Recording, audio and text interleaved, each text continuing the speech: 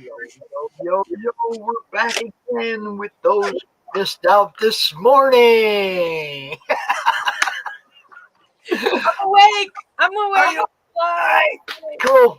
Awesome. Welcome to CRoM Con 17. Now, the first segment today was, I believe, our 300th live stream. I know. You're supposed to be in it, and you missed. So you're 301, baby. What can I get? What can I tell you? I think it's just because I'm meant to be like, I don't know. 301. 301 sounds pretty hot. I can dig it. Hey, it's going to go shooting right into, I got 302, 303, 304. Before the end of the week, I'll be on my way to 400, no doubt. So, I wanted to say, though, that, I shouldn't have to sleep in to have like 5 men in my private messenger when I wake up. I woke up to like 5 different message threads. I told everybody, and I'm get in their inbox. And I'm like, I'm so popular. And I'm like, and everyone's all, where are you? And I'm like, fuck. All right, give me a link to your store or your art page or whatever in the private chat so I can put it in the chat and make a banner and all that stuff. Will do, sir. You know how we do it. The ninja popped in, shared, and left because we hadn't started yet. I hope you're still here, bro. I hope you're still here watching. Don't come back. So I want you to take a few minutes, and I mean seriously, take a few minutes to introduce yourself so I can share this out in about a dozen places real quick. So I am Dori of Doris Jones Labors of Love. That is the primary top hierarchy of who I am. I'm also the Amazon Beauty. I write stand-up comedy. I currently have a webtoons comic that I will aspire to someday put in a comic book. But for now, I'm learning the ropes. Painfully and slowly and tediously, but I'm learning some of the ropes about doing a comic webtoon so that I can translate, not that they really compare to me, but it's given me practice. It's given me ability to practice on some of the sequential type of art that I would need to do for something like that. But it gives me this opportunity to bring 16 years of comedy and romance writing and some spirituality stuff to kind of bring it all together in this comic strip called The Amazon Beauty Does Dating, similar to Debbie Does Dallas. Oh. That's the name of the webtoon, is The Amazon Beauty Does Dating. And I added the tagline, and love and spirituality, because it's not just about sex and it's not just about love, but it's a combination. Her adventures aren't just about me. Her adventures are about women in general and men. But it's meant to be no holds barred, no filtering, real stuff. We're not gonna. None of my comedy sugarcoats anything. Right. And so for Monday Madness and for being on CRoM Con, that was the thing I wanted to bring up the most, was the fact that the Amazon Beauty is coming. She's been around for she's me. She's me. But she's also you. If you're out there, if you've ever had a relationship, if you've ever had sex, if you've ever had someone fuck you over, if you've ever whatever, trust me, there is a joke in there, and I've probably written it, and I've got 16 years of that writing. And I know I told Rich this, but basically what I'm doing right now is I'm taking those tweets and those stand-up jokes and those bits that I've written over the years, and I'm scripting them out as they come up in my, when I have time, when I want to shift my gears, when I want to work on my comedy. I'm not just reposting a joke. I'm taking those and I'm scripting them now. And I'm doing storyboards for some of them. And I just created one on Friday. And I can tell, no one else is necessarily noticing, but I can tell that I've been looking and reading comic books, because when I did my webtoons this week, when I did my episode, I literally drafted out my storyboards with my little thumbnails, and then I did my boxes, and I drew in color. I didn't color it. I left it in black and white. That's also something totally unlike me. I'm all about color. I like bright. My paintings are huge bright colors. But I used a traditional. Trust me, my art is what it is in my comic webtoon. I'm not lazy about it, but it's as good as it's going to get right now. But I'm taking courses online. I'm looking at tutorials. You saw the Joker I did this week. It was very good. Yes, it was. Thank you. I watched a tutorial, and I watched it through one night, just out of it happened to be in a playlist that was with some other tutorials, and I just stumbled across it. I didn't wake up going, I'm going to draw a Joker today, but right. that's just what happened. But one of and you can say who it was. You can say whose tutorial you were watching. Well, I get his name, Ethan Van Sciver. Yep. Okay. That's the guy. I kept wanting to put an R in his last name, and so he has a playlist, and it ties into stand-up comedy because Ethan is hysterical. And I've told him this online. I even paid for a fucking super chat because he needs to know. He should have been a stand-up comic, and then he still has time to go do it because he's so funny. So I'm watching him, and I appreciate the comedy. So I go looking at his playlist just out of curiosity, and he has one called Anyone Can Draw. And what I love about him is the humility he has about drawing. And he's like, anyone can do it. And what really blew my mind, and if you haven't watched it and you need to laugh, if you're in any kind of a bad mood and you need to laugh, go watch Ethan's link or tutorial on it. Anyone Can Draw Harvey Weinstein. Oh, God. Really? Pops, the shit that comes out of Ethan's mouth while he's drawing Harvey. Oh, God. I can hear it. I can hear it. You don't have to elaborate. And that's that was what started me watching that playlist, because they're all in one playlist. And in that playlist was one of the tutorials for Anyone Can Draw Joker. And I just had, hi Phil. I just realized I'm still on private chat and I hadn't clicked over to comments. Oh my God. Hi, Pop Culture. So I watched the Harvey one. Brings me to tears. I'm laughing. I'm dying. So then he has tutorials in there about the horizon line and the vanishing point and stuff like that. And I'm like, okay, I'm watching these because if I aspire to drawing my own comic book for the Amazon Beauty Does Dating, I'd like to do it myself. Of course, I'd love to do it myself. If I find another artist to work with, great. But I'd love to do it myself. So the Joker was perfect because as a stand-up comic, if you don't know this, if you've ever met a stand-up comic, if they'll let you, give them a hug, because most stand-up comics are preyed by depression. They're preyed by sadness. They're preyed by very dark thoughts. Most of us, I'm not going to speak for all comedy writers and comedy people, but the funnier you are, if you don't know who Robin Williams is, if you don't know who some of the other comics out there are that suffered from it, it is a common thing. A lot of comedy people are really dark inside. And I have a very light soul. I'm really a happy person for the most part, but you can always tell if I'm angry. I know, they laugh. The guys laugh. You can always tell that I'm really sad, really depressed, really angry, or really pissed the fuck off if I write a lot of comedy. I write way more comedy. When my ex died in April, I wrote so much comedy in May. It's insane how much comedy I wrote. Actually, I think I might have wrote more in March or April after I broke up with him. But anyway, it's besides the point, and I'm getting distracted and I'm off on a tangent. But Ethan's How to Draw Joker was so user-friendly for someone like me who's never done a character like that.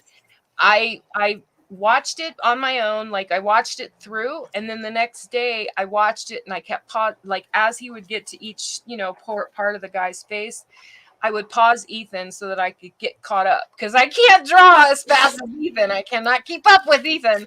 So it, clearly it took me a lot longer to draw the Joker than his video, but that's what I did. That's how Joker came out of me. And so, yeah, so that's what I've been doing. I've been creating my webtoons. I think I have 7 episodes now. And when I originally launched it and originally started the Amazon Beauty Does Dating webtoons, I was cheating. I was using stock art, and I didn't care about what it looked like. I didn't give 2 fucks about what it looked like. And one of my mentors, Peter Palmiotti, who took me under his wing, and he helped me get my YouTube channel up to the subs it is. He's helped me be a better artist. He gave me some direction, and he was the only person really that took it. And I'm going to try not to cry, but he took the time to go look at it, because he knows what my aspirations are, and he knows what my art is capable of. And he comes back to me and in a very, very positive way called me out on the bullshit, basically, of how sloppy and lazy and blah blah blah. So I deleted everything. I completely deleted the whole webtoons. I deleted all that bullshit that was on there, that was me using stock art as opposed to drawing the fucking thing, and I started over. And so the webtoon I have now, which is this really tiny, small little webtoons, it only has like 6 or 7 episodes. It's all mine, and that made me feel good in a way that I hadn't. It's no shock. I'm a purist, so it's no shock that it makes me feel as good as I do. But Peter definitely helped me out with that. He made time to go read it up and look at it, and come back and kindly go, yeah, I call bullshit, Dori. You need to. He didn't tell me to strip it down and start over, but that's what I did. And so that's other than that, as you guys know, I'm working on fulfillment for the haiku book. Volume 2 is written. It's written. I just need to, at some point, find the time to sit down and do all the art. Awesome. Now I have to make a quick announcement. Anybody who caught the tail end of the last segment, we were out here with Shea. Yes. And we talked about them possibly showing up for the Halloween show. They will be here for the pre-con kickoff on Friday night. Oh, that's so rad. Don't worry, Will. I'm scheduling a show that night. Nobody can dress up and compete with Shea. What the fuck? You don't have to. You could just come hang out with us that night. I think unless my son has a football game, I don't plan on being anywhere else. I mean, Friday Night Lights is on right now in my life. My kids in football. Sons and daughters, don't you dare be sour, for Big Daddy Bowser has found you this very hour. Support Indy and feel the power. I don't know who John Wilson is, but I wanted to join in with you. Okay, on that note, I'm just going to cover my face back up again. I don't know these people. John, go on over to the YouTube channel, man. Comic Talk with Pops Fans Ant. Subscribe. You could be number 450, bro. 450. Because I've never seen him before, so I don't think he's. Watch on YouTube. The stream is faster. You'll hear us what we're saying at least 5 seconds before you'll hear it on Facebook. Yeah. Facebook is. That's exciting. I heard you talking to them when they were on your panel, when they were on just a bit ago, and that's glad. I'm so excited that they could confirm and be there for that. That's awesome. Yeah, they've come out before and brought the crew to CRoM Con, so it's like that'd be awesome. Mm-hmm. Everybody, we'll all dress up. Well, it's going to be Halloween weekend. Yep. We're all going to wear costumes. It's going to be a blast, man. I've already pulled the Amazon Beauty's outfit from the back of my closet. It is definitely not anything that is to be, I'm not going to show it ahead of time, but I've worn it a few times. Very, very few decade or so ago when I actually made a public appearance it's so funny, Pops. I didn't know what cosplay meant. Like when I first heard that word when I started attending your guys' streams, I'm like, what the fuck is cosplay? And I go look it up and I start laughing and I'm like, oh, that's what I've been doing my whole life, man. Like, what? You give me a chance to I'm gonna be so there. I haven't decided. Hey, PCA. Hi, PCA. I haven't decided if I'm gonna wear the wig that goes with it, but if not, I'll just do something with my own hair. But I have every intention of being in full Amazon Beauty gear for CRoM Con in Halloween style. Well, fuck it, cry 2 tears in a bucket. I'm gonna come as a slutty nurse, and I'm gonna have a wide angle lens. You're gonna need a wide angle lens. What are you talking about? It's funny. You ain't seen me naked. Shut up. I work in healthcare, and dressing up as a slutty nurse isn't really a costume. That's kind of just reality. Aren't you the guy that told me about the size 5X shirt you were ordering?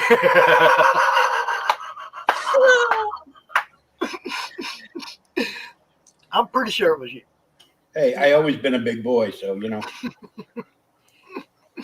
Hey, I don't think my t-shirts come in that. I don't think they go that big. I want to say the 3X is the biggest one on my website. I sent you that website in private chat, Pops. Basically, like a link to anything and everything can be found on my link tree. I didn't send you that one, actually. That's probably the one I should have used, but my website is good too because it has links to everything on there too. I'm almost done stuffing my face, and then I will join you. That's fine. I'm still trying to eat. I have my website is what I was sharing with Pops to share with everyone. Anyone. It's in the chat right there. There's a part of my website. And there's mine. Thanks. I'm building it and I'm growing it, but I do know there's going to be some, as I get along in my art and as I get along with the comic strip, there will need to be some of them that I only put on my website because Webtoons won't allow it because some of the Amazon Beauty's adventures are just, they're not Webtoon friendly, man. They're just not. And she's, I do this buyer's choice. You guys, some of the creators that I get to hang out with and be honored to be a part of have inspired me to begin doing commission work. And I've gotten Hello. Yep, there's a booby naked girl on there. That's the t-shirt. You see the shirt she's wearing right now. Owns the original art. It's called Death Can Wait. I have a series of skirts in here. They're called the Goddess series. I do have my artwork. The only thing I really do that it's not the same, but it's called the Goddess series. Every now and then I think up, It's on her shirt. There's her shirt. Right there. He is one of my favorite pieces that came out of me when I illustrated this guy. When I illustrated the haiku book, there's so many individual images in that book I love that came out of my art or whatever. But he's one of my favorites. Grim Reaper I did is one of my favorites. And so yes, of course he's on my shirt. And I gotta let a dog in. I'll be right back. Okay. And so Death Can Wait it's also a phrase. It's a common phrase. It's not one I created, of course, but the artwork is mine. But Death Can Wait is something that is part of an upcoming book. I'll probably be releasing it next year. It's volume 2 of Ruminations with God. It's a Diva daily living meditation book. And it's a meditative book for men or women. But Death Can Wait is one of the meditative pieces that I wrote for it. And it's technically the title is called Death Can Wait, Let's Create. And the meditation piece is really more for artists. In a way, it's written for people like me, people like artists that are out there who draw, sketch, paint, or otherwise. But it basically, Death Can Wait, Let's Create talks about the struggle that some artists have with getting, getting inspired to create art if your art's not being bought or if people aren't appreciating it. It can be difficult for some of us to get inspired to keep creating if we feel like no one's appreciating the artwork. And I am not alone in that. And so I wrote this piece after having a crisis last year, and I went to mentors and I went to gurus, and they all said the same thing. When you sit down to create a piece of art, and I still do this to this day, I can't take the result in mind. I can't factor in the result of whether it's going to get bought. I cannot do that in my mind anymore when it comes to some of the stuff I create. I have to just create it. If I sit here and I allow my brain to fuck with me and tell me no one's going to like it, no one's going to buy it, blah, blah, blah, that's just I'm never going to finish it. I'm not going to do it. And so that's what the piece talks about. And that's where the Death Can Wait phrase comes from. And it was perfect to combine it with the Grim Reaper for the shirts. And I'm plan to probably put it on some other merchandise and other products. If there's if someone wants any of my artwork on a particular type of product that I don't have on my website, they should just contact me, because I have quite a few accounts with quite a few print on demand companies, and I could pretty much design almost everything and anything. That's another thing I do. I don't do a lot of it, but I do have a few clients that I help with their social media. I help with their logos, and it's just... And another thing she does is she donates regularly. Here we go. Comic books for kids. So yes, I was so happy a couple months ago when I found a post by Russell Allen in Comic Related Madness, I believe, where he was looking for artists to donate their art. And I have donated a few pieces to this organization. My piece, one of the first pieces I ever donated to CB4K Kids, went in auction before other people's piece. And it makes me proud. It makes me so, I'm sorry. It makes me, I can't help it. It's all right. Good. We live in a world with a lot of comic book art and comic book creators and comic book stuff. And so to be a fine art painter selling a piece I don't want to talk so much about what's been donated and sold and whatever, as much as I want to talk about the actual organization. Of course. Yeah. Let's tell them what they do, Pops. Go ahead. Basically, Comic Books for Kids takes donations and they turn it into comic books, toys, Pez dispensers, just all kinds of stuff that they send out nationwide. They're in every state. They go like over 170 hospitals, and they give this stuff to kids. And Russell has a auction, and Karen Perriman has an auction that she's doing for Comic Books for Kids. There are 4 or 5 other people that do auctions for Comic Books for Kids. We encourage anybody who in one of our auctions wants to donate. We have 3 or 4 charities that we recommend, that we endorse in the madness or sponsor. And this is one of them. And we appreciate everything they do over there. They're amazing. They've been doing this for a while. Karen is hugely involved in it. She was going to be here tonight, but they had a family emergency. So we're going to set it up, maybe get her out here sometime later in the week or next week. And we will do a show about Comic Books for Kids and what they do. And just, I just want y'all to know it's about the whole picture. It's like I was talking about with Shea earlier, with the podcasters all sharing each other's information and telling our audience about that other podcast, because there may be stuff over there that you're going to like too. Okay. And it's the same way with these kids organizations, kids charities. We need to make sure people are aware of them, because if they're like me, they got grandkids, they want, just like Michael Gonzalez earlier today, we were talking about his book where his daughter made 2 comic books on that Rainy Road a la carte Indiegogo. And every time they sell that tier, 2 of those comic books will also be donated to Comic Books for Kids. Yep. People doing stuff like that. That's what we love here. We encourage it. We're proud to be part of it. And I want to thank Mark over there for bringing us on as a sponsor. And we'll keep telling people about it. Yep. Until, I ain't around no more. Yeah, I didn't have it ready for the haiku campaign, but the one that's going to come next for This Is Not Emotional Burlesque, that campaign is going to have a perk in it that because my coloring book wasn't ready. So I have a coloring book series. It's a series of coloring book pages that are based on my artwork, and it's not appropriate for kids, but it is appropriate for troops. And so in my next campaign, one of the perks is going to be about that. It's going to be about the coloring book where if someone backs it, there'll be a certain number of coloring books that will go to the troops. And I couldn't do it. I do have a children's coloring book that I may be able to put up in there somehow for the kids.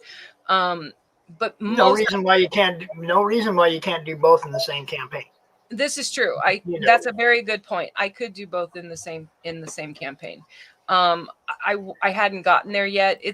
I'm probably not going to launch. Like I'm in pre-launch right now. That's the other thing I was going to share while I was on today is that I just put my email sign up for my next campaign, which is it's not going to be as quickly. It's not going to pass by as quickly as the haiku book because it is a novel. It's more of a it's done and it's another one that's done and I've just got to put some final things together, but it's the one that Sean Howe's doing the cover for.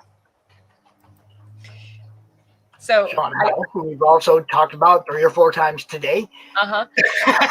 So if you don't know, so I'm just putting it like this, okay? If you don't know Sean Howe's artwork, one, you're missing out big time and you should. But if you know Sean Howe's artwork, especially his pinups, and then you know the Amazon Beauty and you know me, then you could probably get an idea of what the cover of this book is going to be like. All right. I was also going to say, if you don't know Sean Howe's art, then you don't pay attention to the Creators Outlet podcast. Right? So this is not emotional burlesque. I didn't even get anything out of him. What? Out of what?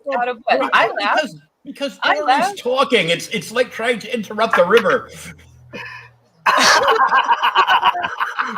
She's on a roll. Let her go. That's too funny. That is too funny. So I think I have.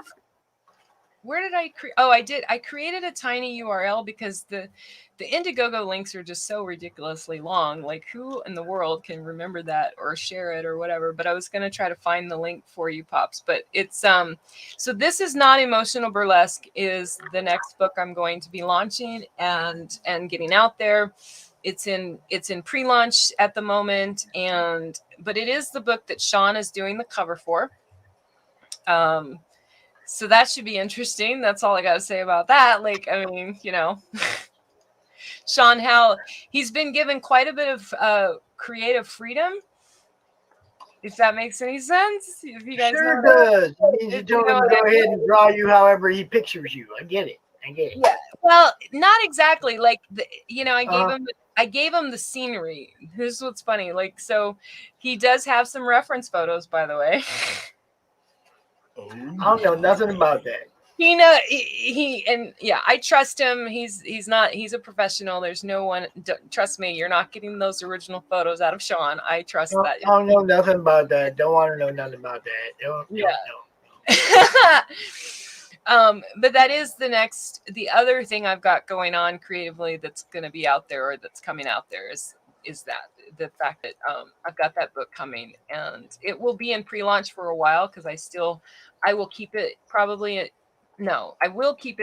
in pre-launch until I'm at least done with fulfillment for the haiku book. I'm not going to try to but I did want to start collecting signups and start collecting emails on it for now to get it going because it just made sense to do that because it is the next book in the hopper for me to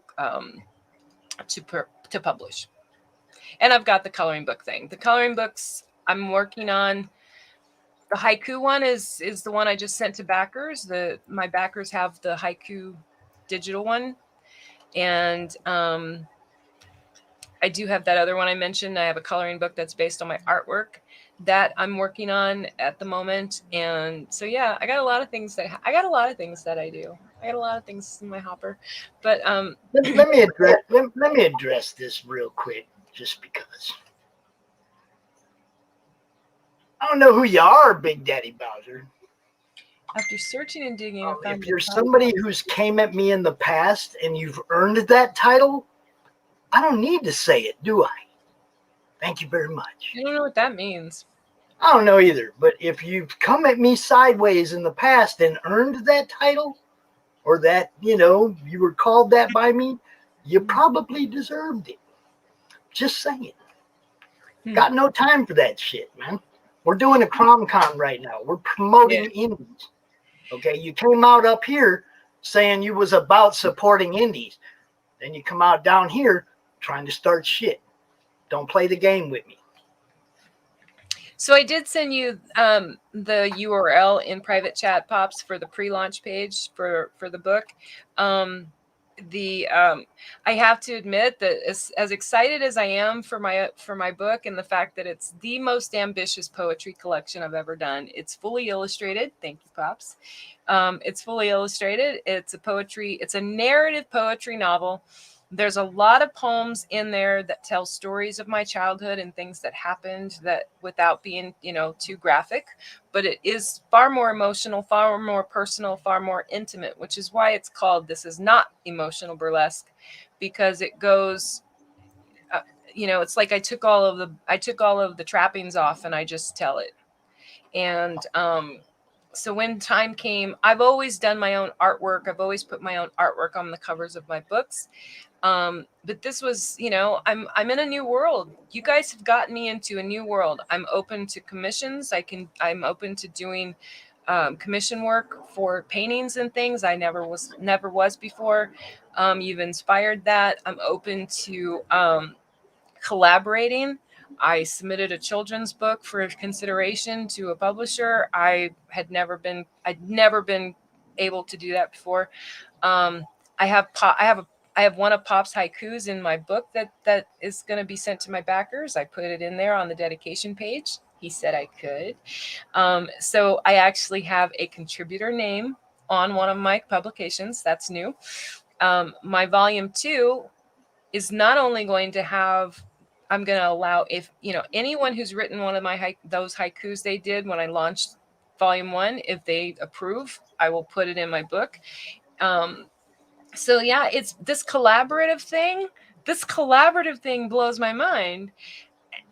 I just wasn't expecting it. And that's one of the reasons why I went to Sean and we talked about him doing my cover, because I feel like it really made sense. It made sense for me to if this book is about not hiding anymore, okay, emotionally or otherwise, it makes sense to allow another artist to take my likeness and put it in a creation. And I had never been willing to do that before. Never been willing. Oh, and I forgot. I don't think I dated a cosplayer. She broke up with me because I would only make out with her when in costume.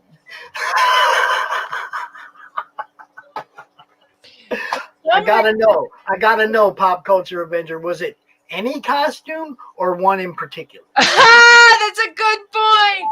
I gotta know. And if that's the case, which costume in particular? That's what I'm saying. I need to know which character, which costume. I gotta know. What I love about that is that what he just said is it plays into it. One of the webtoons I'm gonna sketch next is about thirst trapping. And if you don't know what thirst trapping is, then you clearly are just, one of me. I had to go look up what that meant. When I first ever heard the term, I'm like, what the fuck does that mean? So I go look it up and I'm like, oh, well, I've been thirst trapping my whole life. I had no idea. But the minute you take a sexually suggestive pose in a certain amount of lighting and the right outfit, if you're trying to obtain attention from the opposite sex or same sex, it's thirst trapping. You're trying to get attention, and you're using your body and sex to do it. This has existed for decades and ages, and ancients have done this. Okay, we've been thirst trapping since the days of the Egyptians. Okay, come on, and that's what cosplay is. Not all cosplay, but some. Certainly, I tried, but I discovered that whipping money out of my wallet worked better. Look, there's some people. Okay, Big Daddy Bowser. Look, this is the way it is. There's some people that attack my show, attack everything I do all the time. And at one point in the past, I called them less than desirable and removed them from my group. So when you said less than desirable, the first thing I think is that you're one of those people coming at me. If you're not, I'm sorry. By all means, enjoy the show. We got some great people going to be coming out tonight. I'm just letting you know. I've been hassled by a lot of people, man, since I started doing this. People that don't like success, I guess, And yeah, it was a quote. It was a quote of yours, or a quote of mine, less than desirables.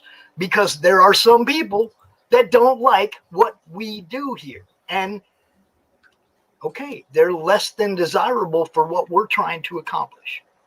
That's all it is. If you're not one of them, by all means, hang out, be part of the fucking party.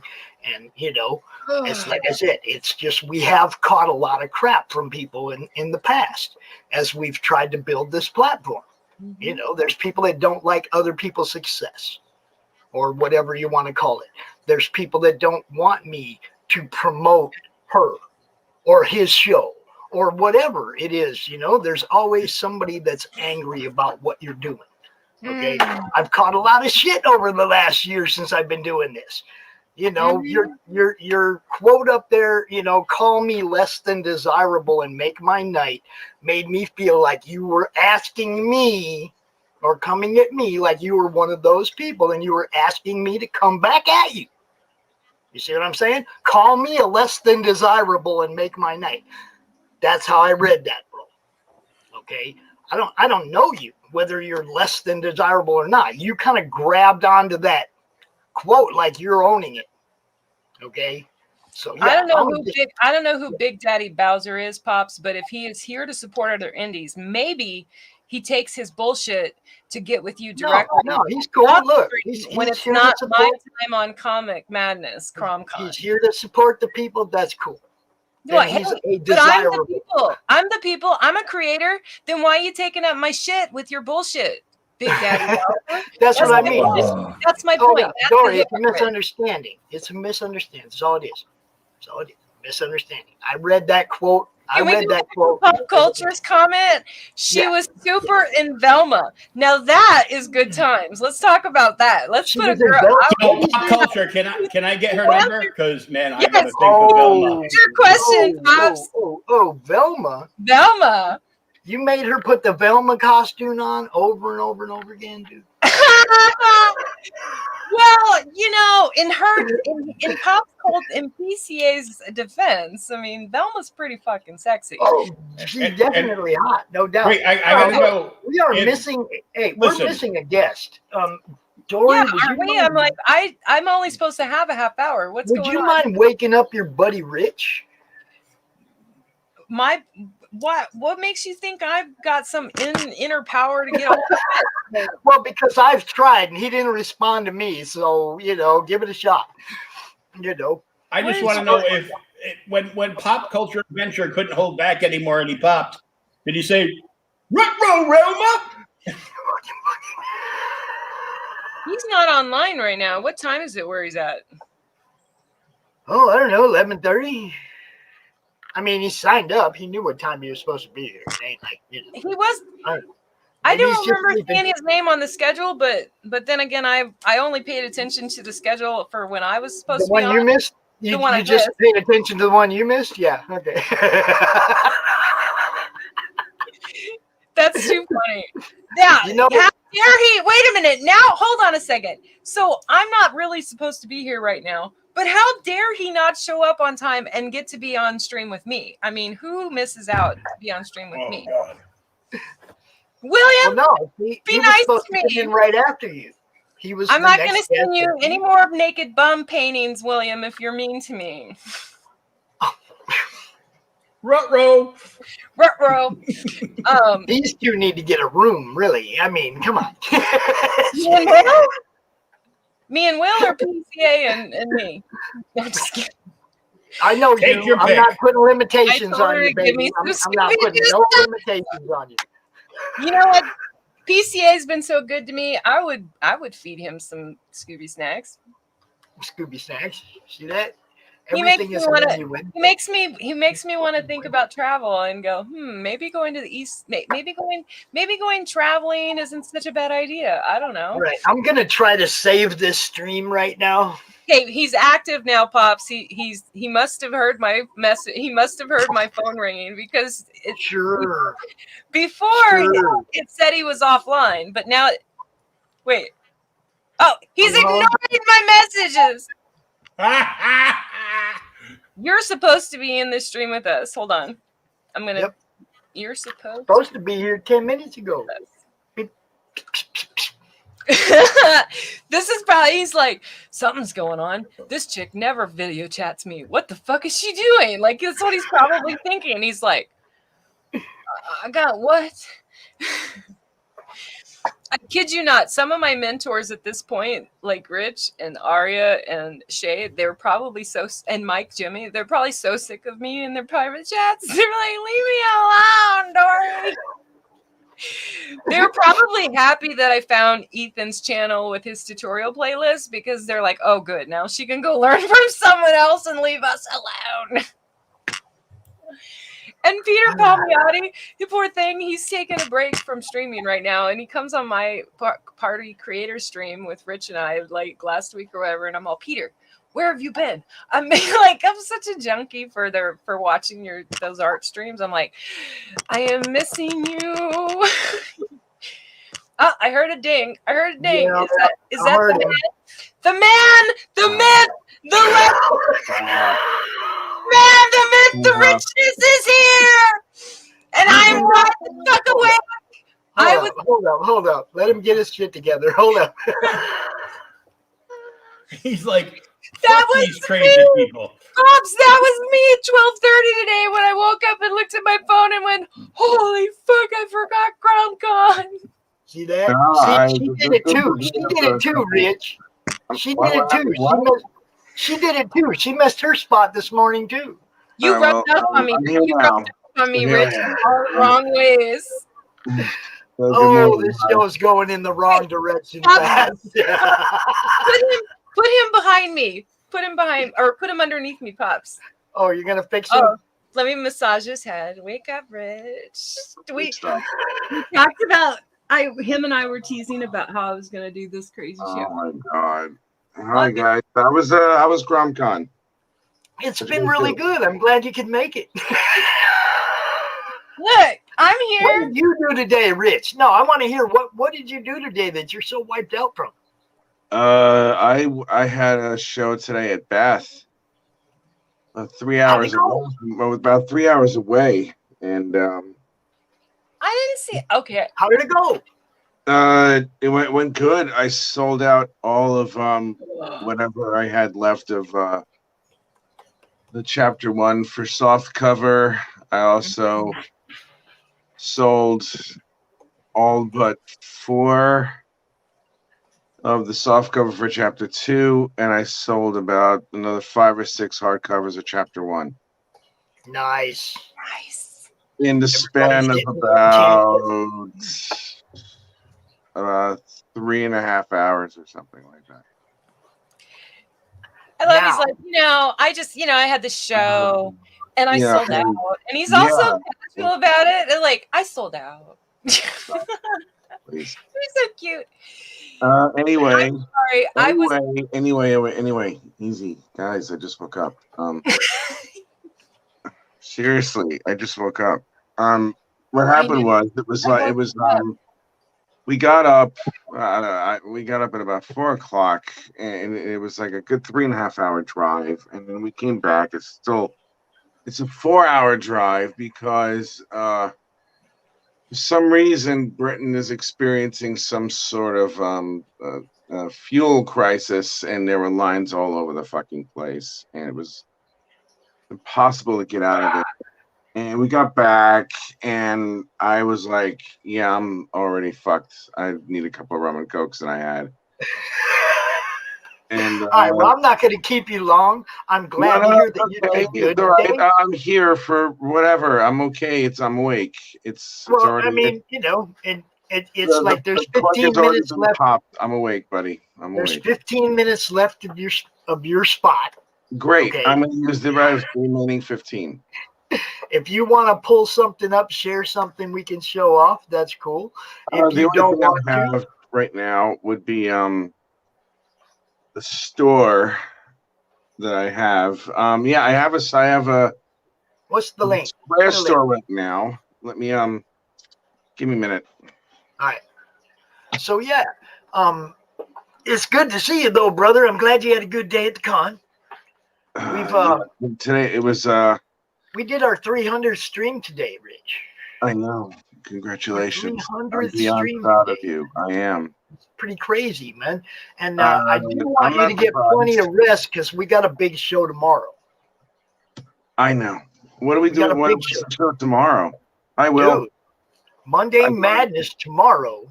We have Daphne Lage, good Nefarious, the Global Frequency is going to be here. Brian Brennan's going to be here. Hopefully his book will arrive tomorrow, and I'll be able to show it off when he's on the show. And George Gatsis is going to be here. Who's that? And Dori, we have Chris Fisk for First Timer Spotlight on. So, be ready. Be ready. Why don't I hear Dori? What's up? Because I had it muted. Because I'm sorry. Chris is cool people. He's good people. When he's in chat, he's respectful and kind. And give me 1 second. Pops, I'm going to send you something by chat. Okay, give me a moment, please. Okay. Yeah, we're good. Yeah, I opened a Square store about a week and a half ago because instead of like doing a oh God, I'm down. I don't have it's funny. I used to have a wig that wasn't exactly right for Velma, but it was close. And then I'm a stand-up comedian. Rich knows that. Oh, really? I'm a stand-up comic. Big Daddy, let's go. Big Daddy Rouser. Who's Big Daddy Rouser? I don't even know who the hell that is.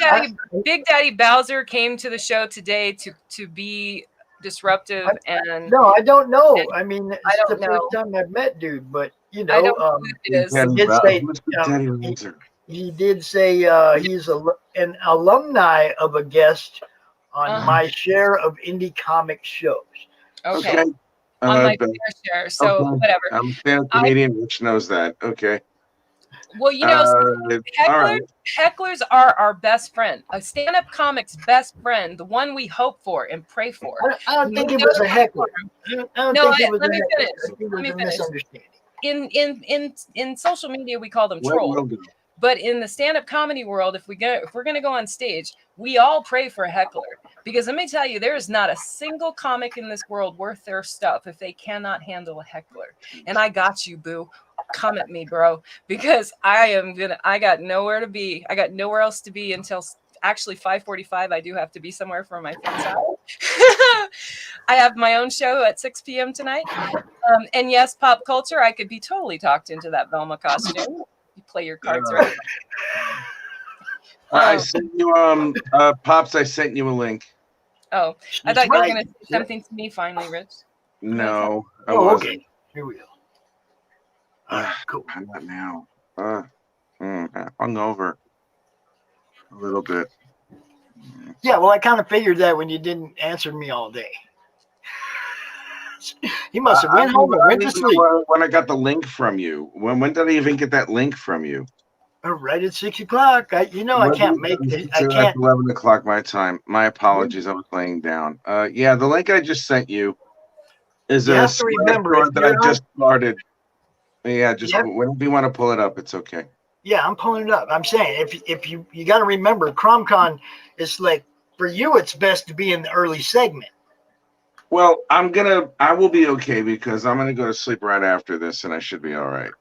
I mean, just as a monthly thing, it's good. It's better for you to just sign up for the earlier in the segment day. You know. I know.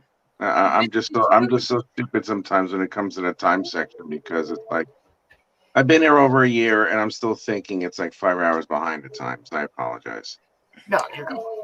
Rich, did But you? yeah, we got a big show tomorrow. Things that are in your shop? Are you gonna have to? Are you gonna have to get more stuff for what you have? Well, I have to. Yeah, I have to now. I'm already out of. I have to replenish.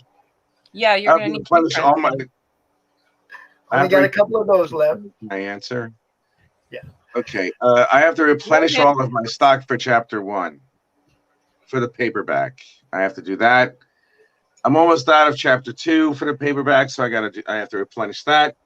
We just got a delivery for chapter 1 for hardcover, and I'm finally getting chapter 2 hardcover October 1st.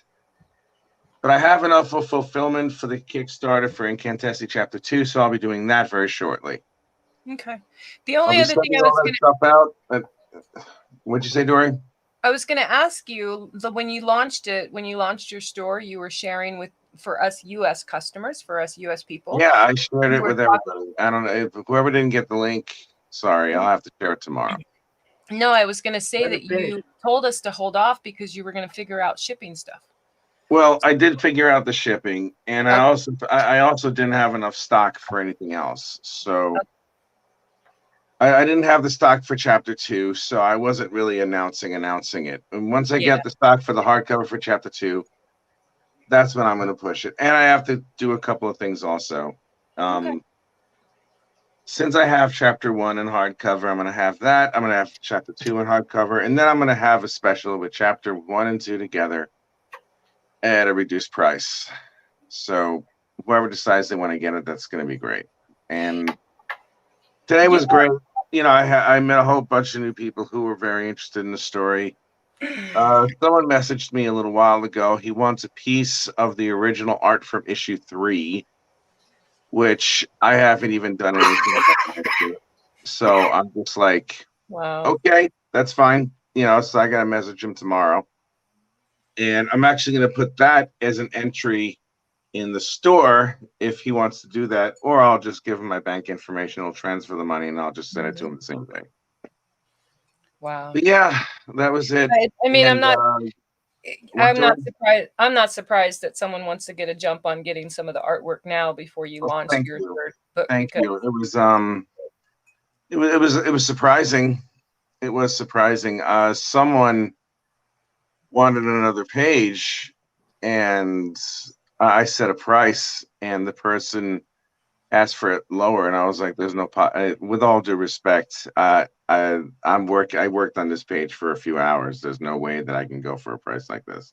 So I had to back off of that, which of course is what I was going to do. Well, as you shouldn't. You're. I was talking about you before you got awoken and came in about, you know, my mentors are probably sick of hearing from me, but if there's one thing that you and some of the other creators have taught me is short selling ourselves or whatever. Yeah, don't sell yourself short ever. I tried. I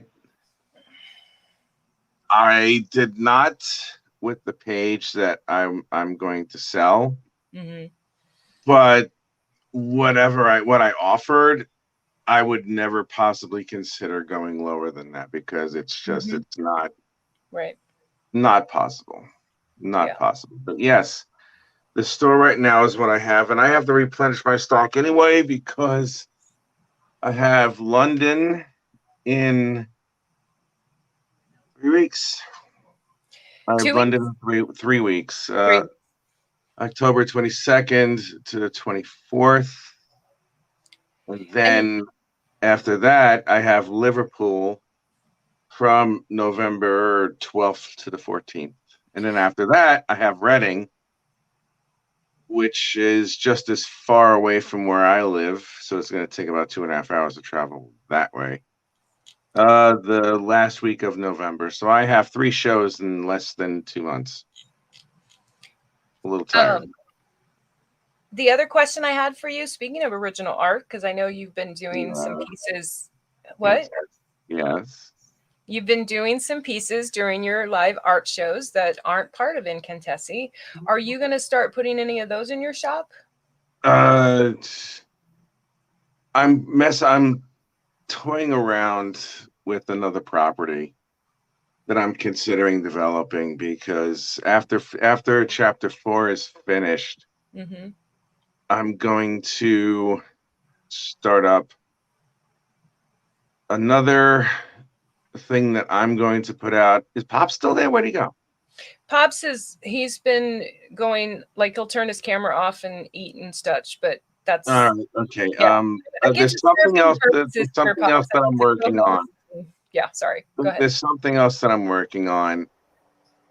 One other thing for myself, but there's also another things that I'm going to be working on with Pops, which I am not going to reveal what we're going to do. But concerning the idea that Pops and I are going to work on, it will be one of the sickest things that the most fun thing that I'm going to work on in quite some time, because Thanks, Joe D. Don't get me wrong. Don't get me wrong. I love my graphic novel series, and I think it's the best thing that I've ever created and the best thing that I've ever worked on. But this thing that I'll be working on with Pops is going to take me in an entirely undiscovered different direction. Yep. In which my medication that helps me control my impulses will be removed completely. So I wanted to ask because I know that about you, and I know that because you and I just talked about this. We talked about the artistic palette cleansing, like where if we've done too many, and I wanted to give you the opportunity to talk about the art that you're doing that's not related to Incantessi, because if you're not following this man and the other art he does or whatever he's doing, then you're missing out. Well, thank you. That's very kind of you. I am biased because he's one of my mentors and has helped me, but okay, still. I have to do this now. It's 7 o'clock and it's almost somebody else's time. Are Dori, they tell everybody where they can find you. Okay, so me or Dori? Dori first, then you. We'll get to you. Always let the woman finish first, Rich. Yeah, I know. Anyway, go ahead. Okay. So yes, Pops put my website link in the comments. I am just about everything you can find about me is on my website. However, the Doris Jones Labors of Love is the handle, and on almost every social media platform except for Twitter. I'm DJ Labors of Love on Twitter, because Twitter doesn't allow handles as long as that one. Otherwise, you can find me here on I'm going to be live at 6 tonight, California time, my Spotlights show, Sunday night show. I'll be with Pops tomorrow evening with our new first timer, Chris Fiss, right? I'll be here tomorrow. Hey, Frog G. I love you, Frog G. My link tree, I don't know why I should have given you my link tree, Pops, but I know Joe D is in the thing. I think that's pretty much it. Like, that's pretty much, if you can't find me, you aren't Nemo, clearly, but finding Dori is actually pretty easy. 24 Eyes is next. No, 24 Eyes is not next, but when Rich was late, I had told him, you can come out if Rich don't show up, and then Rich showed up. So I just showed up just to, I'm just always showing love. I can't imagine your glasses, Bill. And this man down here below me, the richness. I mean, it's ew. Anyway, for me, one last thing, because it has to do with the richness down here. Me and the Richness have talked about continuing to do when we can and timing permits, doing creating parties of creators painting and sketching. Yeah. We did 2 last week. We did 2, one on his channel, one on mine. Both our schedules were just too much this week, but hopefully we can get one of those this week. I've got, so if you're one of us, get with Rich or me, and we will make sure you guys get an invite. Right, babe? and now I'll leave you guys. All right. So check it out. Rich, where can we find you, bro? Okay, 2 places. One, if you want to take a look at some of the books and merchandise that I have, it's the Incantescent store. That's really it. And starting October 1st, I will be going live every day at probably about 8 p.m. GMT, which is 3 o'clock on the Eastern Seaboard and noon on the West Coast. I will be drawing something related to my graphic novel, The Incantescent, leading up to the London show, which I will also be sharing on the MCM London Facebook page, as well as the Instagram and Twitter pages, whatever. I am promoting this heavily because the London show is the big one. And then the one that's probably bigger than that is the one in Liverpool. Rich, so. The 31st is a Monday. I just want you to know that. What day is that? The 1st is Monday. What day Did is it? you say October 1st or November 1st? I didn't catch it. October 1st. Okay, you're good. Go ahead. All right. Yeah. I'm pretty sure. I'm alive. Yeah. Sorry. All right. So, 24 eyes. Like I said, I told you I needed, might have needed you to come out, but you never my know. actual 7 o'clock guest is in the backstage. So oh, there you go. Well, you can catch me at any point whenever Pop needs like a fill-in or some mentor, or you can catch me Thursday nights with my show called Pop Culture, where I feature some CG guests. We do a lot of book talk, and then we talk about everything that we love, and we try to avoid what we hate. We just keep it spreading the love. We you never know. We might need you later because I haven't heard from Tyler Carpenter yet. My 8 o'clock, so you never know. Well, I'm around, Pops. All right, brother. You have a good one. Thanks for possibly. Thank you, Pops, for not being upset with me. I apologize. Good evening, gentlemen. I was supposed to go on. I fell asleep. I'm sorry. No problem, Rich. I know you were. I knew you were at a con today. I didn't know you had to travel that far, but I knew you were at a con today. I knew you were going to be wiped out. Yeah, I didn't think you'd be asleep when it was time, but They have there's a fuel crisis here because of an inability to actually get the fuel here. So it's like the gas lines of the 70s all over again.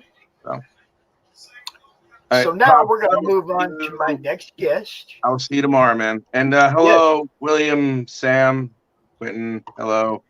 What's up, guys? Continued success, and you're a handsome son of a bitch. Yeah, I feel really cute today, actually. So you do look cute. I'm like, wow. I am now switching for the other team. Anyway, I gotta go. All right. Talk to you tomorrow, sir. Take care, Mr. Quinton. Have a good one, buddy. Always a pleasure, Rich. The pleasure is mine as well. Bye. Mr. William Samuel Quinton, how you doing, my friend? I am jittery on caffeine. You look really happy right now. Hold on. Y'all look at that guy. Looks like he's having a good day. So we got into another comic shop this week. And the owner liked the 47 books enough that he put in pre-orders. Big Daddy Bowser, what's up, John? The owner put in pre-orders for Reign of Ages and Necroholic as well. So we've got a good start on the next 2 series. And then we've got Friday, we're launching 47 Furious Tales issue 3. And with that, thanks, Frog. We've got the first volume of the artist edition, which is where we're collecting all those beautiful inked pages from Alexia, from issues 1, 2, and 3, plus the character concept illustrations that were inked, and we're putting them in one book. I'm actually going to try and finish formatting that tonight. I've got to leave some space open for some pages for issue 3 because those aren't all done yet. But we expect to have the book itself done. Man, you got some fans, brother. You got some freaking fans out here, people boy. have been really, really kind. I mean, people have been very, very kind. We've had some really good reviews lately. We had our all-time lowest review we actually got on Thursday. We got a 3-star review on one site, and that's our lowest review on 47 to date. So I'll take that. I gave him a look. What's the scale? Give me the scale. And It was a 5-star site, so a 5-star. Okay, I'm gonna give you 3 is like an average. 4 stars and 4 prongs. Okay, I'll take it. All right. So we're, I mean, you, dude, your book kills it, dude. Both of them killed it. I work with some really great people. I work with really great people. I have a lot of great people helping to spread the word through the madness. Who don't back Sam? Who don't back? Everybody backs Sam, dude. Phil, what's up, man? Sam's right there on my wall, bro. Oh, wait a minute. I got to move the camera just a little bit. See that right there? 47 Furious Tales #1. Right there, framed up on the wall. Some really good people have been helping me out. YouTubers, streamers, creators, people sharing the links. Warren, Phil, Pete, everybody just doing so much stuff with us. Max and LP, everybody. It's just been really good. Tyler too. Pete knows. Can't wait to get his hands on issue 3. Pete's awesome. Great. Pete's actually doing us a real solid. He's going to New York Comic Con. He's going to actually be carrying some copies of 47 for his table. So I was broaching that thought. I was talking to Mark Hodges at Grand Rapids Comic Con about possibly getting a table in November and maybe getting some books from everybody and selling the books I represent for you guys, as well as talking about selling them. Actually, and some guys who do some speculation on books of such have been putting orders in lately, retailer level orders, 50 books and such like that. So it's been pretty good. Issue 1 has now sold almost 1,200 copies in print. Issue 2 is just shy of 1,100 copies in print. So hopefully that translates into some good support on the Kickstarter campaign. And we've actually already pre-sold the Daimyo tier. The $500 tier is already pre-sold for that campaign. So we've got a nice jump on that. Look, you got quality stuff. You got not just a quality product, the story, the art, but the product itself is a quality product. Okay? We're trying. The people that he has working on it are solid quality artists. You're not there. There's nowhere where William cut corners on this. No, nowhere. Okay. Use the really highest quality papers we can get. Yeah, if you really want a good book, you back this book. Not only that, but if you back it right now, he'll package that thing up right here in front of you. The Indiegogo is still live, so if you want to get issues 1 and 2, we will make that happen for you. He's done it before, right here on this show. Packaged books up to ship out, baby. We've actually done that so many times that we're actually up to 50 backers on that campaign so far, which doesn't sound like a lot, but it officially put us past the 200 mark on the campaign. So from my understanding, the latest indie trend on that makes us officially cute. So it makes you what? Officially cute. Cute? Yeah. Yep. Oh, that was what Mr. Wheeler said. 200 backers makes you cute. So Pop Culture Avenger, what's up, man? Yeah, I hadn't had a chance to check with the tracking on that. They got there okay? All those 11x17s get there good for you? Man, I said something to him, and it took like 8 days to get to him. I was going crazy. It should have only taken 2, but I noticed that some of the stuff I paid for 2-day priority, and it took 8 days to get to him. I was all up the postmaster's ass. Oh, you understand? I shipped him a big USPS board game and box full of stuff, and then another shipment too, because he had a special delivery in that second shipment. So. How you like that one? I mean, I know the smaller package had the real prize in it. That was the one for the personal collection. But yeah, we've been making books. Oh man, I hope so. Danny, what's up, man? Danny. I want to party with Danny. I honestly do. Danny is our liaison to all. Danny's our liaison to retail. I love Danny. He's the one that really like helped not only like what he does in the store there, putting you guys books up, but his enthusiasm kept me pushing for that goal, which my ultimate goal, everybody knows, is to be able to go to my local store and buy all you guys books. Not have to have them shipped to me. Well, that's my goal. You need to have your local shop guy call me. I'll hook him up. Oh, don't worry. What I'm saying is it's all about, having the distribution networks that put you guys books in our stores. Oh, yeah. And that's what I'm doing. I'm pushing distribution networks. I'm pushing podcasts that support it. It's not just what we're doing here. It's what everybody's doing that I can talk about. And what's been really great, Comics Mainstream has been getting us out into marijuana dispensaries and to game stores that don't normally sell comics and other places where we'll have spinner racks. Danny does it so right. He inspires other people to keep doing it right. Yep. I actually try to make a point to pop in on the collective's live streams when they had them because they've been so supportive. And I keep catching John on Fridays, and John's always excited because he's got the D&D stuff coming. I think he's going to be really, really thrilled when he gets issue 3 in his hand. I'd like to see us. Oh, really? Cool. One of mine or one of the other ones? You gonna run us a game in the madness finally, Danny? Are you gonna run a game in the madness? I gotta keep working on somebody. I gotta get somebody to run a game in the madness. It just don't feel right without one. Yeah. But yes, Danny, look, this guy, he kicks CRoM Con off every month. He's our Saturday kickoff guy. He brings people out here. He sets the tone for the day. He's energetic. He loves what he's doing. He keeps me loving what I do. Now, I want to point something out. You notice the stack got shorter and not as deep. Hold up. What? You notice the stack of books is shorter and not as deep.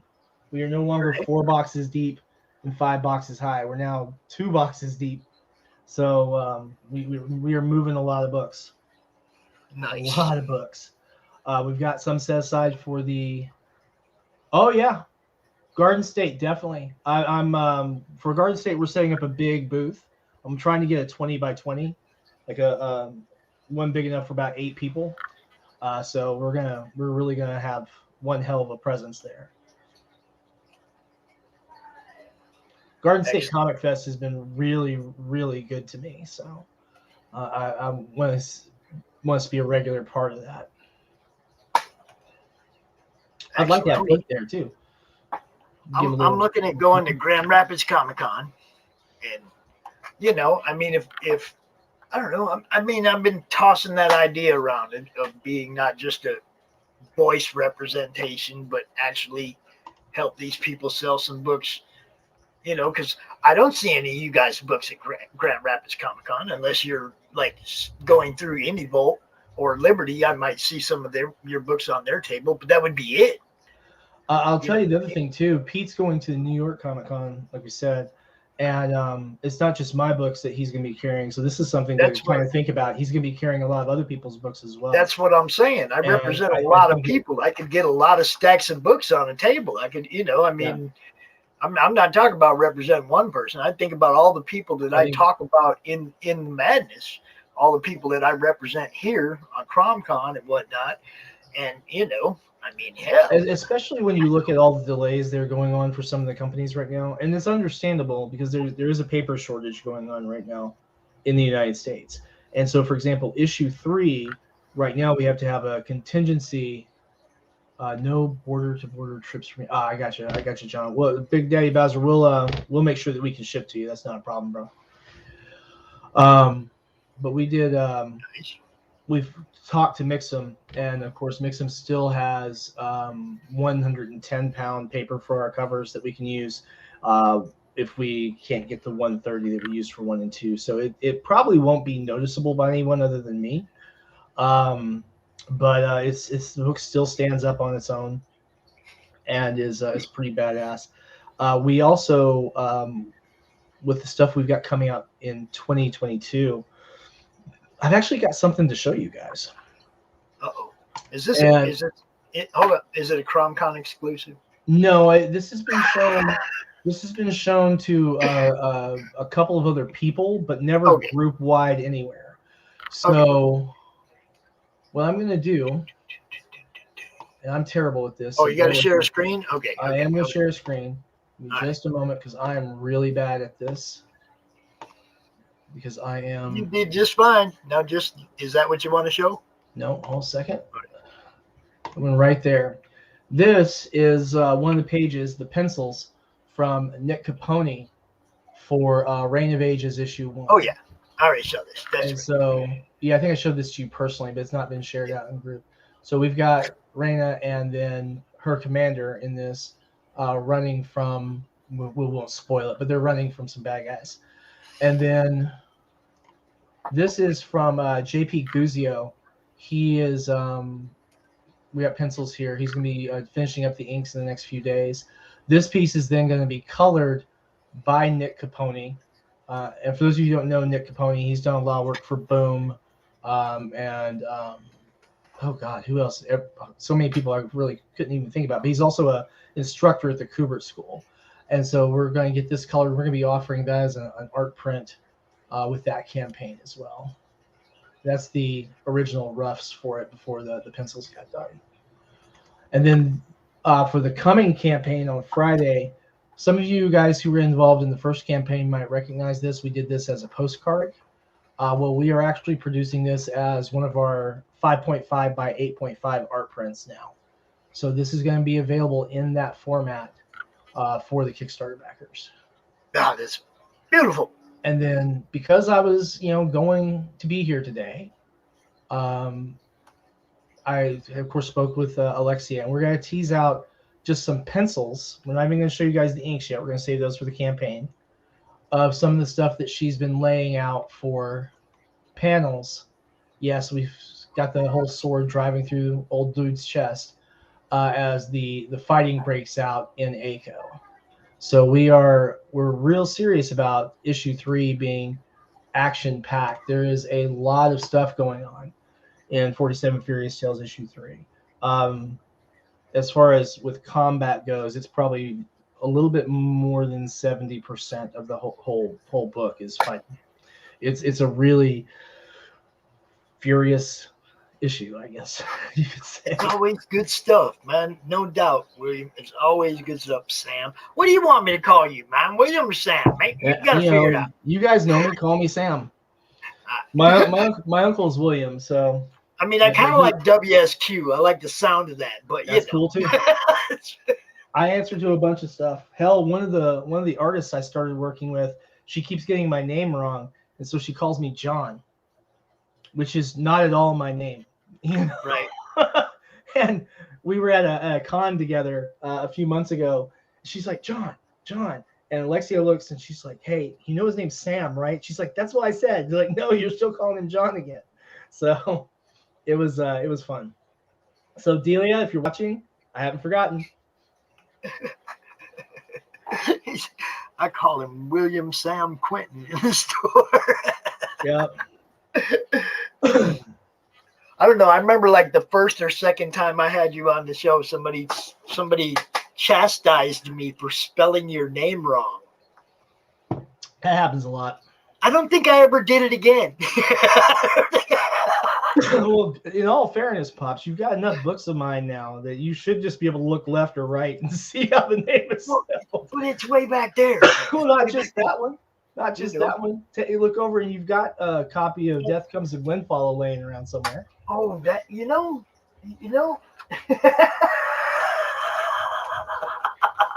That reminds me, Danny, when you sell out of those, let me know. It was right there. It was right. I didn't have to move. It was right there. Tell you. Death Club Comes to Glenfollow. That little tiny stack right there, that's all we've got left out of that whole press run. But now I want you to understand though, when I spelled your name wrong way back when, I don't even think I had a book of yours yet. Then. No, maybe not. Yeah. You know, I mean, I but I never spelled your name wrong again because I think that was before Raj managed to get that to you. Yeah. Yep, there was some good things happened over the past couple of years, man. You know, being introduced to your world and what you're doing was an amazing thing. Yeah, I'm really glad that I get to come out here and talk about what you do, and can't wait for the next book. There's a lot coming between 47, Reign of Ages, and we've got Necroholic by Brian Lee. I talked to Paul Walcott, and we have at least got a price point on what it's going to take to get the manga done. Oh, sweet. Who's running it, Danny? Is John running it, or are you going to run it? See, everybody will do it everywhere except in the Madness. They'll run games everywhere except in the Well, they've got to do it in the shop. They have a whole room at the collective dedicated for gaming. So, have you watched Red Valkyrie stream on Wednesday night? They're running a game. They're running a game online. Oh, are they? Yeah, they all have their own dice and they have cameras on the dice when they roll. You know, I mean, it's like, and they're playing a game, and it's awesome. It's great watching them. They're funny. They're having fun. You know, I mean, they get it. That's what it's about. It's supposed to be fun. So even for the people watching, they have like interactive bingo cards. You know, you can play along and stuff. It's really cool. For RPGs that are played online, I usually like to watch the Venture Maidens, but I haven't had a whole lot of time to watch them lately. And then, of course, I'll usually take and watch sections of Critical Role. I can't really sit down and watch a whole session at a time. I just don't have that kind of uninterrupted time. And those are like watching a full-length feature movie. like doing a segment of CRoM Con, huh? It'd be like doing the entirety of CRoM Con sometimes, because some of those sessions run 6 hours. I come out here and this is the 77th CRoM Con segment that I've done. Really?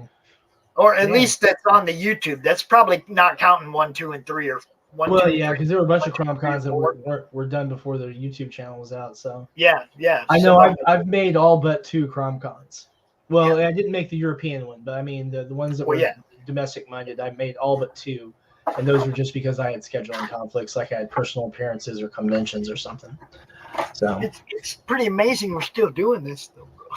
Yeah, I'm gonna tell you guys, for everyone in the madness, for everyone watching this on YouTube, I'm gonna tell you on Friday we really need you to come out and help 47 out, because we are having a $7,000 goal. We have to reach that goal to get this issue made. So come on out. There's fantastic perks for this, and if you've ever backed a campaign of mine, you know you're going to get your rewards. We're actually going to be finishing up the Dungeons and Dames campaign. We're literally just waiting on books to come in from Mixum. I was expecting them Thursday or Friday, and now they're telling me Monday or Tuesday. So probably Tuesday night I'll finish all those packaging for those books and get those sent out, and then we'll be ready to launch on Friday, and then you and I have a schedule on the following Monday. The 4th, so yes. I'd like to see that campaign funded by Monday. You know, we'll make sure we tell everybody about it Friday night. You know, I mean, make sure you let us know. Are you doing an actual launch stream? What are you doing? Yeah, I'm going to be launch streaming with Max DeVille, and we're going to be putting. He was out here earlier, so. Yeah, I missed him. I slept like 13 hours last night because I've been sleeping like 1 or 2 hours a night all week long because I had all kinds of stuff going on with the day job and with the publishing and everything. And then I had some stream appearances and stuff I did. Is there a sign-up page? We don't have the sign-up page ready yet, and that's just because we can't send it for approval until we finish that last shipment on Dungeons and Dames. Well, I'll make sure it's on. I'll make sure it's on the Madness and everywhere else as soon as we get that approval. Thanks, Frank. You bet. Yeah, Big Daddy Bowser, thank you, brother. We're looking forward to shipping a bunch of stuff to Canada. Although I'll tell you, for everyone who's getting ready to launch a campaign, this is really important. Be advised that international mail for the USPS to Australia is not available right now. Okay, and there's several other jurisdictions it's not available to as well. And I'm not just talking about Afghanistan. There's a lot of others that you can't ship to right now. So make sure you check the USPS international updates on that. And there's also huge delays. Can I get someone to screen cap that for me? I got you, bro. I'm gonna take a beautiful screenshot of that and your big smile. And your big smile. Check that out. Outsold Superman? Dude, and the link is centered perfectly in the screenshot at the bottom. That's badass. Have I outsold Spider-Man too? That would be awesome too. All right. Hold up. I gotta show this. This is a great screenshot. I'm gonna have to show it to everybody. All right. Where is it? Way down there. Okay. Outsold Superman. Look at that. Hold up. I got to turn the banner off. Wait. If I smile anymore, the top of my head would fall off. That's the screenshot right there. There we go. Yeah, if I smiled any harder, the top of my head would fall off. The banner centered perfectly. See that in the bottom? Yep. I'll send that to you, buddy. I appreciate that. I got people sending me messages, a couple of folks I know that are giving me a little bit of a ribbing for literally looking like I was about to smile the top of my head off. Oh, dude, that's great stuff right there. Yeah. That's what it's supposed to be about. It's supposed to be fun. Last year, if you had asked me if we'd have an issue that outsold an issue of Superman or something like that, I would have not believed it, in one store location, I mean. But I was talking to another publisher the other day, and he was talking about, he goes through Diamond, and so he had one of his latest books. They had he wasn't real happy with the numbers that he had gotten on the order, and he's like, when you were shipping direct, he's like, how's your stuff going? I said, well, mine just doesn't ship in 1 month, because it's basically shipped to order for the shops, so it's not the same. I said, but between the Kickstarter campaigns, the convention appearances, and the shop orders, issue one's almost 1,200 copies. And he's like, yeah, my Diamond order was 900 copies for my issue. I was like, oh, ouch. But I told him he probably needed to talk to the folks at Anarch Press or Mad Cave and see if they could give him some tips on that, because Diamond's tough, man. Yeah. Depending on how long it's going to still be around, I guess I should say it's tough. I think they're going to have to make some changes soon. Yeah, Jordan, I'm willing to ship anywhere in the United States, Canada, with the EU, I've got to line up some local, but yeah, if you've got some stores that are interested, we'll put books on their shelves.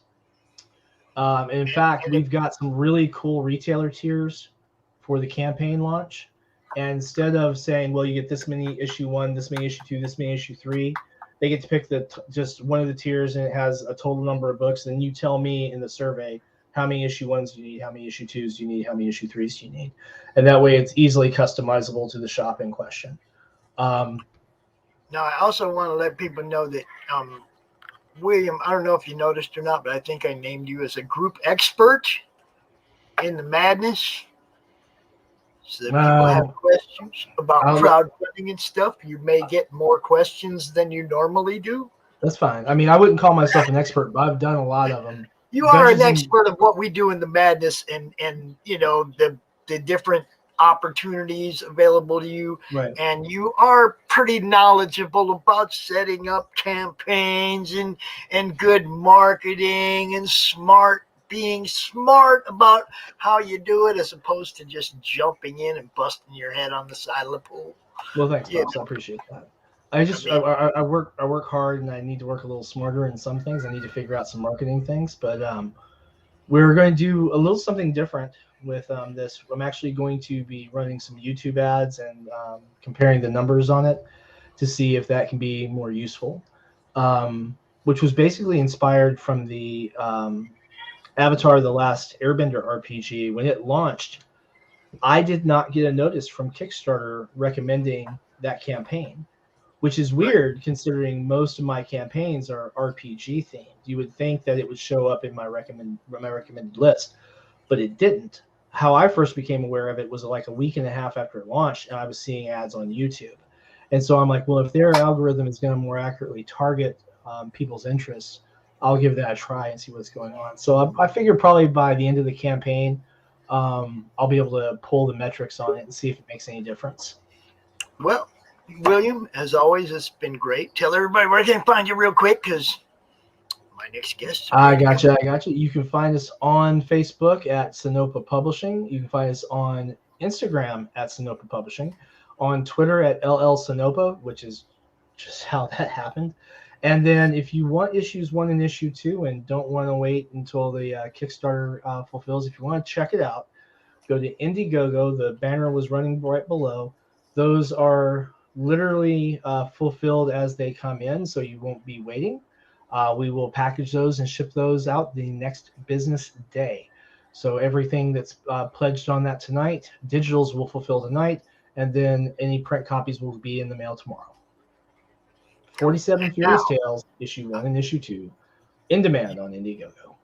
You might want to hang out and in the chat and check this next one out, because this one's a fun book, y'all. A fun book, and it might be something some of you have never seen before. So hang out, William, in the chat. Check this out. It's always great talking to you, and I will see you on the 4th if I don't see you sooner. All right. Have a good one. Thanks for having me. You bet. And now we are going to take this into a different place entirely. I have to welcome Chris and Diana from Hero Shack. And are you guys ready to do this? I'm just the creator. Diana, what are we doing? Hello. Hi, Hello. what are we doing? Are we ready to do this? So I think what she's ready to do is announce that we're going to be launching very soon. We have the early sign up. Okay, give me the link to that in the private chat, if you would, so I can put it up here. Hang on just a sec. We get some people to go sign up. Go ahead. The book is done. I finished the book last week, but we're doing fulfillment on our last Kickstarter, which was the Great Cyclopean. Right. So that's going to be finished up this week, and this will be launching, and then we can start looking at the next book. But I'll be promoting this book. It's weird because I'm actually ahead of myself. That can only be a good thing, brother. That can only be a good thing. It's so cool. But having it ahead, it's going to be weird because usually you promote what you're working on. So I don't know I guess we lost Diana. Nope, she's back. She's on the road. She's actually coming back from Florida, and she's desperately trying to connect with us on a cell phone. Oh, that might be hard to do if she's driving. She might have to try to find a spot where she's got a good connection. Our son is actually driving her. Oh, okay. But the connection might be kind of weird. Yeah. She's going through Virginia. Yeah, if you're driving, she's going to go through dead spots. But we have the sign up page. Yeah. Awesome. Hi, Diana. Yep. Hi, Diana. Hi, honey. So Hi. I'll get rid of my face and just kind of show some of the pages while we're here. Hi. We hear you. I suspect she's lagging so bad she can't realize what's going on. Yeah, that's what I said. She'd be best to pull over where she has a good signal and just stop and talk to us for a few minutes, because when you're driving, you go under power lines and you lose your signal. Yep. You know. Plus, last I heard they were going through Virginia, and every time I've been through Virginia, it's not been a fantastic cell signal. Yeah. So I can only imagine what she's hitting. But as you can see, she has a pretty forehead. She's here. We tested it earlier, and she was literally stuttering through the whole test. So I anticipated she might not quite be here. All right. I just signed up like a subway or anything? Can we pull over because I'm wicked staticky and they can't hear me? Oh, she's actually talking to Mike right now. Yeah. Mike's our son. He's very We kind. could hear her talking to him. We just can't hear her when she's talking to us. Yeah, she's completely out of sync. Like, she'll say hi and we're already like 3 phrases later, you know? Yeah. So that's the sign-up page. It's kind of interesting because we haven't done much promotion of anything yet. She went to Florida on a family trip, so I've been up here just pretty much working on finalizing the book. I've done 3 passes on the art. We have to do a final editorial type pass, and then it's ready for press, which is really exciting. Okay. Let's tell everybody a little bit about Cluster Fudge 1, and that's still available, right? Oh, yeah, and it's going to be available in this campaign as well as part of the package. So let's tell everybody a little bit about that so that we can whet the appetite for Cluster Fudge 2. You gotcha, brother. So Cluster Fudge is actually just the title of the book. The hero's name is Cluster, and he was a federal... Oh, reading my mind. Check him out. He's reading my mind down there. Yeah, man. But he was a federal superhero, meaning he was sponsored by the government, cared for highly, came to time to retire, and he had a wife at home and everything. They had a little bit of time together, and she died of cancer. And that was a big thing for him. He went into a dark depression and had to face a lot of demons. Leading into issue 2, he was trying to kill himself in issue 1, and he couldn't defeat his self-healing power without exhausting it. He found a situation where he saves a little girl, but in the process, he becomes bound to her, which is what we explore in issue 2. He was kind of a bad guy as a superhero. It's been compared to the Watchmen's comedian as far as a character goes, as far as Cluster goes. That wasn't exactly my inspiration, but after people have read issue 1, that's what they compared it to.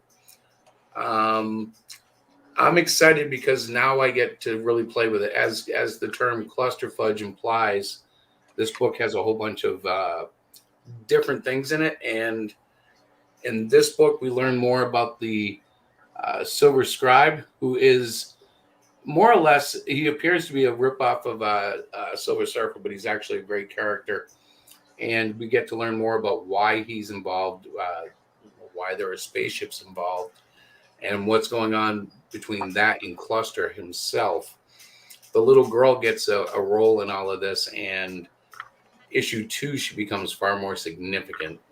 And there's a huge plan for her, but that'll have to wait for issue 3, because I was told by my editor, my wife, and a couple of creators that I shouldn't make this book super huge. I should divide it up. So really issue 3 is already halfway done. But what I did was I selected a point at 47 pages and decided that would be where issue 2 would end and issue 3 will pick up. So there will be a 3rd issue already planned, but we're working on getting 2 out there first. So, all right. So 2's getting ready to come out. Yes, sir. One is already out. Yes, is still in demand. That's the link that Frog just put up there for us. Now, you know what's funny about that? I had no idea about that because Miss Diana handles all of that. And I know that sounds incredibly crazy, but yes, I didn't even know it was still in demand.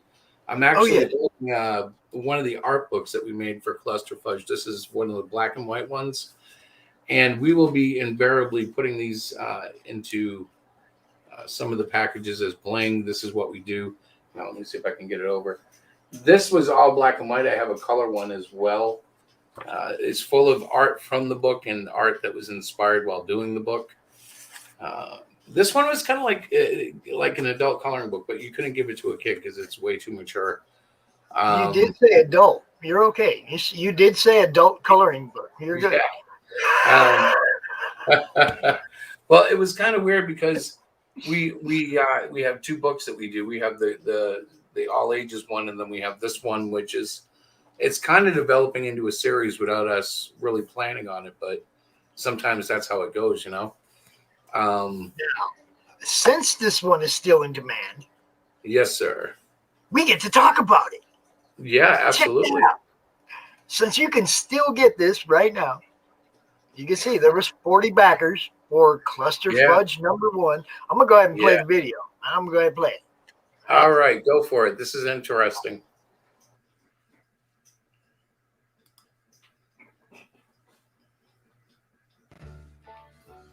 My code name, it was Cluster. And I was a superhero for the U.S. government for over 40 years before I retired about a decade back. I did a lot of great things for this nation. I also did a lot of not so great things. I don't think I was playing by the same rules as most of you out there. Still, I was afforded the blessing of a wonderful retirement with the most beautiful woman I had ever known. Everything was perfect until the doctors diagnosed her with stage 4 cancer. Despite their promises, death was on a deadline, and my baby was gone. From there, my life fell to pieces. As I rejected my children and embraced the dark underside of my soul, I spiraled into a dark and demonic depression. I had to exhaust my power before I could be vulnerable. But in order to summon the power, I had to trick my mind into releasing it by doing something that stimulates my adrenaline flowing in the proper way. I have to do something heroic. The power seems to know my intentions. I can accept no low-hanging fruit. If this is my very last adventure, I must find someone so evil that I drain every drop of this power so I can finally join my beloved in eternal rest. Now you have an idea about who and what I am. Will you help me get to the finish line?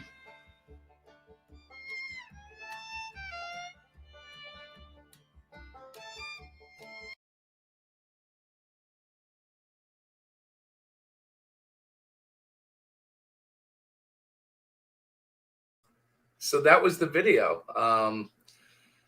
The one below it, that one's insignificant, but that was my old hair. I actually cut the hair as part of the promotion for Cluster Fudge 1. And it's growing back rapidly. This was in February.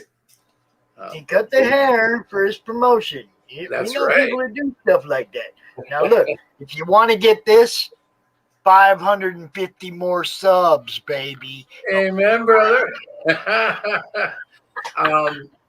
It was crazy though, because Diana actually shaved it live, and it was a lot of fun. That's what happened to Rich Perotta. He did that on my show. I think I told you about that. He did the same thing. Yeah, the last time we were on, you told us about that. That was great. And great minds think alike, I guess. But it was a lot of fun. And now this time around, it's really going to be story driven. Everything that was in this book is leading into significant, story. And I wanted to tell it all in the next volume, but literally, like, I stopped the next one at 47 pages, Cluster Fudge 2. So they're getting bigger every book anyways. But I'm doing what Diana suggested, because really they were all talking about sales and how you should distribute the work and all this stuff. And I don't know. I'm not much for all that. I just, do what they tell me to while I'm doing what I do. So I think they're right. She's not able to defend her position. Hey, look at that. I am here. I'm listening. Can you guys hear me okay? Yes, we hear you fine. Now I want to make a T-shirt and send it to you with that on it, but I haven't gotten around to it yet. We will. I just want everybody. That's because. Go ahead. That's because I've been on vacation. That's all right. I know he told us you're out having a good time and you're headed home now. That's cool. Yeah, I just wanted to show everybody. Look, we had Chris on the show. Chris and Diana were on the show, and the next thing I knew, this popped up in my inbox, and it's like, dude. Well, you guys got me. I've started sketch cards, which, by the way, if you sign up in the early sign up and then back a physical package, something that already gets shipping anyways, I'm going to be putting a free sketch card in there for you. but they're going to be bigger than the 2.5 by 3.5. I was doing some studying and stuff, and I guess that's the general size for a card. And I was like, that's super small, man. So I talked to Rich Perotta, and like he said, it's up to me. So I'm going to do it somewhat a little bit bigger, but 2.5 by 3.5 is tiny. Yeah, that is tiny. This is the normal size I have. All of them are, I'd say, so I guess it is maybe 2.5 by 3.5. I don't know. It's like a tiny size, bro. I was drawing them, and I was like, I almost feel like I'm teasing people. Here, have a little drawing. It's like, I mean, so I was thinking about maybe 4 by 5 or something. I don't know, 3 by 5 maybe. It just seems so small. Mike Jimmy. You could do a 4 by 6 if you wanted, Chris. That's is that the next standard size, or is it 5? I don't know. We'll have to talk when you get home. I was doing it, and I have a few of them. I thought 3 by 5 was what people did. Yeah, that's the standard. 3 by 5 they have the 2 by 3, the 3 by 5, and the 4 by 6. So you said you didn't care for the 3 by 5. You wanted bigger, right? No, honey, it was 2.5 by 3.5. That's the standard sketch card. All right, so then you should go. Baseball card. Yeah. Okay, yeah, that's the smaller one. Yeah. Right. So you want to go up one size or 2 sizes, but we can talk when I get home. Anyways, can you guys hear me okay? Yeah, we can hear you. It's good to talk to you again. Hello, Diana. Yay. Hello. I don't think my camera will come in, but I like the fact that, Cluster 1, Cluster Fudge is still up on demand. Chris forgot that. So if you want to check it out before you get Cluster Fudge 2, please, by all means. And what else I was going to say? Oh my gosh. Well, the campaign, we have a lot of plans. There will be an original traditional art cover, which will sell the original art with the actual, the alternate cover. We're also working with an artist known as Quibix out of New Hampshire. And I haven't talked to him about his original art, but I'm pretty sure that he does it traditional as well. And if he wants to put it out for sale on a tier, I'll let him do that too, so he can get money off of that. Because really, he's constantly drawing and selling commissions, so I'm sure we can work something out. But it would be kind of cool because you guys opened my eyes to the traditional art thing, even though everybody's always said it. The way you and Rich talked about it, and you're so exuberant, I'm like, okay, I'll pick up the pencil. Hey, if you can do stuff like that, man. Yeah. If you can do stuff like that, we're gonna want your original art, bro. I've been back to pencil now for about a week. Exactly. I got a new Bristol board pad and new mechanical pencils because that's what I prefer when I do paper. And you guys got me on fire. I'm doing a little bits of paper and little bits of glass. That's what I call the pad drawing. But things are just going great, and the pace of which it's coming out is just really pleasing. So I'm hoping to maintain the quality and keep a nice, every 60 days have a new book type idea, which is very doable for me. And traditional art's becoming part of it, and it's all because of CRoM. Yeah. Come on. So do we know when we're going to launch it? Have we talked about launching yet? Have I missed any of that? Like when we're actually going to launch Cluster Fudge 2? Because I'm very excited about getting you are the actual business manager, so I actually have to follow your advice, and I know that you're looking for advice from Pops. So yeah. So I have a question. I have a question. Okay. Right. I want to back this number 1 right here. Cool. Okay, because I want a copy of that too. I don't just want a copy of number 2. Now, my question is it going to be easier for me to just wait till you launch 2 and get them both together? Yeah, that's fine. Actually, we actually have some in stock right now at the house because of the conventions that we've been doing, the comic book conventions. So either way, or you can just wait until we do the big launch for Cluster Fudge 2, because that is going to be offered as a tier as well. We're going to do like a package 1 and 2. So whichever you want to do is fine. Well, I'm a cheap ass. I'm not going to pay for shipping twice. There you go. I can wait. I love it. And I agree that is the best way to do it. I'm just, hey man, it's You're like that's being another young. book I might be able to back. You know, I mean, it's like, Yeah, you know, yeah. No, I, no, no. I got No, a budget. I got to budget the funds outright so that I can back as many as possible, Exactly. even if it's at the No. lowest tier. You know, even Yeah, if it's at it's the no, lowest tier. You know. it's just all about backing and getting our names out there and, building up a readership. That's what it's all about. We want to get people excited about our books, especially the new one here, the Cluster Fudge 2. Cluster Fudge 1 is a really cool story. It's a kind of a dark read. I don't know if Chris mentioned that to you guys at all. It's not for the faint of heart. Some people were like, yeah, it's not my thing. And some people were like, oh my God, we love it. So it really is the person's, perspective and what they like. I 41 happen to backers. enjoy it. 41 backers. Ooh, 41 backers. Cool. You just got another backer. That's what Dori was saying right there. You just got another backer. So. Oh, that's awesome. I'm super excited. So when I'm home, listen, that's when why I we get do home, this. guys, I have so much work to do. We finished up the Great Cyclopean 2. I have everything needed to go out in the mail. My goal is to get it out tomorrow afternoon. I should be arriving back in Massachusetts about 6:30 a.m. in the morning, and I'm going to get right to work and getting those in the mail.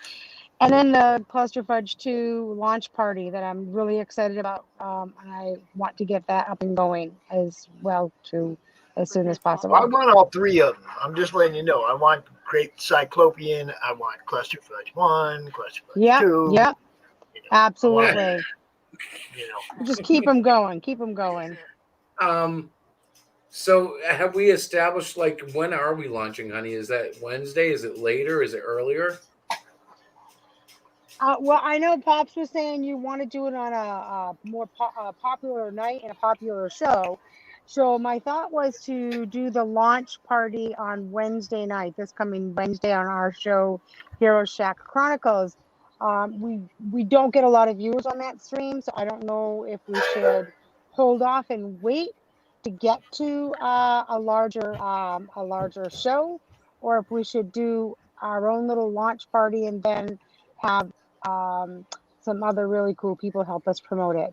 So I haven't really decided which way is the best to do that. Let me ask my manager what she wants to do. Okay. I'm teasing because she is my manager. Right. I would suggest. Now this is the way I look at this. Are you launching it on Indiegogo? Yes. Okay. Yes. Then it doesn't matter really what day you launch it on. Okay. But you do want to launch it in a time slot. If you're going to do it on your station, launch it during a time slot when there's not a lot of big people out there sucking up all the viewers. And then just tell everybody you can. You drop it in the madness. You go out the day before and you tell everybody, we're going to do this tomorrow. Be there. We're going to do it tomorrow at this time because we know ain't nobody going to be out there, and then you tell everybody, and then we'll all pick you up on the next day and the day after that and the day after that and the week after that and promote you throughout your campaign. Or, you come out during a time slot when there's not a lot of people, a lot of big names out there sucking up all the viewers on my channel, and we'll promote the hell out of you. I love doing launch parties. I'm just saying, if you want to do it on my channel, I have no problem doing that. But if you want to do it on your channel, and we'll promote the hell out of it there too. It doesn't matter to me. Right? Yeah. Well, she's right. We don't get a lot of viewership unless we invite a few. Like, it depends. You know how it is. If you get the right people in, then they kind of drag 15 people with them everywhere they go. Right. if you have those people, you bring them my way, man. Look, I share this out to more groups than I usually have viewers. I'm not gonna lie. You know what's funny? Because when I started telling people about you after I drew the CRoM character, they all knew about you already. Like they all, you get around, bro. They're like, well, I mean, I'm trying to get eyes on you guys. I got to get around. That's awesome, man. It's just, it's You know? a lot of times when if I'm not doing that, I'm not doing my job, man. Right. You know what I mean? Well, sometimes when you deal with promoters, they tell you how great they are, but you never hear that from anybody else. But I hear that from other people about you. That's awesome. I appreciate. Yeah, that's a positive.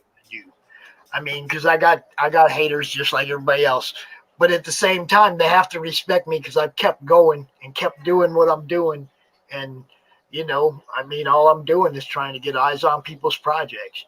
Right. You know? And now I've even grown in this because now I'm sponsoring a children's charity and doing all kinds of shit, man. So hey, this? You're doing a book with Rich? Yeah. How awesome is that? Well, you know, and that's funny too because I didn't even pitch the story to Rich. The story had just came into my head, and it was like, you know, I kind of got this idea, and I didn't get one sentence out of my mouth, and Rich was like, "Pops, I want to do it." Okay, do you want me to finish telling you what's on my mind here? And he's like, "Yeah, but I want to do it." And I was like, "All right." You know, that's awesome. So that's awesome. I mean, I don't think I'm going to have any problem pitching it as a sale if I can pitch it that fast to an artist. Heck yeah, you know, people are eager too, and it's also going to be very interactive, both with fans and other creatives. So you guys will love it. You will. All right, it's a new idea. It sounds great. It sounds great. It sounds really good. So there was a time when you guys were just talking about a lot of good stuff, and for some reason, I'm not moving, but my signal just got really sketchy. So I'm going to rewatch this later and hear all the good stuff. Pops, you're making a lot of good suggestions. I'm like, oh, I have no idea. I'm getting like beep, beep, beep, beep. So I'll just rewatch it and get all the good stuff that you said about the launch. I think I told you you could hit this guy here up too, right? For advice. Yes. Yep. Yeah. Okay. Yep. He was on just before. He was on just before you, so you know. Cool. When you replay it, you'll actually get to see who I'm talking about. What do you think? That's awesome. I will definitely do that. And as always, Diana, it's great talking to you. I can't wait for you guys to launch this, and I can't wait to get all 3 of those books in my hand. You know. That sounds awesome, Pops. Thank you so much. Yeah, man. You bet. Chris, you need to do the rundown. Tell everybody where they can find the both of you everywhere. All your social media stuff. The easiest way to find us is HeroShack.com because that connects to our Facebook and our Twitter and our YouTubes. However, if you Google anything Hero Shack or anything with the last name Levich, Levich, which is actually the latter half of our last name, we usually come up really high on the Google searches. Yeah, and we love to hear from people. So, you know, don't be shy. Cool. Yeah. All right. As always, it's wonderful talking to you. I'll get with you later in the week. We'll figure something out. If you want to launch on my channel, we'll do that. If you just want me to help promote you launching it on your channel, I'll do that too. You know, well, I might do a sneak video premiere and then we can talk. Yeah, we'll see what I can plan. Yeah, we'll talk. All right. Cool. Yeah. All right. All right, Pops. Thank you for having everybody. us on your show. Thanks Cluster for watching. Fudge 2 coming soon. And we'll have you back during October too, so you can show everybody what you've been up to. That would be fabulous. That would be fabulous. All right. Love talking to you guys. I will talk to you later. Have a good night. Here we go. All right. That was awesome. Love talking to those guys. Can't wait to get that book. Yes. And in just a moment, we are going to be joined by a returning guest, somebody we haven't seen in a little while, a couple months. But where is my book? Oh, flashbacks. Wow. What's up, Tyler Carpenter? The link is in your Facebook chat, my friend, Facebook inbox. Come join me and tell us what you're up to. Because this man has gone out there and broke the mold for, I mean, he really shocked a few people with what he did, canceled his own campaign that was doing very well and went a whole different direction, changed his direction. I want to find out how that's working for him. I know he's doing good. He's in good spirits because he said we're going to have a silly goose time. Where you at, Tyler? I know he saw the link now because I seen it in the chat. So, all right, come on out here, brother. Tell us what's up. There he is. There he is. I'm here. Yes. What's happening? How you doing, man? Hey, welcome back, brother. Let me get that banner out there. It's been a while. It has been a while. How you doing? I'm doing good. How are you doing? We're rolling, bro. We keep doing this. Ain't nothing slow. It ain't nothing slow. I know you've been at this what all day? Dude, all day yesterday, Friday night, all day today, tomorrow evening. It's a long time. On weekend, brother. That's a long time, Pod. And you do this like what every 2-3 months? Every month. You do this every month? Every month. This is CRoM Con 17 plus 2 Europes. Jeez. So CRoM Con 19, really, if you want to, Congrats. We're having fun, brother. And this morning, the earlier segment was our 300th live stream. 300 live stream with guests, not counting like ad promos. Crap. Yeah. That's intense. 300. That's awesome, man. I just deleted 300 videos from my YouTube channel. So you're like I have 300 live streams. I'm like I deleted 300 videos.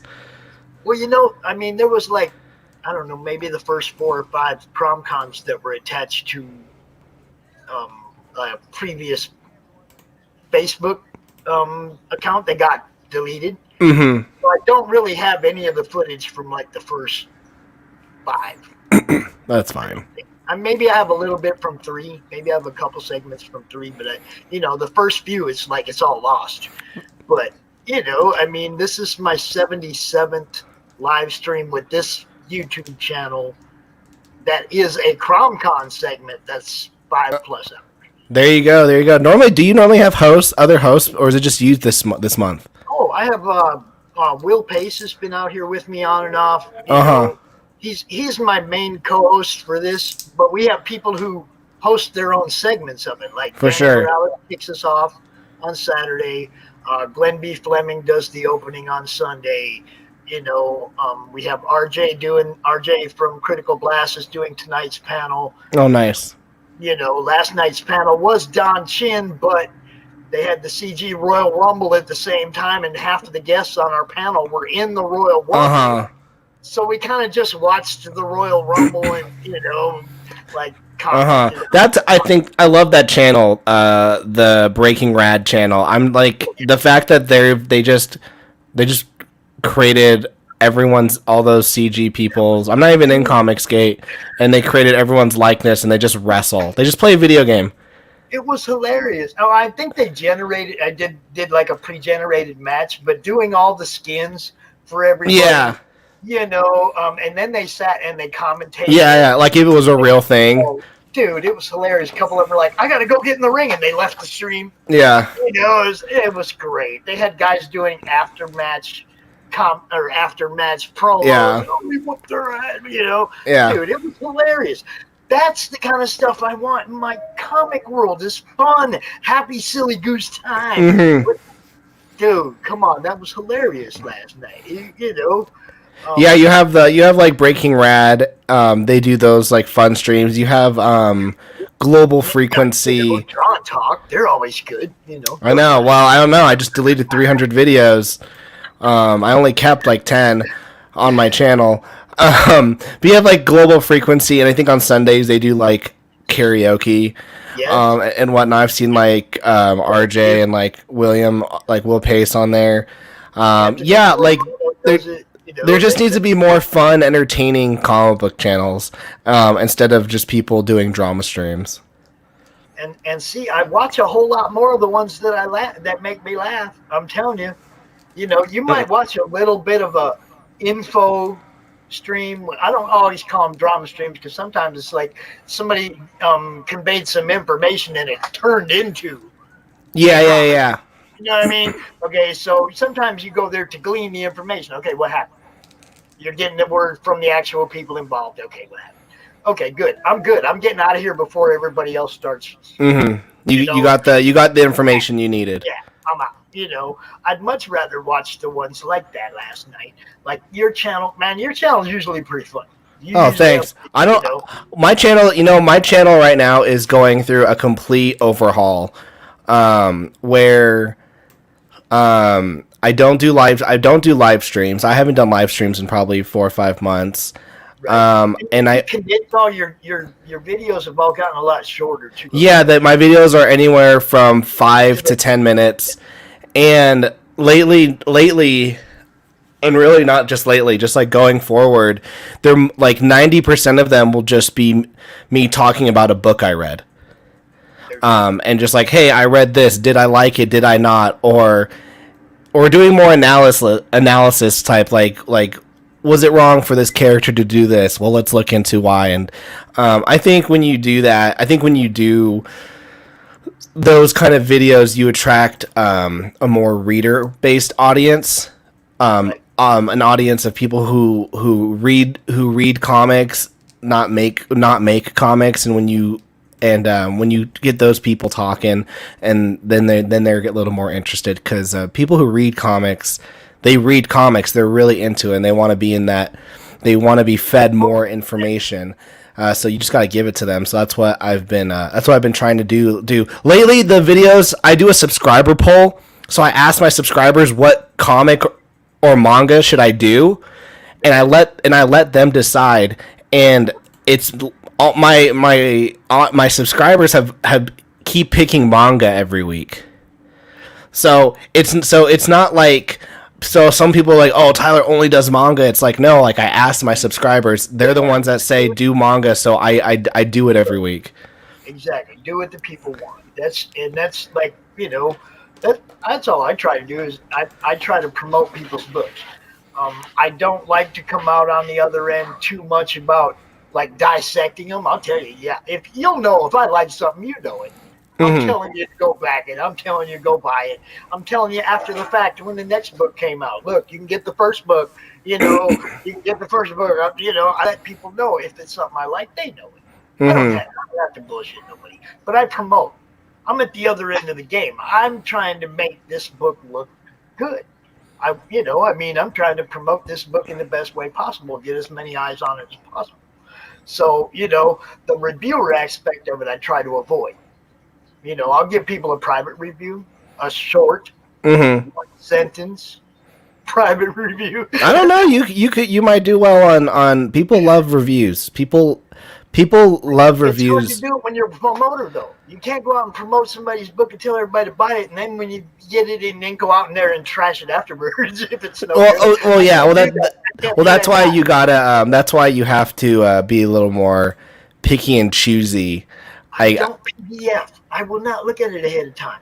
If I'm going to give a review, it's a review of a book I have in my hand. I can tell you how it was shipped. I can tell you it's going to come to me in good condition. I can show you what it actually looks like.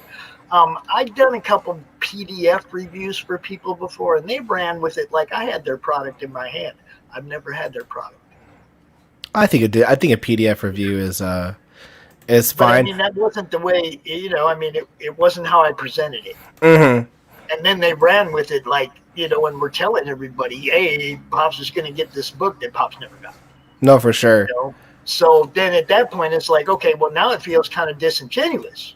You're out there promoting, you're out there using my words like I have book in hand. You told everybody I was going to have book in hand. Now you use my review like I had book in hand. No. Well, hopefully, can I share my screen? Is that possible? Oh yeah, hell yeah. Here, when my next book comes out, comes out, you'll like it. Dude, I like it. Look. See, I'm not a webtoon guy. This isn't on Webtoons now. You know what I'm saying? It's like I don't PDF. Like when I sit in this chair, I go to work. You know what I mean?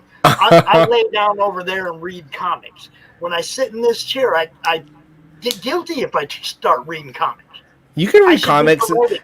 Well, here's the thing, Pops. So I've got my series, The Girl with the Mega Fists, and it's currently only online. But in February, we'll kickstart the physical volume.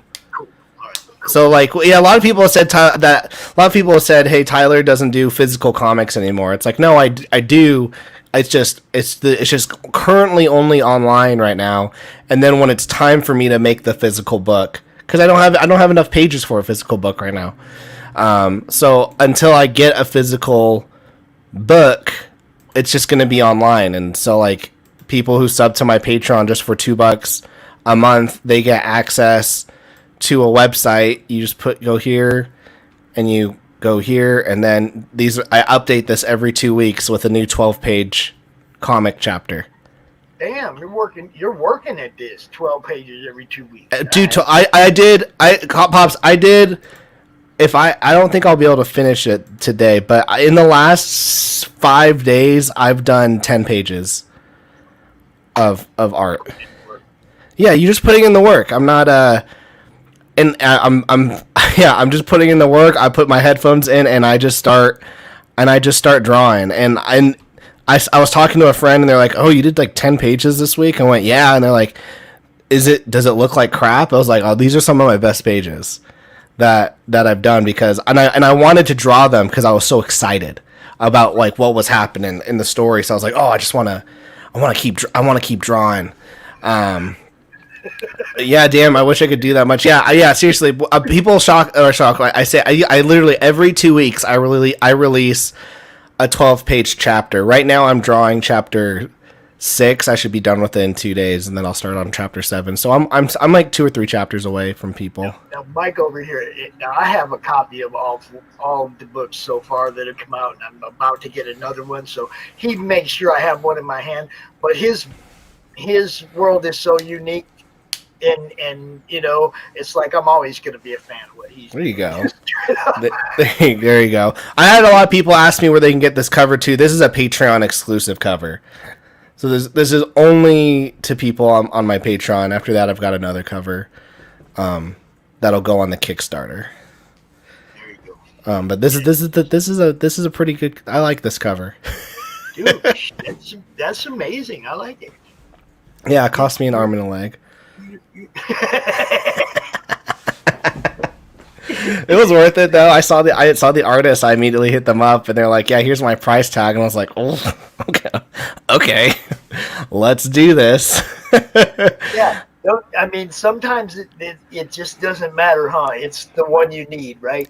Yeah, and it's fun, and then it's a Patreon exclusive cover, but I'm gonna have 5 of those copies on my Kickstarter. So there'll be 5 Patreon exclusive copies on the Kickstarter, only for the sole purpose of I want to use this as marketing for the Kickstarter as well. But I can't use an image. And when people go, where do I get that? I go, "Oh, you can't get it." Yeah. You can get it, but yeah, you can. Yeah. There's only 5 copies, so you can pay a little extra. To get it. No, but I'm excited. I'll be doing Kickstarters. I'll be doing starting. I'm in the. Those are some pretty thick. Yeah, you know, everyone says it's the book's called The Girl with the Mega Fist, but on Twitter they call it The Girl with the Mega Tits. What's up, Sam? I love talking with Sam. Sam's an awesome creator. Quite often about Sam, all kinds of weird stuff. Sam's great. But yeah, no, starting February, we'll be dropping Kickstarters starting next year in February and August of next year, every year for the next while on this series. So let's say like 14 times. So every Girl with the Megafist volume is 170 pages. Wow. So we'll be doing 2 of those a year. Wow. I'm working, Pops. Dude, putting in the work. See, that's what I'm talking about. Yeah, I'm working. People that put in the work.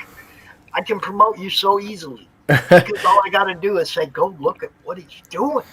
And I had someone say, a lot of people were saying like, "Oh, like Tyler's just gonna cancel his Kickstarter like he did last time. The book that I canceled is actually right here. Like I finished it.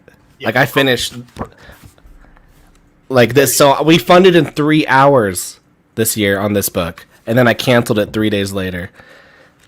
But the book's finished. We finished it. When I say we, I mean me. When I say we, I mean me. So how do people get that, Tyler? How do people get that? So right now I'm doing a first printing, and it's only going to my patrons. Okay. So anyone who's $5, yeah. So anyone who's $5 and up, I'm sending this out to them in probably 3 to 4 weeks once I get the shipment. Same thing with I have a comic right here that's going to the patrons as well. My Life is RPG. It's just a 20-page floppy. Guys, if you sign up for my Patreon, I give you guys comics like every month. I give you guys. He's already got me. So we're constantly putting out comics on like my Patreon.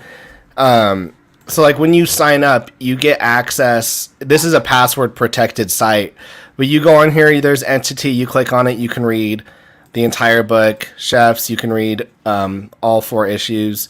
My Life is RPG. I've got some other comics that I haven't put up yet that I'm going to eventually. So you get my entire catalog. You get to read The Girl with the Mega Fist first. I do an exclusive podcast on my podcast, but then you also on my Patreon. But you also just get some of the behind the scenes stuff, like I shared, like, I mean, there's no secret, but here's the sketch for the Volume 1 cover. I haven't posted this out on social media, so this is the first time anyone on social media has seen this. On CRoM, it's a CRoM Con exclusive. But yeah, like I do an exclusive podcast. I show different sketches and whatnot, but ultimately you get the comics, and it's fun. It's fun updating the chapters every week and of this book, and then having people in the comments go like, "Oh snaps!" Like, I can't wait to see what happens. I can't wait to see what happens in this book. And this book's long, Pops. This book is long. I think I worked it out. 170 pages, dude. Huh? 170 pages. That's Volume 1. Oh, Volume 2 longer? No, every volume is going to be 100. So is going to be around that. There's it's a 14 volume story. There you go. In the chat, right there. Oh, there you go. Perfect. Yeah, it's a 14 volume story. Okay. So the $5 level on the Patreon gets people free books, or gets people books sent to them. Yeah, so like when we launch the Kickstarter, the patrons will have this exclusive cover by then. They'll get the book before everyone else. I'm trying to get chefs, bro. I'm trying to go backwards here. Dude, chefs is here's the thing also. This is what people don't realize about my Patreon, and that is every time there's like this goal meter right here. So every time we hit a new goal, we add a new book we're going to make. And it's not like a one-time book. It's an ongoing series. So if we get 100 patrons, we'll do my Life is RPG series. So every 2-3 months, we'll come out with a new book for people to read. If we get 500, we'll add more. If we do 1,000, I think 1,000 patrons. Some of these goals might need to be changed, but we'll do Chef's graphic novels. We'll do 2 Chef's graphic novels a year, and ship them out. I think Mike is one of my co-hosts. I don't know if you've met Mike before. I might have met Mike once, but nice to meet you, Mike. Yeah, we met before. Oh, there we go. I probably met you on like Indie Volt. There you go. Yeah. There you go. See. So I think Mike has questions, but because he demanded the link. All right, Mike, I'm ready. You ask me anything. I hang out with you guys because I love what you do, man. Oh, thanks. I appreciate that. Hell yeah. I'm a loner. I'm a loner. I used to, Pops remembers, I used to do probably 2-3 streams a week, bring on creators, and now I'm a recluse, and I just draw and I do my own thing, and I'm just by myself. Once it gets too busy, I mean, for when I was marketing for Love and Korra 4, I was doing like 5-6 streams a week, and I'm tired for that shit. I gotta work. Yeah, exactly. Exactly, yeah. So like even right now it's quote unquote slow, but I still don't like my YouTube. I don't think You're a beast, man. Holy crap. yeah, like I've deleted all 300 of these videos. All 300. They're all the ones that were making me money too. Why? Just a brand change. A brand change. If anyone wants to know how to grow their YouTube channel, just ask me and I'll give them some tips. Now this is what I did. What I do, Tyler, is like everything I do, I download it and I upload it on Rumble, because you never know. YouTube could decide they don't like me and they can just destroy my whole show, all my content, everything, right? So I mean, I immediately after every show download it and then upload it to Rumble. You know? So at least I have my content if that happens again. There you go. The first couple CRoM Cons, I was like really bummed. I will say, anyone who wants to grow a YouTube channel, live streaming is the worst thing you could ever do to your channel. Is live stream. Right. That's what your channel is. If that's what your channel is, yeah, exactly. But if you're trying to like grow into like big subscriber bases, doing a shorter videos, more. Yeah, exactly. Doing a live stream will kill your channel. Pretty quick.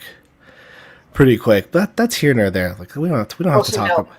It will kill you. Like if you grow a giant channel and then like start live streaming, thinking now that you've got all these subscribers, it's going to be great. It'll kill your channel. It'll still kill your channel. Was grown on live streams. Hopefully your fan base is going to be there because that's what it's always been, is live stream. Hopefully.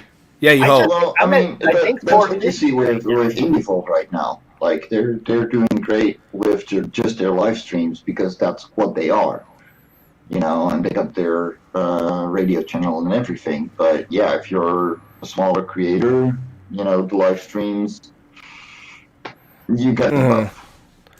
I would say Indie Volt's doing great with their radio show. I would say some of their shows do really well on YouTube. And I'd say a lot of them don't do well on YouTube. For me, it just, I try not to look too much at it. I look right at the end of my show. I look and see how many live views I had.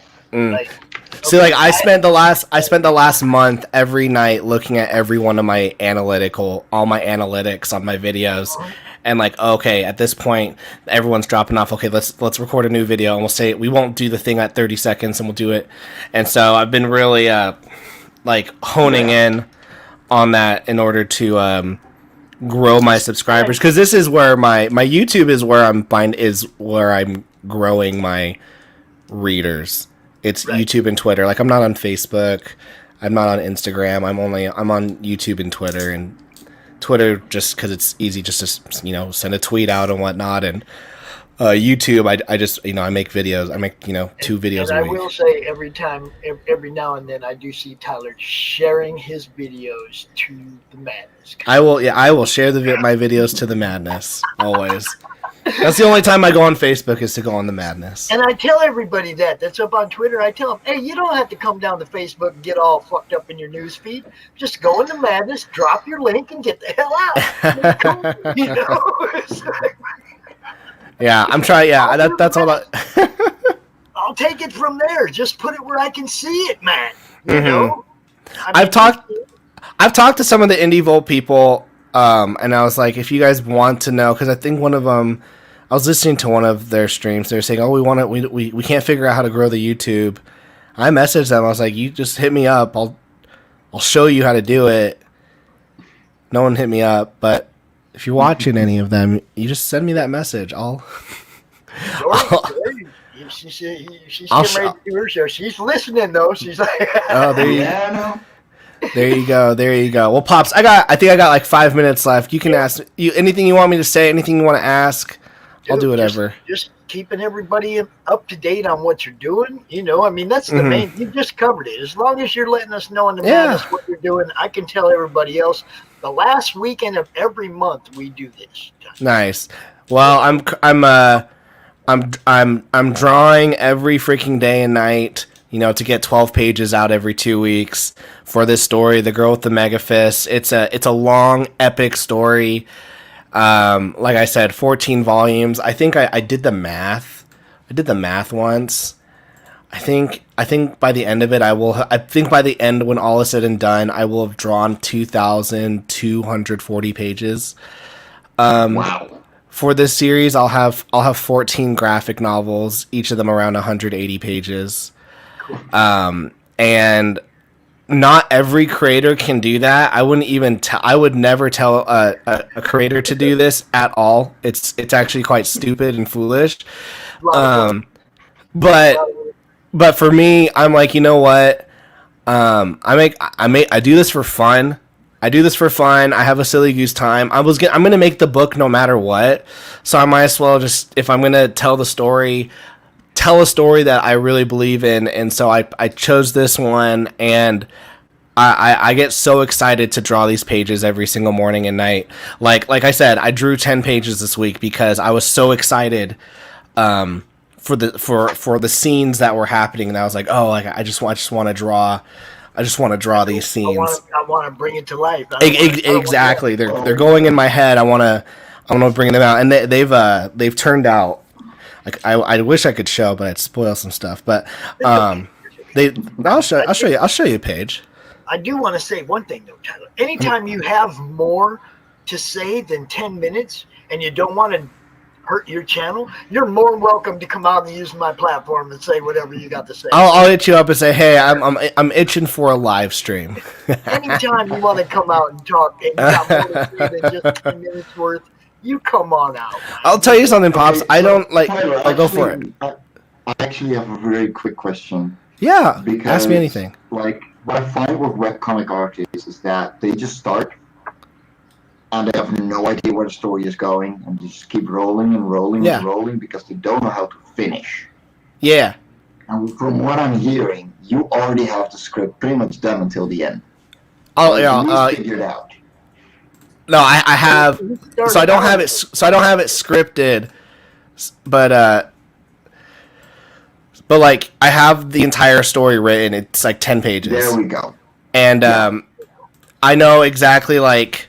Okay, volume 1 is going to hit these things, and volume 2 will hit these things, and I'll break them down.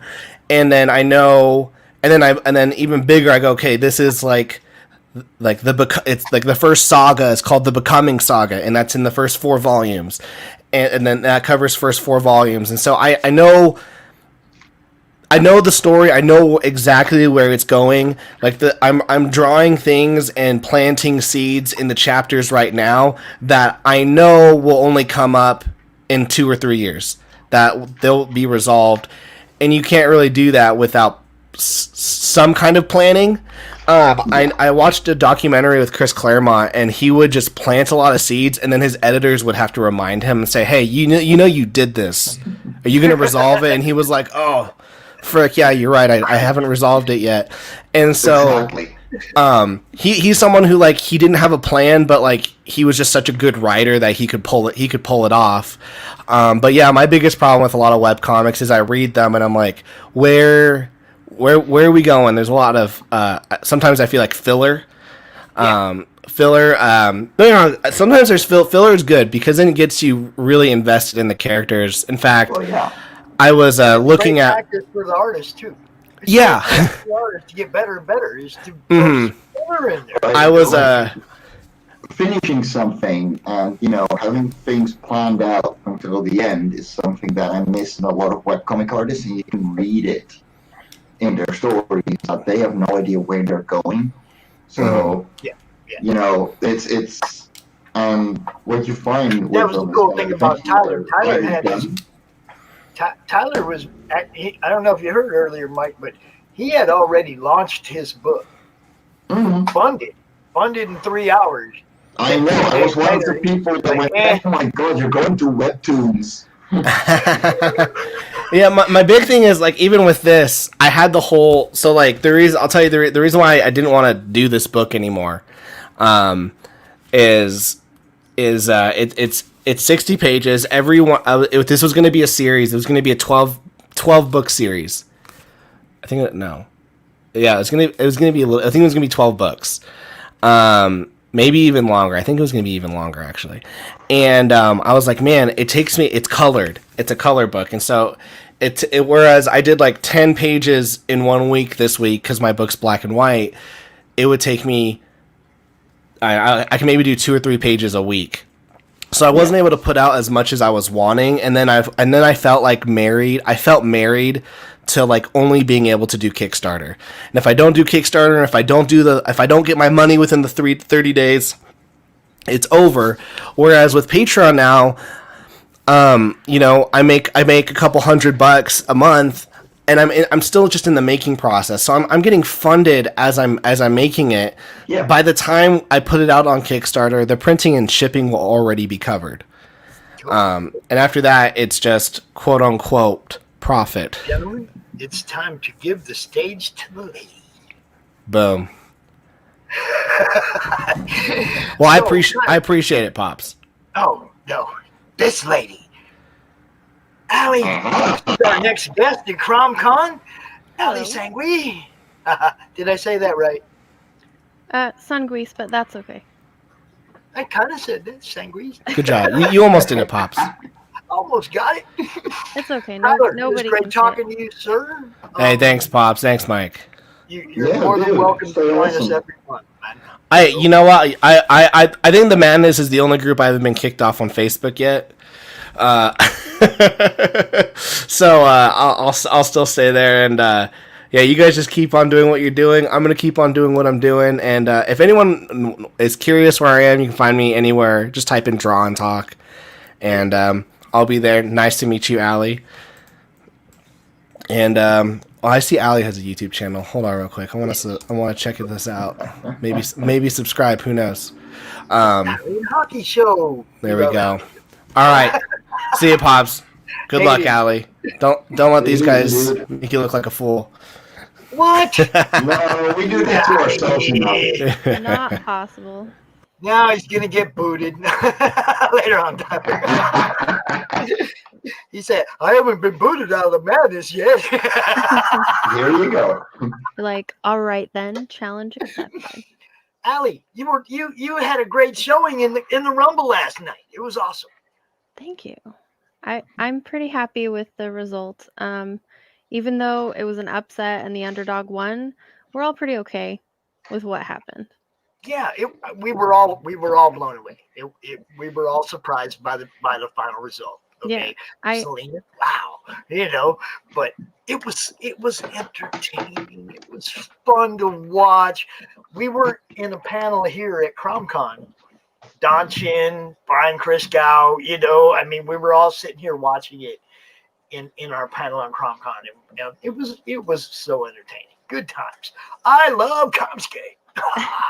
I'm gonna have to go back and watch what you guys said then. Oh yeah, it was the just that last segment from 9 o'clock on, but we watched most of it because we were listening to what they were saying and everything, but every now and then we'd kill the volume and we'd talk, but we were just watching. It was fun.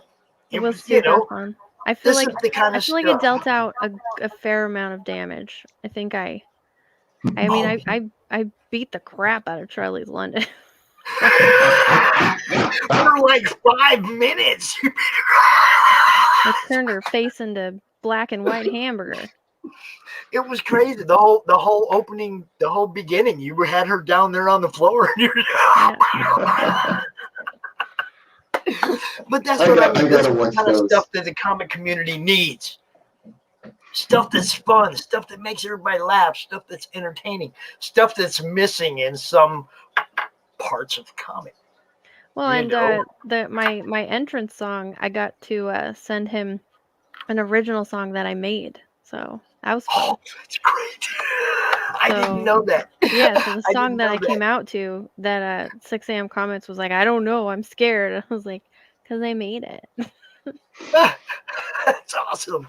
See that they create their own entrance music, yo. Well, So, I couldn't use the music that I would want to use because it's copyrighted, so made my own. So I'm looking at this. You got something coming out. You got something new coming out. Yes. And I like Well, signing I up. have a few things coming out, but chiefly I'm here to talk about the comics since it's Comics Game. Right. I like signing up for these live. So here I am signing up for Egg Beater. Right Egg now. Beater, yes. Oh yes, I just signed up, and now I'm going to share the sign up page so we can all look at it. Froggo got on that too. He shared the links. Oh, gee, check this out. I was already signed up. What do you know?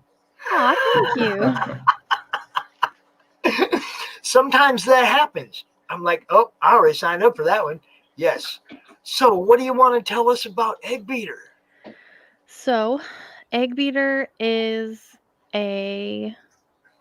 he's a scary guy. So it's basically the Punisher meets Gordon Ramsay because he's a baker. Nice. So he doesn't just yell at you? No. He has a very effective weapon that deals much pain. And you can't Is that see the rolling pins? What are those rolling pins? Yeah, he wears rolling pins on his back like samurai swords. Nice. So he can just go like that and then, do whatever. You can't see it on the page, so I'll go ahead and share it from my computer if you don't mind. Okay. The actual reason why his name is Egg Beater. So he was given an industrial sized mixer that had those big egg beaters in it by his wife, and the day before she was murdered in front of him by gang members who were extorting them for money, but he couldn't pay. So they kill his wife and children in front of him, and then they pour donut oil all over his face and body, which is why, well, I can't zoom in on this one, but which is why his face is like this, and which is why he took up this egg beater and he welds, these razors onto it. And that's what he uses to go after you, not just the rolling pins, but, the actual egg beater. So when he's coming after you, what you hear is the like the sound of metal like crunching together, and because his face is all messed up like this, in the corner here you can see he can't close his mouth, so he's always kind of drooling, so he has to suck it up, so he goes like that when he's coming after you. That's fucking brutal. I love it. I mean he's not tickling you, that's for sure. And the style that I'm going for is like that vintage, 80s horror slasher look, including, it's just full of puns. So it'll be super gross, but also very fun. Nice. I'm pretty excited. Oh, I've got my artist. He can't be here right now because he's at work. Because he has a job and he works hard on Egg Beater. But this is Vinny Scatina. He's my artist. I sent him a shirt with the cross pins. That's the logo that he created. So it's the rolling pins all covered with blood. So I sent him a shirt and he was super excited to get a shirt that had, his design on it. He works his butt off doing this. you know, because he's got a life, but then on top of it, he's working really hard on Egg Beater. So I'm pretty pumped about that. He's a cool guy. Cool. This is the design that we had that was on the page, but this is sort of a better view. He's a big guy. He's a pretty big guy, and it is going to be in black and white. The cover is obviously in color. So here's one of his panels of the rolling pin going right into this guy's skull. Nice. He's not alive anymore. You can't tell. I just got visions of Negan right there. Of what? Negan from Walking Dead when he bashed in dude's head. Walking Dead. Oh, I haven't seen it. Oh, it's actually when I quit watching the show. Oh, okay. The guy he killed was one of my favorite characters, and I was like, all right. I think I watched like the first 2 episodes, and I was like, this isn't for me. that looks just like one of the episodes, though, right there. Well, this is for me. This is for me and for anyone who wants to have fun watching, you know, people die in creative ways to puns, you know. Yes, that's what it's and about. Because he's a baker, he ends up killing 13 people because it's a baker's dozen.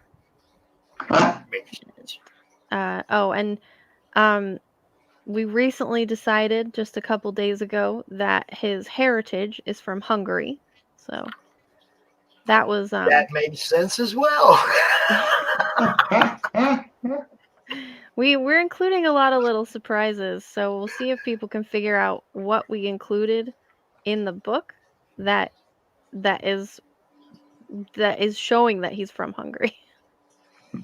Okay. He's just including little surprises. Yeah. I put this is up close of the cross pins. I put these on an apron in my store because I thought, man, it needs an apron. It's begging for an apron. And then I also put it on a hat, like a distressed dad hat. Oh, we like hat club. Yeah. Another 2 panels. This is from the first 4 pages. This is not Egg Beater. It is another killer. So that is a surprise. All right, here's a better one that I can get more close up onto, so that you can see his gooey face. You know, it's all gross. He's all bald. He was a bigger, you know, handsome man, but getting the crap beat out of you and watching, you know, your life burned before you and covered in boiling donut oil, and then your bakery burned down will make anybody a little crazy. And I liked he put this little glint in his eye, and I was like, he looks really crazy now. I'm actually kind of afraid of my own creation now. Like, whoa. Whoa. I like it. I think I had more, but this way. That kind of guy. All right, so here's another panel. And I'm doing the lettering. So I didn't put it in yet so that nobody knows what he's saying yet. Right. But no spoilers. We're good with that. It's a pun. So there's your first clue. And he's got the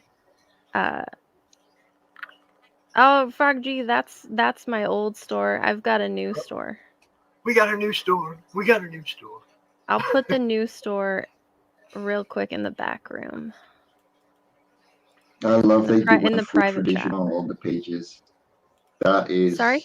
really. I love that you put original, like that you went traditional on the pages. Oh yeah, I'm not a fan of digital because I think that it looks too perfect sometimes. Yeah. Which is not what I want to go for. I want it to look gritty, you know. I want it to look really dark and messed up. So I was like, "Can you do traditional?" He's like, "Yes, because I don't have the money for software." And I was like, "Sweet, that's perfect. I love it."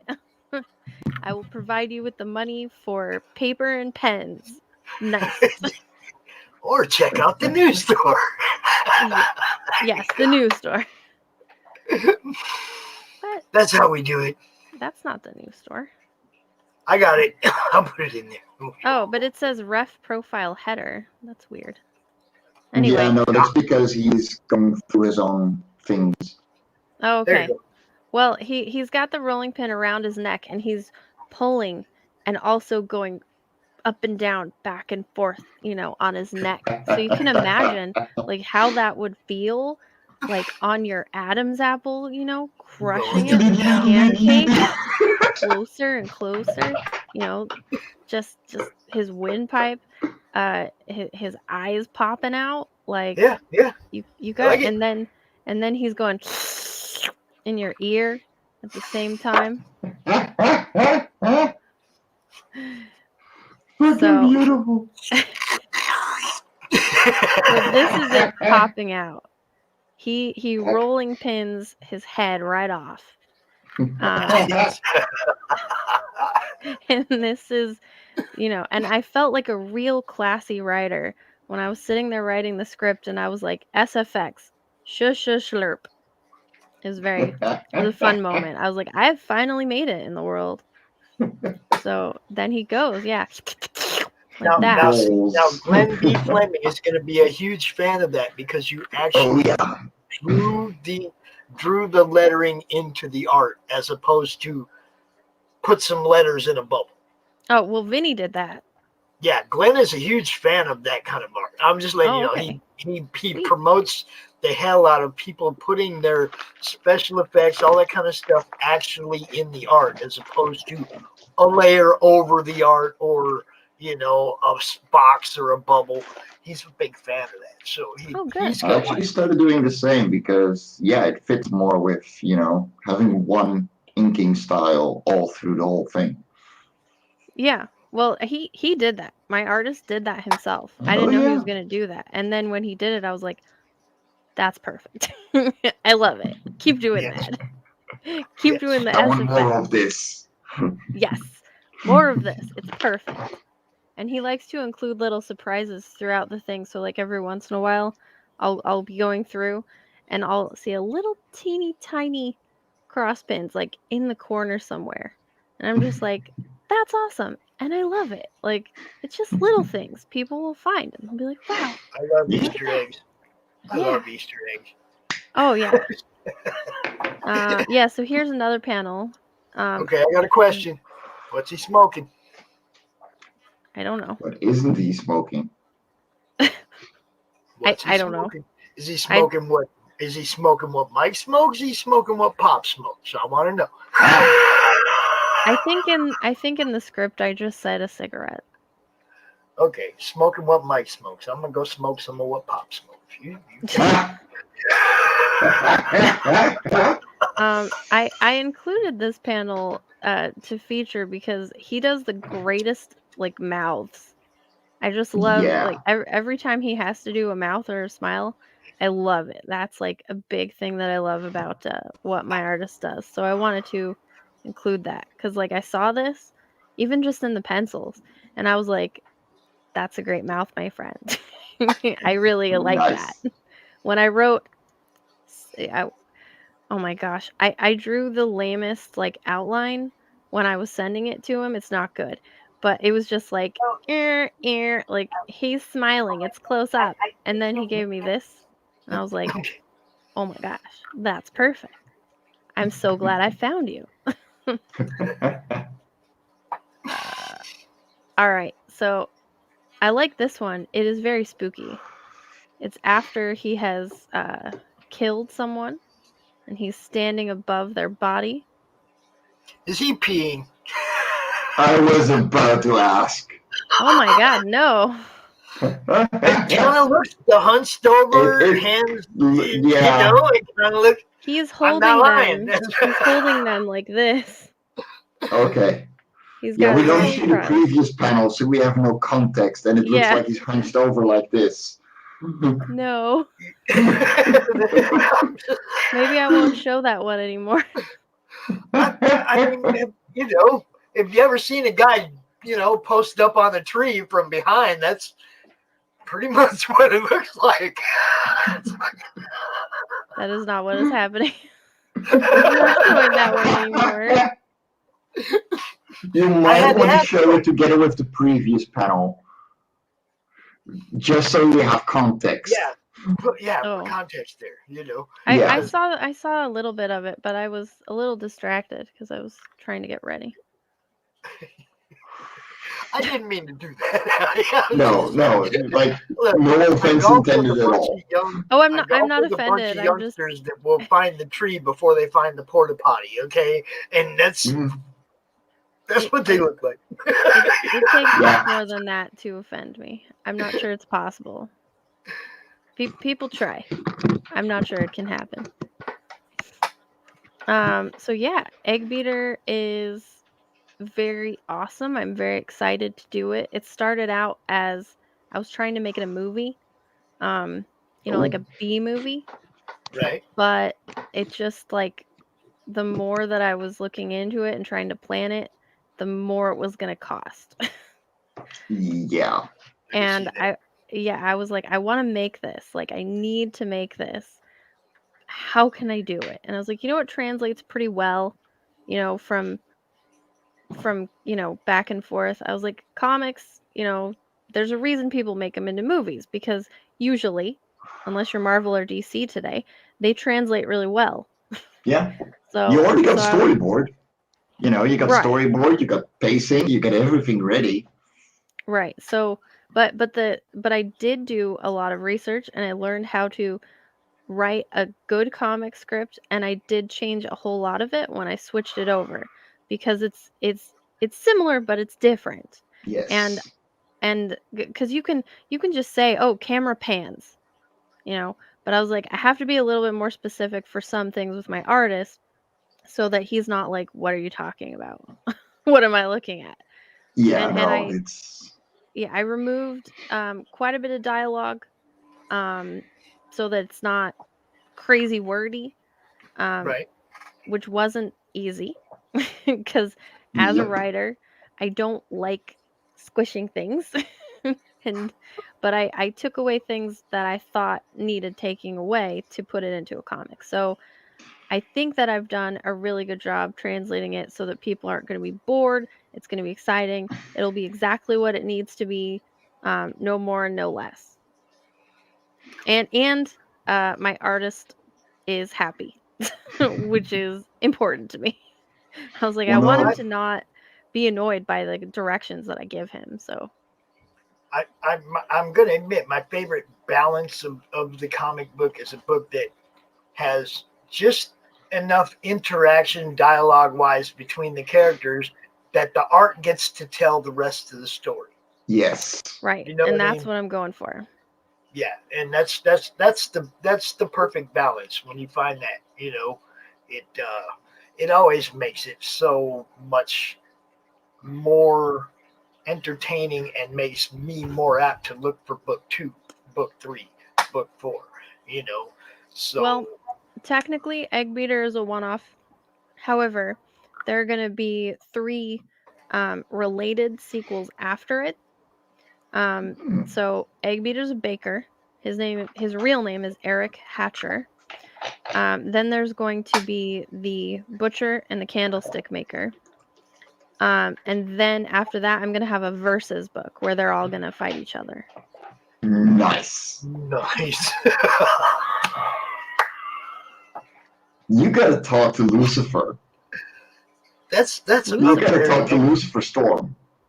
I was like, the devil?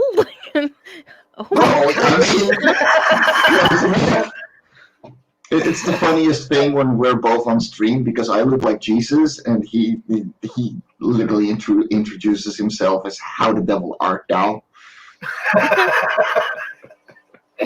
Lucifer is the guy who did Lady Satan, and he's doing the Ed Gein. I'm looking forward to Ed Gein. That's Lucifer. Yeah, okay. Talk to him about what? Just talk to him. You guys are gonna go on fine. Okay. Just to, those sometimes you talk to the right person and it just expands your ideas beyond anything you thought possible. You two talking would probably do that for each other. Then maybe You see what I'm saying? You'd probably expand his mind a little bit, and he'd probably expand your mind a little bit. It'd be pretty cool. It sounds dangerous. Yes. Is that what comics is supposed to be? I'm often told already that my brain my writing kind of scares people because they're like, it doesn't look like you would write this. I'm like, well, I did. So. Well, that's the thing. Like, I look like a rotten bastard, and I write fucking comics about fluffy creatures. So, don't worry about it. It's cool when you are the opposite. They're just like, Allie, do you need help? And I'm like, I mean... No, that's how I release it. If you want to help me, share my book. Yeah, exactly. Sharing is free. Sharing is caring. So what's with Wild Man? Is that an actual novel? Is that a graphic novel as well? What's up with that? Wild Man is my novella. It's only 94 pages. Okay. It's on my store. I will send signed copies, but it's not a comic. No, it's that's what I asked. Is it a novel or is cool. That's okay. I read real books too, Allie. I read real books too. I know, but I want to tell people, like, if you get this, you're not going to get any pictures. And that's why I wanted you to pick it up and show everybody so they know when they... In fact, it doesn't even have any dialogue. It's written like a Grimm's fairy tale. Nice. So like, nice. Once Upon a Time and all that. And it's got a lot of nature imagery. However, I didn't realize how dark it was until I was reading it out loud to my dad in the cancer ward as he was dying. And I was like, oh no. Maybe I shouldn't be reading. But he was okay with it. It was fine. So it's funny because I was written into a book last year about voodoo and whatnot, and my mom wanted a copy of it. So I sent her a copy of it, and she calls me up and she's like, well, it's not really my thing. My mom's 80-some years old, sings in the choir at church, okay? It's not really my thing. So, Mom, I told you it was not your thing. You wanted a copy of it. Yeah, that's pretty much what happened when, like, the people that I knew in real life bought it. They told me, I think my grandma said she got halfway through, and she was like, so I got to where what was it? It was all, oh no, she almost finished it. She's like, oh, how cute. Now I don't, oh, okay. It's on mute. She's like, I got to where he's obsessed with a deer and being a cannibal, and I decided to put it down. And I was like, okay, Grandma. I mean, I warned you, but okay. I feel bad that your friends read it now. They're probably like, what's wrong with your granddaughter? No. Thanks. No, the thing is, like, what I found is the ones that you gotta watch out for are the ones that, don't write that kind of stuff, or don't care about that stuff, or refuse to write that kind of stuff. So don't worry. Like, Pops, don't worry. I also do weird, dark things. You just don't see them because you don't publish them. So we have to worry about the women who write, like, romance novels and chick lit? Is that what you're saying? Okay. Yes. No worries about that. Yes. I don't write any of that. I Actually, have a novel. I have a fantasy novel coming out that is not for children, and then I have a poetry book that's pretty dark, and then I'm also gonna come out with a mid-grade level book that's about like time travel and stuff. Well, actually, Allie, I have a book that I'm going to be working on that I'm collaborating on with Rich Perotta, and it's also going to be one of those books that I think you'll like. It's going to have, it's going to test the limits of Rich's gore, ability. Oh boy. Okay, and he's been, he like just jumped at the concept. I didn't even get a chance to really sell him on the idea, and he was like, I want to do it. So you're going to get to see what's going on in my crazy ass head here too pretty soon. Oh dear. And now this you've place got, is about to blow up. I just want you to know. you've got years on me, so probably there's more experience in there. Well, for me, it's just the ideas. Rich has to bring them to the paper. And, I gotta, the stories will write themselves. It's really easy. It's going to be fun, though. It's going to be fun. And, always pushing the envelope. Always pushing. It's going to be fun. That's a good thing. Before I have to go off, I know it's 9 and I did a half hour, but I do want to say I have a new trailer that's going to come out for Egg Beater, and I got a really funny, awesome guy to do the voiceover whose delivery on the puns is so perfect. Well, make sure you let us know when it's ready so that we can share it in the madness. It'll be in October, just in time for Halloween. So it'll be good. perfect. I don't have anything booked at all in October, so anytime you want to come out during October, let me know. Okay, cool. Well, thank you for giving me a little bit of time to do my thing. Allie, anytime. You guys, everybody, you guys know you're all welcome. That's what we do. So next month it's going to be Halloween, though. CRoM Con 18 will be Halloween weekend, and I will ask all my guests to costume up. That's easy. I have a costume up. I have a costume already ready that includes a very infamous or maybe famous wig. So cool. Can't wait to see it. All right. So you got a spot next month. Don't worry about it. You're in. Sweet. You just let me know what day, Saturday or Sunday, and what time you want to come out, and I'll make sure you get a spot, no doubt. And with that being said, y'all go check out or go sign up for Egg Beater. Go sign up. Be ready for it when it comes out. This thing is about to blow up. You guys know RJ from Critical Blast. He's got a panel, and we're gonna take this thing out with a whole bunch of awesome people. So, all right. Well, thank you, and that'll be fun. I hope you're watching because it's gonna be a good show. The rest of the show is gonna be good. I'm gonna play one commercial, and then when you come back, everybody's gonna be here, y'all. Everybody.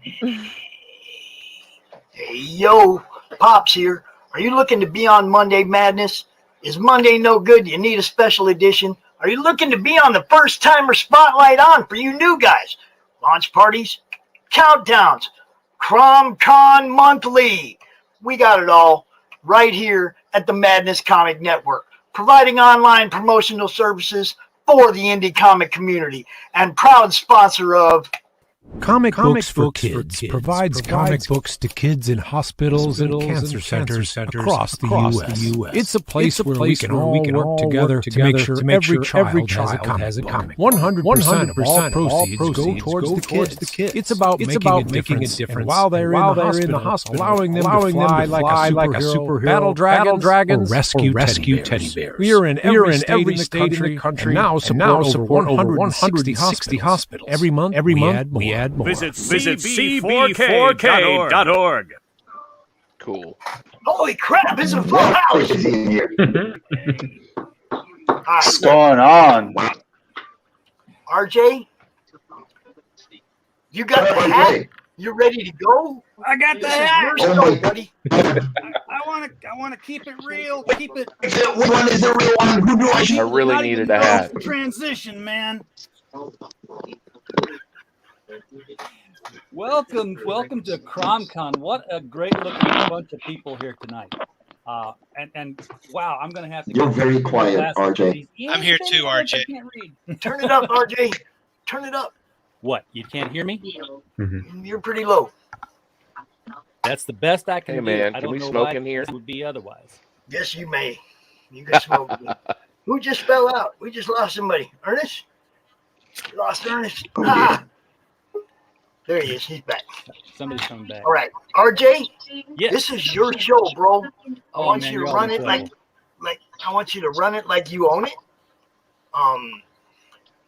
Let everybody introduce themselves. You know, and it's all yours, brother. That's it. All right. Well, I know half of you have as well as I would like to, and I don't know the rest of that statement. One of these days I'll get it memorized. But are you 11D1? I tell you what, I eat as many meals as the hobbits do during the day. Somebody got something playing. I can hear it, but that's okay.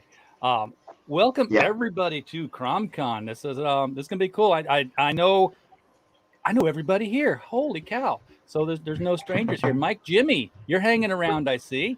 I want you to know what I have here in my office for you. Absolutely nothing. It's all out the door. It's shipped. It's done. Nice. It's in the hands of the United States Postal Service because we just finished shipping out. I would rather hear it was still in your hands than in USP. Don't get me started about the Postal Service lately. The price goes up. Working the next one. What is Oh, that? that- What is that? That We're is not by talking about August, work so- yet. Calm down, Junior. Calm down. Is that in number 5? That is number 5. Page 5, issue 5. Very, very cool. Can't wait to see that. Mike Shea up here in the upper right-hand corner of the Brady Bunch squares. Mike is the co-creator of Miskatonic High, which I have all 11 issues of and the 12th one on the way. This is a crowdfunder that's been going on. I don't know of many other comics that have as many issues produced as regularly and as on time as Miskatonic High. So if you want to have a long life in this business, Mike is the guy to look to emulate. So glad you could join us here, Mike. And if I cut out, it's just out of pure exhaustion. So don't worry. Hey, I hear you. Same here. If I disappear, I just went to sleep. Yeah. I'm going to ask each of you to drop me at least one link in the private chat so that when we're focusing on you, that I can make sure that we have a banner and stuff to roll across the bottom. Just so I can do my part, because this is RJ's panel. So. Absolutely. Chris Brawley right there below me, sir. The man behind Bleeding Fool, which I'm sure a lot of people are aware of in the chat, but also the publishing genius behind books like Florida Man and Thin Blue Line. Welcome, Chris. Yeah, well, I saw everybody was wearing hats, or at least half the crew was, so I figured I needed. You know what's up? You know I might have what's to get up? Mike to send me one of those Florida Man hats. I had to get a hat to put all my pins on. You can see the pins. Nice. I got to do some pins. We need to talk. Liz, RJ, I don't know if anybody knows. I don't know if RJ toots his own horn enough. But not near enough. Man, Florida Man would not have gotten out any sooner without RJ. I must say he's a big help, and RJ offers a good service for people too. He was a consultant for me, and we got the goods out there, and everybody's happy. Well, it was a fun learning process. We both still need to do a debrief for sure because we keep missing it. Yeah, and I've made some notes, and we'll talk. And but it was a good experience. And Mike's got another. We're cranking out another one soon, so we need to talk before that kicks off. Absolutely. Yeah, I talked to him about it yesterday.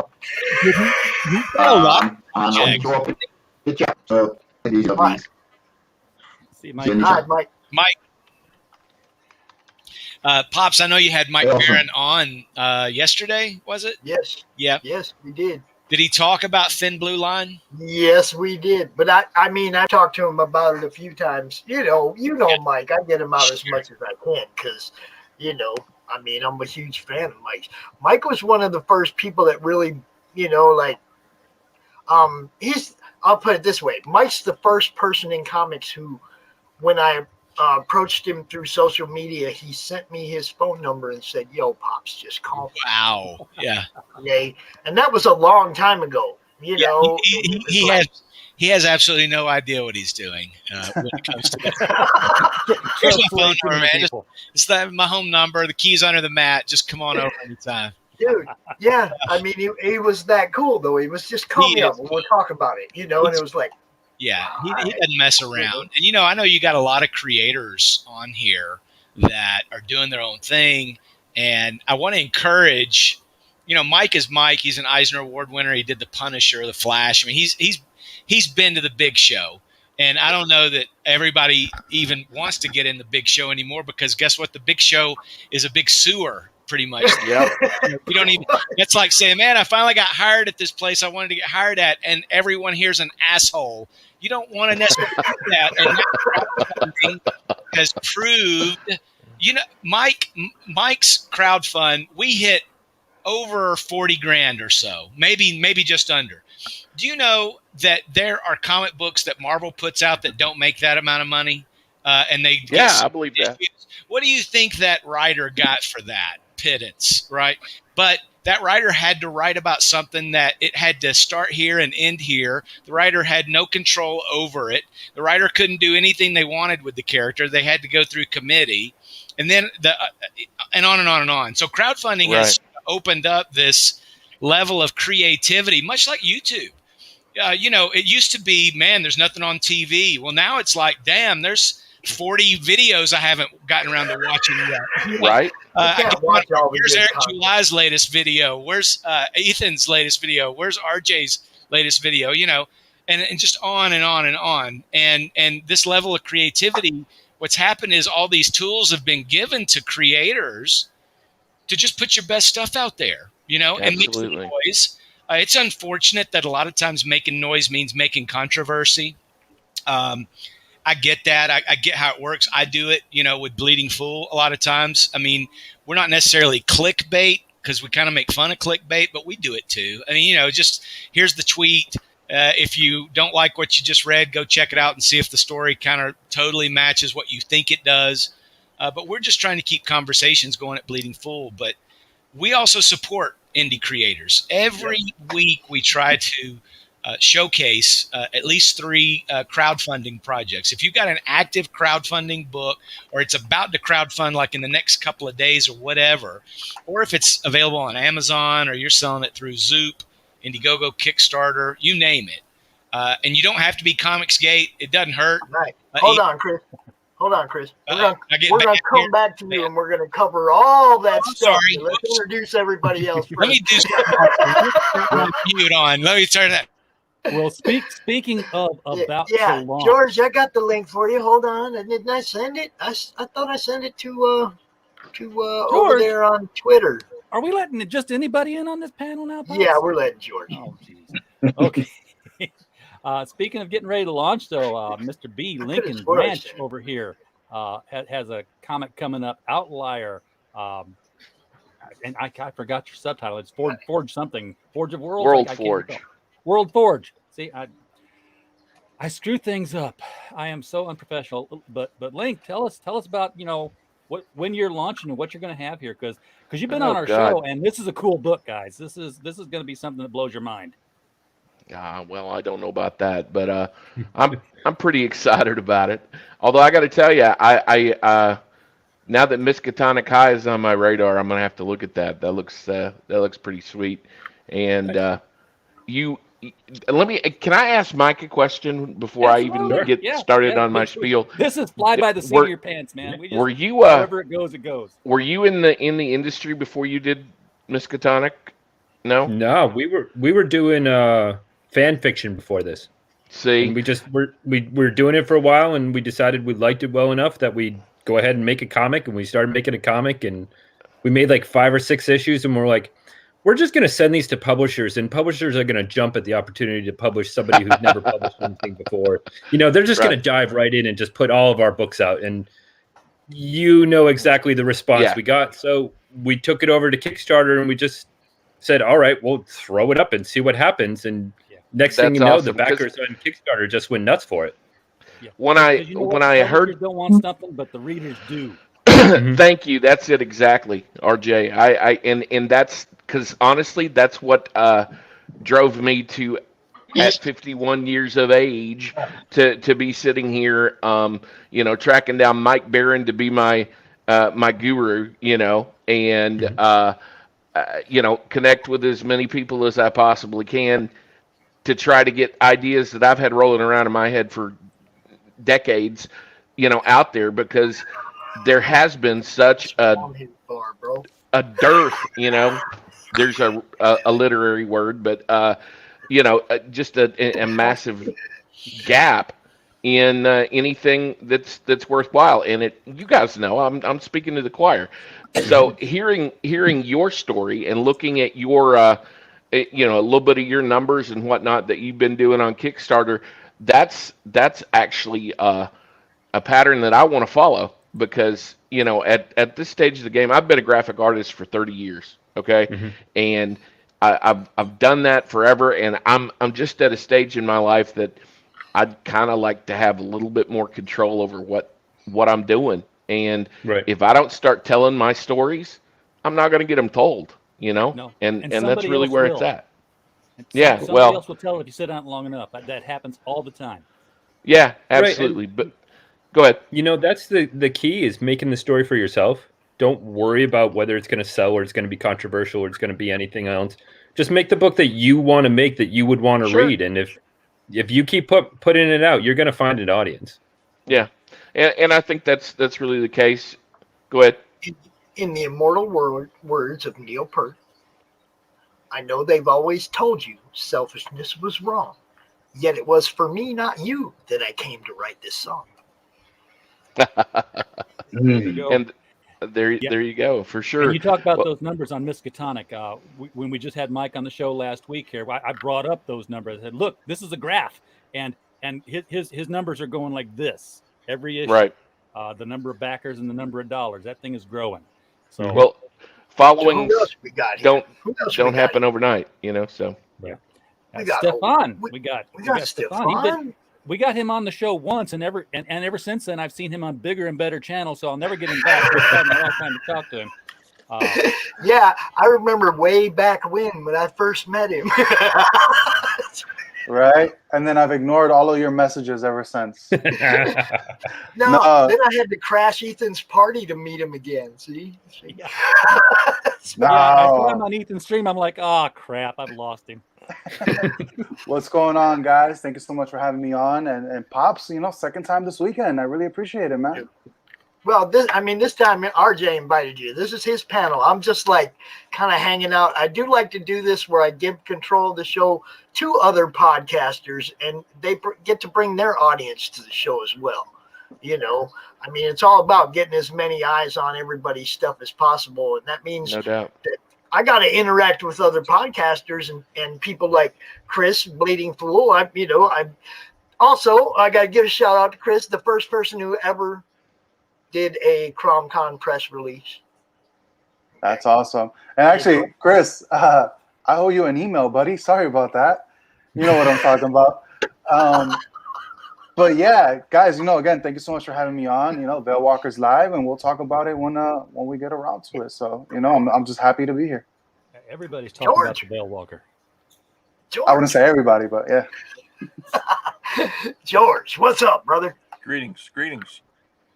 Why am I always the last one to get here?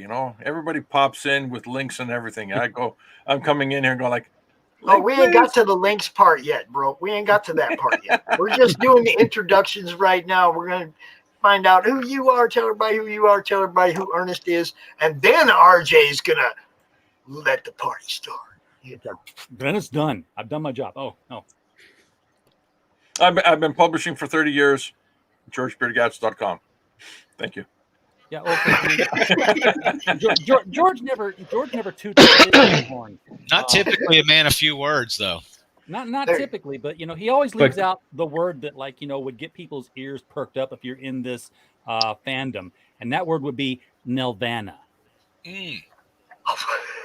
And it's in all caps, I assure you. Yes, it is. But yeah, George has experience working with that company, at that company, doing creativity at that company for things you've heard of and played with, and he doesn't talk about it that much. So it must have been traumatic. I don't know. It was a high point in my life. We'll let you drag it out of him. We'll let you drag it out of him when we roll back around to him. Now this guy below me right here, this guy, I got his art all over my house. I've known Ernest for quite a while. Ernest, I consider a very good friend of mine. He calls me up, checks on me every now and then, makes sure everything's okay with Pops, you know. Now Ernest is a great artist. All right, hold on. Come here, Thor. No, I'm okay. I'm more on art side than. Hold on. Ernest is a good artist. All right. Just say good or great? Because that looks great to me. Yeah. Okay, now I got Jean Grey, Elektra, Ant-Man, Gambit, Wonder Woman, all kinds of stuff that Ernest has done that's just beautiful. Okay? Now, Ernest is more than just an artist, though.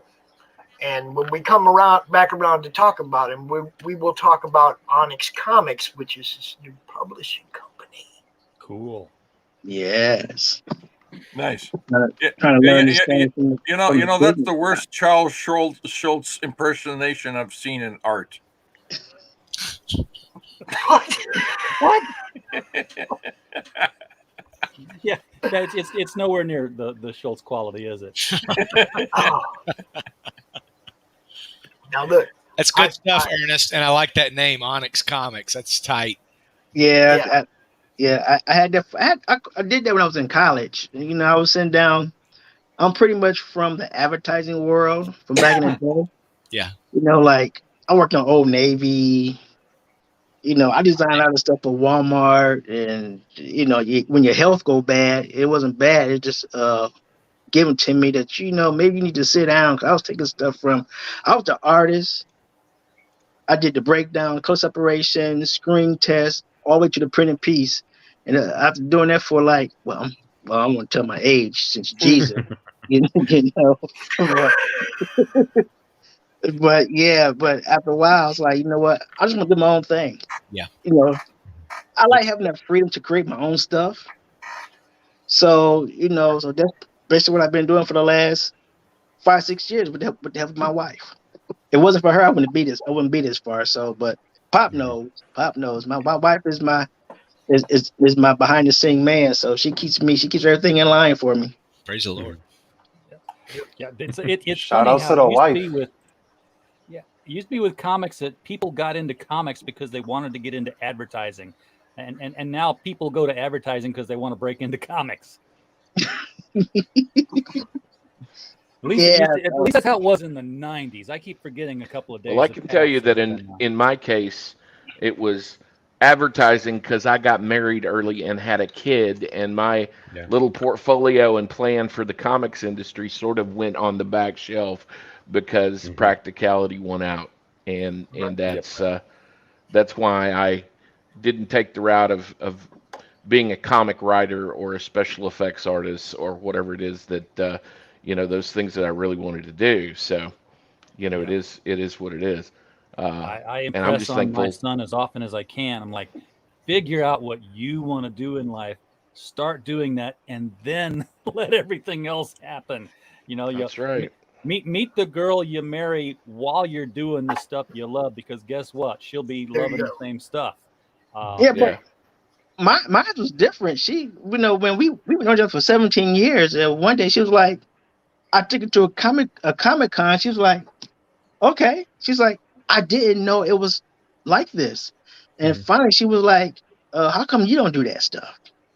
I mean, you draw, you design, you draw. So what's the deal with you not doing it? You got the drum board. I got drum board. You got computers. And you just sit in your room drawing it. Ain't nobody seeing this. Come on now. And then here comes Pops. Hey, yo, why ain't you doing this? That's like, why you not having a book out? Yeah, man, that's an executive that you need on your side. You know, one that says, "Hey, look, you got some assets on the table. You got to use those." Yeah, you know. So now, you know, that's what I do, and I'm thankful that, you know, my commissions and stuff has really picked up. I mean, I do stuff. I don't send stuff to London, Greece, Alaska. That's awesome. So I tell everybody, you know, I get the question too. You know, how come you don't want to work in the mainstream? Because I'm not mainstream material. Thank you. I know that up front. I'm not mainstream material. I said I used to collect comics. I don't know more because now, as y'all know, as artists, when I go look at a comic book, I'm looking for something that's different. So when I pick up a Spider-Man and I pick up another book and the art looks the same to me, that means there's a million whoever that copying this artist, and now they're doing the same thing. So what makes you an original? Or it looks like a 12-year-old drew it. Yes. I respectfully want to correct you and everyone in the panel. All of you are mainstream material. If you've seen what the mainstream has done over the course of the lifetime of comic books, it's wide ranging. Some of these guys are too good for mainstream right now. Modern mainstream, Too I would think, is what. Yeah, modern. There was a period whenever what we're doing would have been mainstream. It's not now. Yeah, mainstream. They had children drawing a whole issue in DC Comics. Yeah, I mean, like, was it 8-year-old, something like that? It was Ambush Bug. Oh, do you ever remember that? Yeah, I do remember that. Yeah, you know, so everyone here is mainstream. It's just the application of your art. That's all that's missing to plug it in. Well, you got to want to work for those guys too. And frankly, they've got to want you to work for them. Taking your wife to a comic convention and getting that result, that's an exception. I took my wife to her first comic convention in Little Rock. We went into the foyer of the hotel and went down the hallway, and her first reaction was, "What's that smell?" What, she doesn't know the smell of sweaty socks and underwear? Oh. Con funk. It was Con funk. Yes. But and I asked her, you know, later I said, "Why did you want to go?" She said, "Because I need to know who you are. I know you draw." But she the one who I told Pops when we went to the first show. She saw it. We talked on the way home. And then I came home like a week later, and she put me in a comic. She put me in a show without even asking me. I'm serious. I mean, was that after we had that talk? Was that after the three of us had that talk? No, this was before. I mean, I come home and she takes this envelope and she slides it across the kitchen table. I'm like, "What's this?"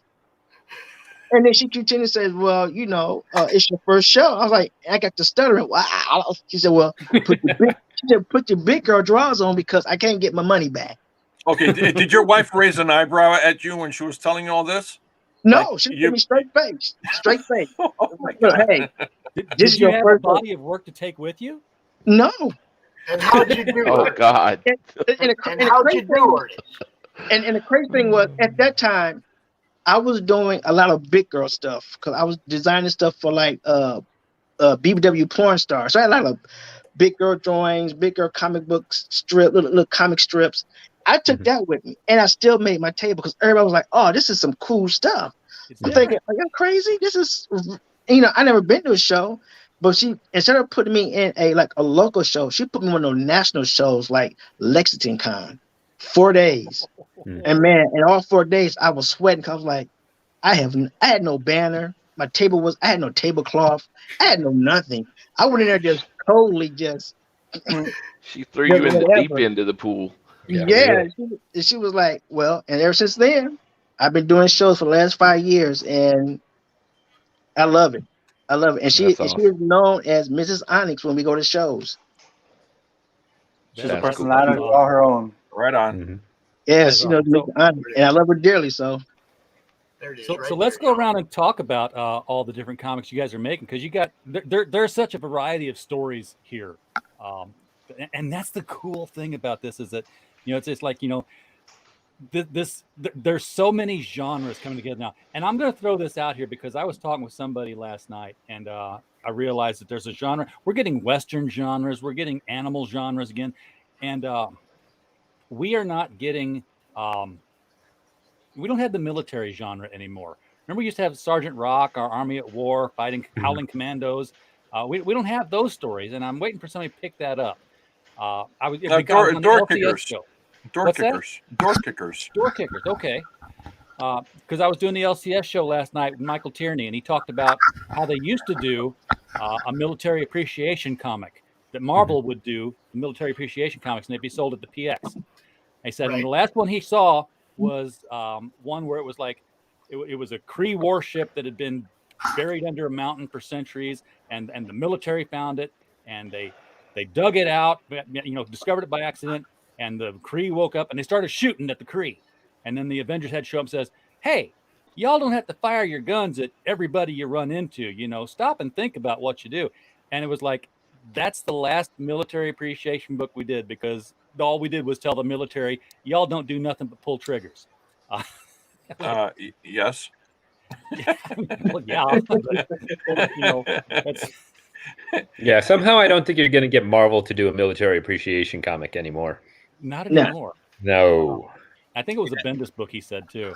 RJ, that reminds me of the Baron's next project is kind of a forgotten genre that DC tried to do probably 45 years ago, and it didn't work.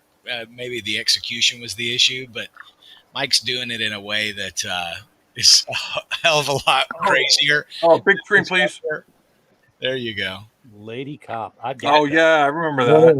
1975, and so Mike's next project is going to take that and turn it on its head. And the people who demand strong female protagonists are going to be very confused when they read it. The people that hate cops are going to be very confused. The people that love cops are going to be troubled.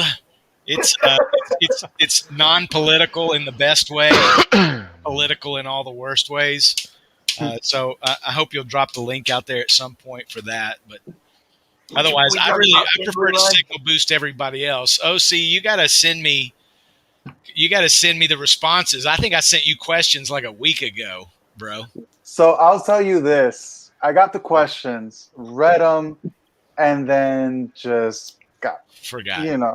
It's my fault. Just went. Yeah, exactly. I'm not even gonna make up any excuses. That's my bad. That's on me. Try and get them to me in the next 48, and I'll put it out this Wednesday. And anybody else, Lincoln, Mike, Ernest, if you've got something right now that somebody can go either add their name to an email list or go ahead and back it or purchase it on Amazon or whatever, drop your email in the private chat and let me send you some questions and at least get you in the queue to signal boost you guys every Wednesday. Wednesday traditionally is New Comic Book Day for anybody that's ever bought comics and loved comics. This is going to sound a bit Rose Tico here because typically I fight what I hate in comics and the media. But right now I want to love support what I love, save what I love.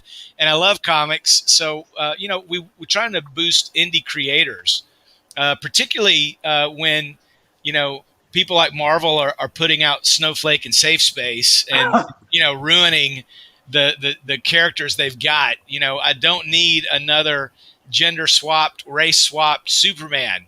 Just make another cool character, guys, gals, or whatever you want to call yourself, and let's just make some good, fun stories. But creatives like you guys are doing your own thing, doing your own stories, and maybe you don't always stick the landing or whatever. But that's not for me to judge. That's for your readers to judge. And everybody likes somebody, and everybody likes somebody that I don't like, and everybody hates somebody that I do. So drop me your email. It's all subjective. That's right. Yeah, it's art. It's all relative. I see that email in the private chat. So get more, guys. Just shoot it to me, and I'll follow up with you. And RJ, if you want to say anything about Bleeding Fool, you can. But I'm gonna mute my mic again and let you keep talking to the creator. What can I say about Bleeding? What can I say about Bleeding Fool that hasn't already been said? Plus the nice stuff too. Well, I was gonna say you're reading the police reports probably. No, is there a Wikipedia? I'm sure there probably is. Did I ever tell you that Rich Johnston from Bleeding Cool actually responded to some tweet just out of the blue that we had posted, and he said something about you're just trying to confuse people.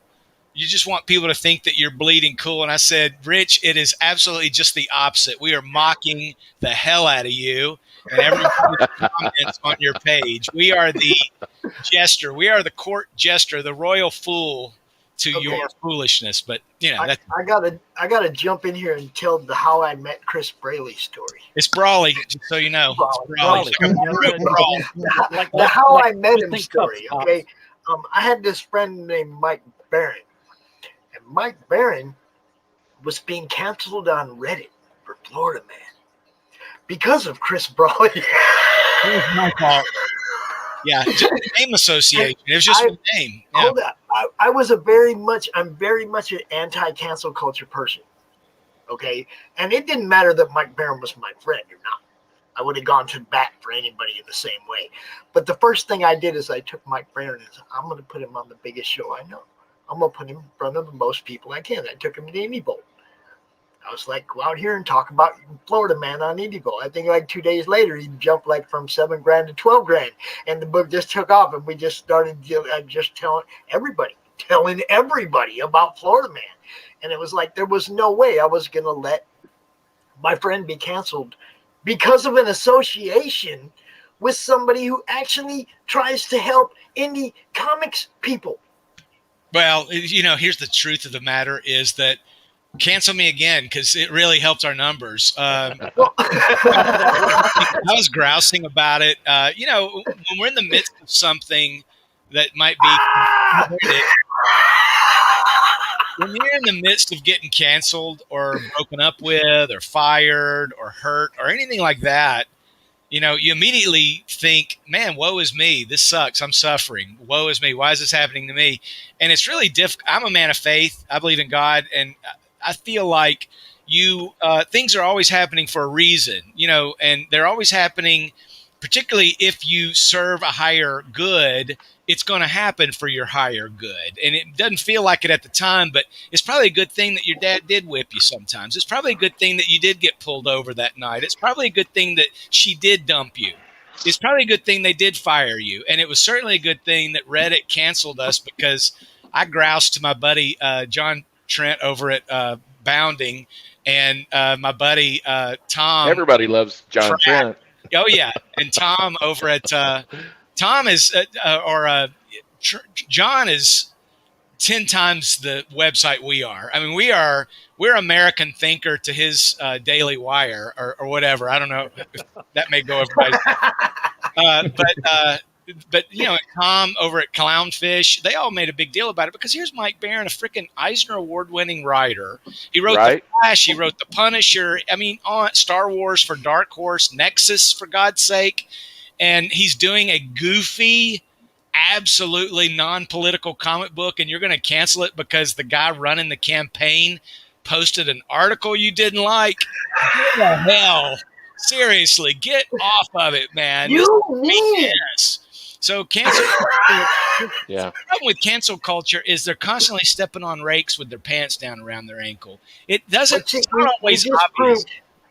We just proved though what you know what can be done to combat it. Yeah. The first thing I did when I heard about it was went out and started telling everybody about the book.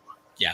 You know, don't be afraid to tell people what your struggles are. What I said earlier, when you're going through a rough time, don't be afraid to get people's counsel and look for some accountability because, you know, sometimes it was your fault. But, you know, man, it always turns out best. Keep creating, keep driving, guys. Mike should be an inspiration for us all.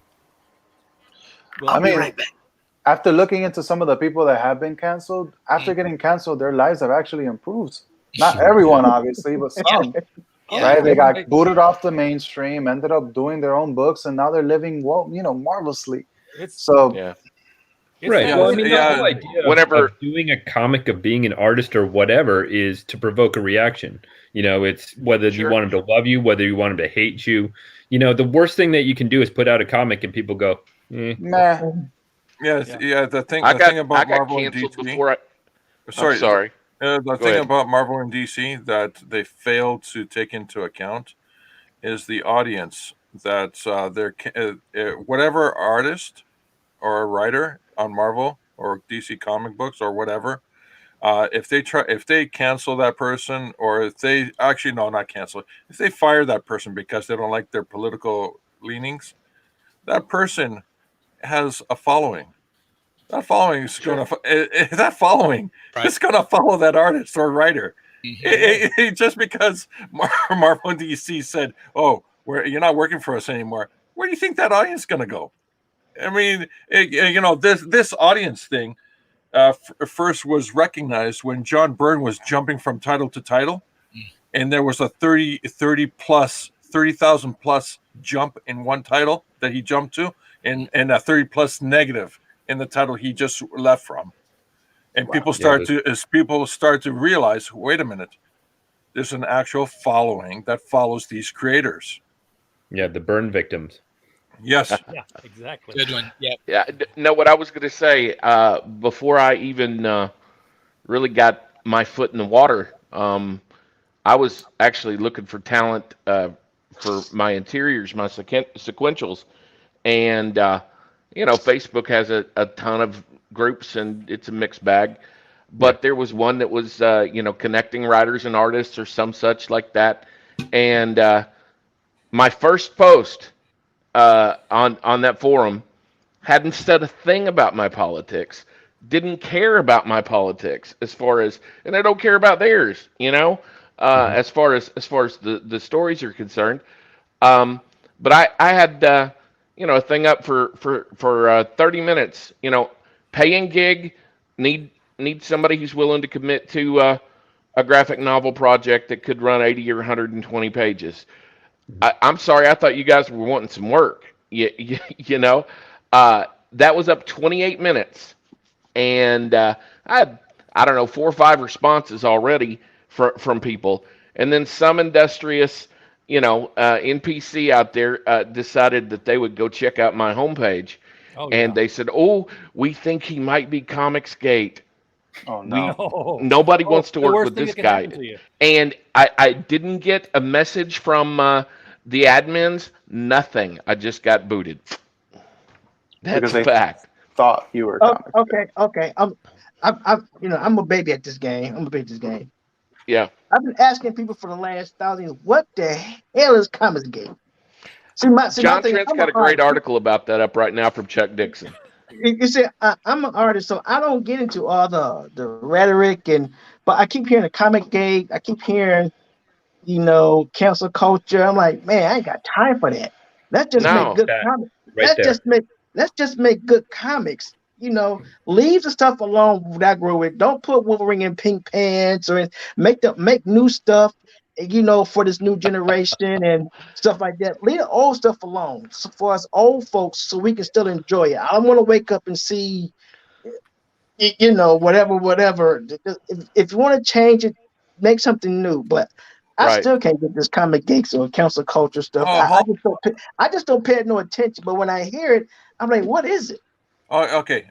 Here's a couple of things. All this stuff about Wolverine being gay and all that stuff and whatnot, you're all distasteful of. In hindsight, in history, they have done all this weird shit already, and it's nothing new. They had Batman and pink and yellow outfit, all that stuff. Polka dot Batman, all that stuff. They literally have done all this crazy shit already. I mean, they have the what if universe, they have the multiverse, they have presented all these major characters in all these absurd variations. But the law of diminishing returns says every time you do this with a character, they don't care.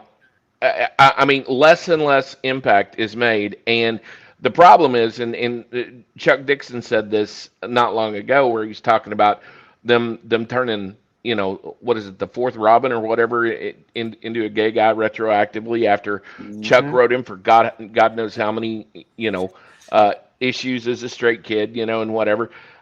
It's just forever and always, regardless if they unretcon that back the other way, Robin's going to be gay, and I mean it's just nonsensical. It's lazy. It's not writing. It's just. I'm gonna jump in here real quick. Go ahead, hit it. Look, exactly. They created the ambiguously gay duo to make fun of the Caped Crusaders, exactly. The dynamic duo. Okay, look, the joke about Batman and Robin being gay is not new. Yeah, right. It's a very old joke. Yep. Now, somebody decided to go ahead and make one of the Robins bisexual or whatever.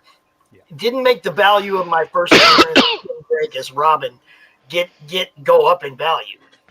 No, it didn't make an impact on comics, on comic collectors. Let me tell you something, Pops. Here's the trick. It's not bold. It's not daring. It's not original. Let me tell you what would be a bold, daring, original transformation of a long-established character. Let's take Batwoman, the gay Batwoman, and let's make her a fundamentalist Jewish woman who gets married and wants to have kids. Let's do that. Oh my God! Okay. Let's try that trick. Let's see how everybody says. Where I was going with this. That's diverse. Where I was going with this. Representation. Come on. Let me finish where I'm going with this, Chris. I'm not done. Okay, it doesn't stop. I'm going to go off. It doesn't stop at Tim Drake. They've shown the Batwing. DC came out publicly and said Batman doesn't do that. Guess who's next? Superman. Batman. Well, yeah, the new Superman. Superman. I'll say this. Superboy. That's next. Superboy. I took the contrarian view on this, and I took a lot of crap for it. But I said, if the thing about Tim Drake is, yes, we've been reading Robin for 30 years, but comics is like watching a soap opera in a TARDIS. Yeah. It's like it is. He became Robin at 14. He's 16 now, so our 30 years of Robin is only 2 years of Tim Drake, and a lot of shit's happened in 2 years. And I was like, if they were going to do it with any character at all, Tim Drake made sense because he's 16. And that's the time of your life when RJ, the Kool-Aid down. Yeah, but down, RJ. No, just make him a Robin. That's just all. Stop. I'm blocking my screen. Girlfriends. Girlfriends. RJ's trying to be nice. RJ's trying to be nice. All right, he's the host. Yeah. He's the host. Okay. Hold up. Thank you, Switzerland. We did our little panel covering that. Now I do want to highlight on what each of you guys are doing personally. Yeah. All right. And then maybe we'll go back to some more topics of question. But I don't want the time to go away and us not having given all of your projects some yes, more love, less outrage. More love, less outrage. And you know what? Mike is coming in at the absolute worst time because your project just closed. Oh, man, Mike. Oh, how'd it do, Mike? 23,000. Wow, good deal, man. Right. How much did your last one do? Last one did 21. Yeah, up. Okay, so I want to share I will take that all day long. I want to share a link to the shop, though. You can still get stuff at the shop, right? Right. So yeah. So what we do is we do a comic on Kickstarter about every 2 months, and then afterwards we post the stuff. We actually sell it on our Etsy shop. It's just easier for me to put it on there. So yeah, we sell digital comics on there. We sell back issues on there. We sell the trade paperback on there. We make merchandise for the Kickstarter, and then we put it on any extras that we have on there for sale. Yeah, RJ's got our pin up there, right there from the school. So yeah. Hold up. Put that back up there, RJ. Wait a minute. Let me get it. Yep. So that one right at the top there. That's our school logo for Miskatonic High. That's me pointing at it. Look. Well, that's nice of you, Pops, to point at it. Hey, man, it's what we do. Right. So yeah. So look, it's what we do. We what point you do. At things, Yeah. Point at point at critical blast. Yeah. So what we did was, again, we just started as doing a comic. We thought we'd send it around, and when nobody bid at it, we just went to Kickstarter and started doing it that way. And our first one made 4,000. Our next one made 5,000. Next one made 7, and just kept going up from there. And I get people all the time who come to me and it's like, well, how do I do it? How do I get to 23,000 or whatever? And the thing is, you don't start at 23,000. Maybe if you're Mike Barron or somebody, but if you're nobody like we are, you don't jump there. You got to earn it. You got to walk one step at a time to get there. And the way to do it is, and pardon my French, don't fuck the backers. Right. If you're gonna put out a comic, put out the comic. Don't put out a second one until you put out the first one. Right. And then you deliver on everything that you promised, and then you do it again, and you do it again, and you do it again, and you just keep on doing it. And next thing you know, the backers love it. They come back for it, and they keep asking us when we're going to do the next one. And these guys deliver on time. Yeah. The moment the Kickstarter ends, we're ordering the comics. Takes us about 2-3 weeks to get the comics. Take another week to send them. Backers have them within like 4 weeks. Goals. Yeah. Mike, who That's are you epic. printing with, Mike? We print with Comic Wellsprings. I printed with another couple of people, and I'm not going to name names because I'm not entirely happy with them. Yeah. But the thing is, we keep going back to Comics Wellsprings because they're dependable. They got good service, and when I send them an email, and I actually get an email back. American company. Yep, up in Michigan. Okay, good. Okay, I have a question. Yep. I have a question. Is that a first print, number one, or have these gone to do a second printing, or? No, the first prints are all gone. We had a couple left, which I sent all the way to the Philippines, where my partner, the artist Ryan, works on it, and got them back. And we were putting those as a reward tier for signed copies. No, first printings are all gone. I mean, they were gone really fast. Yeah. See, I'm gonna have a hard time. Does Wellspring do a run when you need more books, or do you have to do several hundred just to make it? No, so one of the things that we do is, I mean, because we're so small, we're printing on demand. We're not doing large enough to do offset printing, anything like that. Okay. And the thing is, if I run 5,000, 10,000 copies of this, I'm out too much money. We don't have that kind of funding in order to put it towards it to sell off these issues over the next 2 years. Yeah. I got to sell right now, and then I got to put that money to the next one. So yeah, we're doing all on demand. The only way that you can tell that the first print of the first issue is because we printed with Kablam for the first one, so they got the Kablam ad on it. Yeah. After that, we weren't printing with Kablam anymore, so that's how you know. Okay. All right. Good. That's good to know, because I'll probably still be looking for a first print of number one, even if I have to get a second or third print, whatever printing you're in. Oh yeah, good luck. Because I keep watch on the secondary market to keep waiting for things to pop up, and they haven't been popping up. The collectors haven't been giving them up yet. Good sign. Yeah. One of the who do you ship with? Do you just use standard shipping, or do you go through a service? No, I do it all myself. I do all fulfillment myself. I just I take a day or two off from work and just sit here and slacking, RJ. Yeah. I ask you, actually, RJ keeps trying to get me to do it, but are you kidding? So here's the thing that I think is, I want to be a comic book creator, but that's not just sitting and making a comic and drawing it and then turning it over to somebody else to ship it out. Yeah. I want to individually put these things in an envelope as my way of thanking people for giving me their money and trusting me to make this thing. That's one of the things. Too. Yeah, that's true.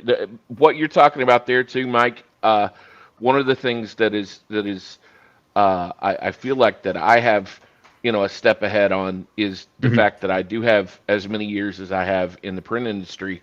I run a sign shop, and so decals, cards, bookmarks, all that stuff, the perks, those are second nature to me. Running big run print projects, whether it be for catalogs or different things like that, I've already cut my teeth on all that stuff, and delivering on time and being able to meet a deadline, and all those things that you're talking about. Don't screw the backers. Hey, that's a given. And a lot of people I found out by trying to find talent and whatever. A lot of these guys think they want to do comics, but they like the idea of comics. Right. Yes. That's the thing. Like people are in love with being in love, but they don't handle the whole, relationship afterwards. That's it. Yeah, exactly. Right. Books, Lincoln? I can't tell you the number of times we've done a campaign and people have come up to me the moment the campaign ended and said, "Oh, congratulations, you made all this money." I'm like, don't congratulate me. I haven't sent anything yet. Talk to me after I sent, 500 packages out through the U.S. mail and they actually arrive at the places. Then congratulate me. Right. Yeah. And do you print your own books? Me? Yeah. Mm-hmm. No, not at all. I'm not set up for that part of it, but I've done enough pre-press stuff, over the course of the years that the hurdles that would, I can't imagine somebody who's a new talent who thinks they've done something, and rightly they have, by drawing and lettering and inking and coloring a book, and then they find out, well, it's RGB, and then they need to convert it, and then or it's 33 pages, and why can't you print 33 pages? Right. Do you guys think is anybody doing a YouTube channel or podcast that kind of shepherds creators through those little nuances?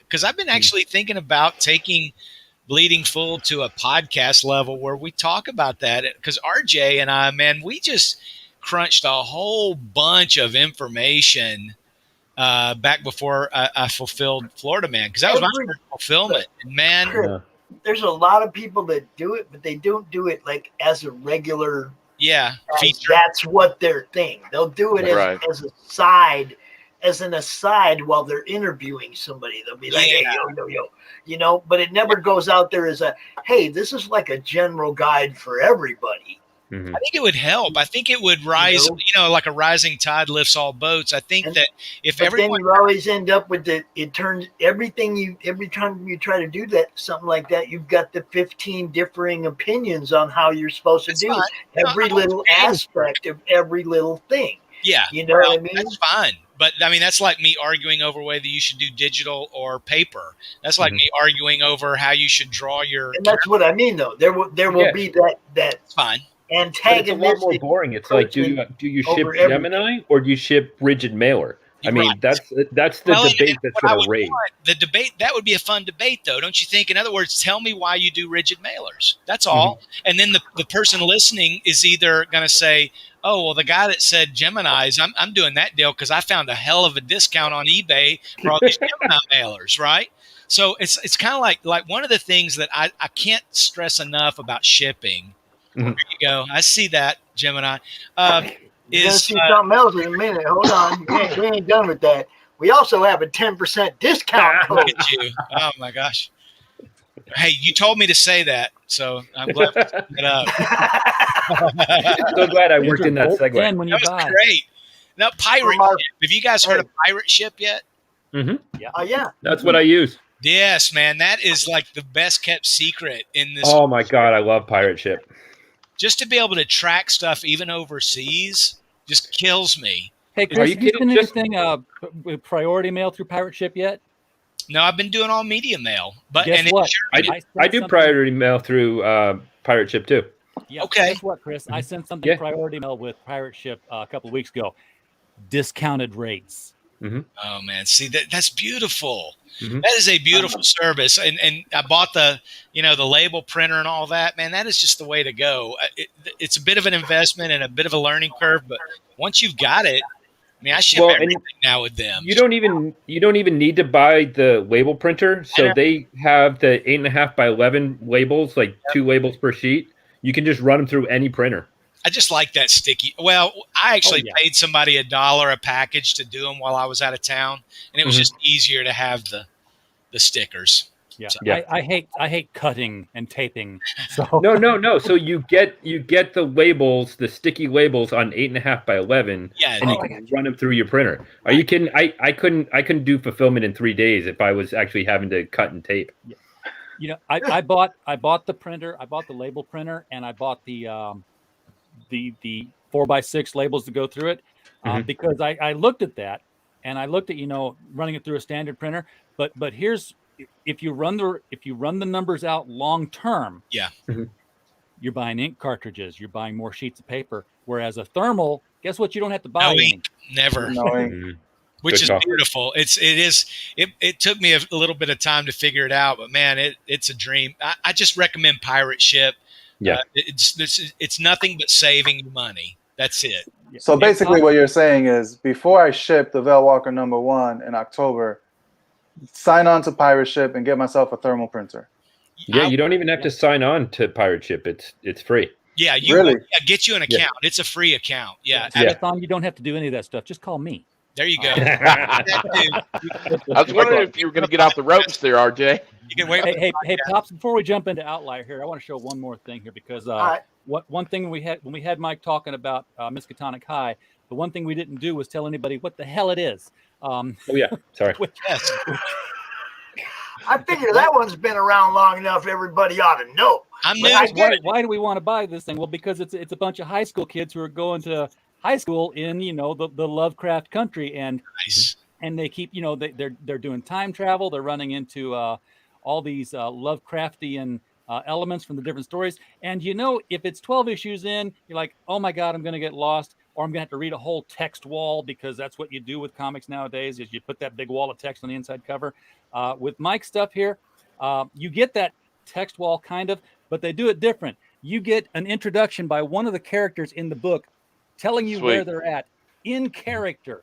And it leads from the last word balloon right into the front page of the next of the story you're on. So it's a very unique way of getting somebody into the book. Cool framing. So, Mike, how does Miskatonic compare to, say, Lock and Key? So I had the good luck of not reading Lock and Key until about like a month ago, because if I had, I would have been crying for a long time that I had stolen so much from Stephen King's son.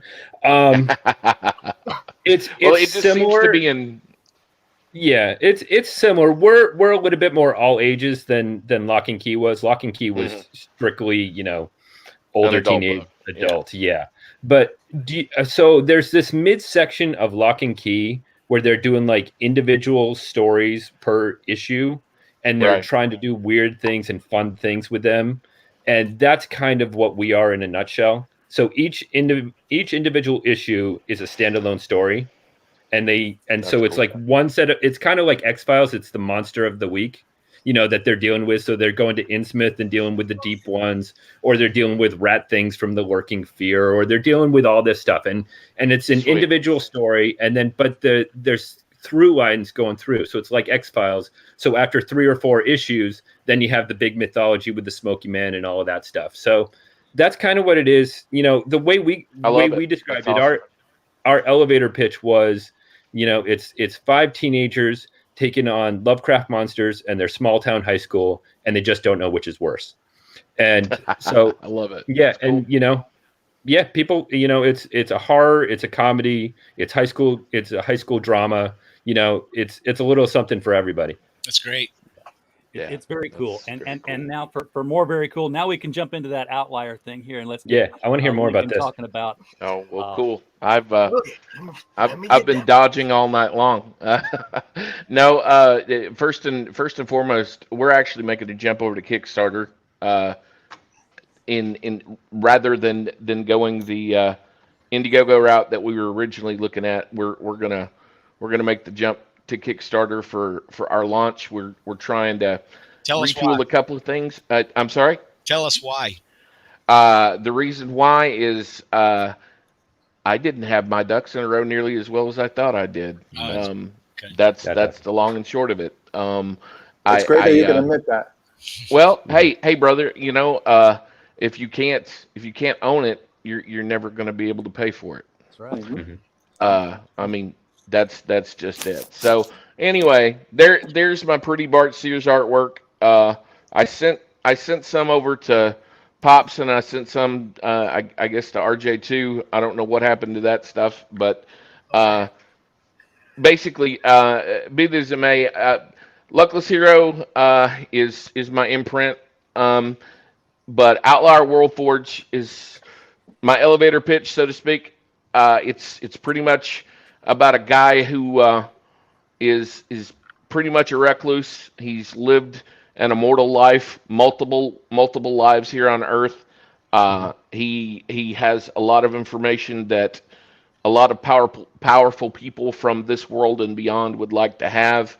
There was a trap laid for our civilization 13,000 years ago. It's been found, and that would be the World Forge, which is a device that was used to set our reality in motion.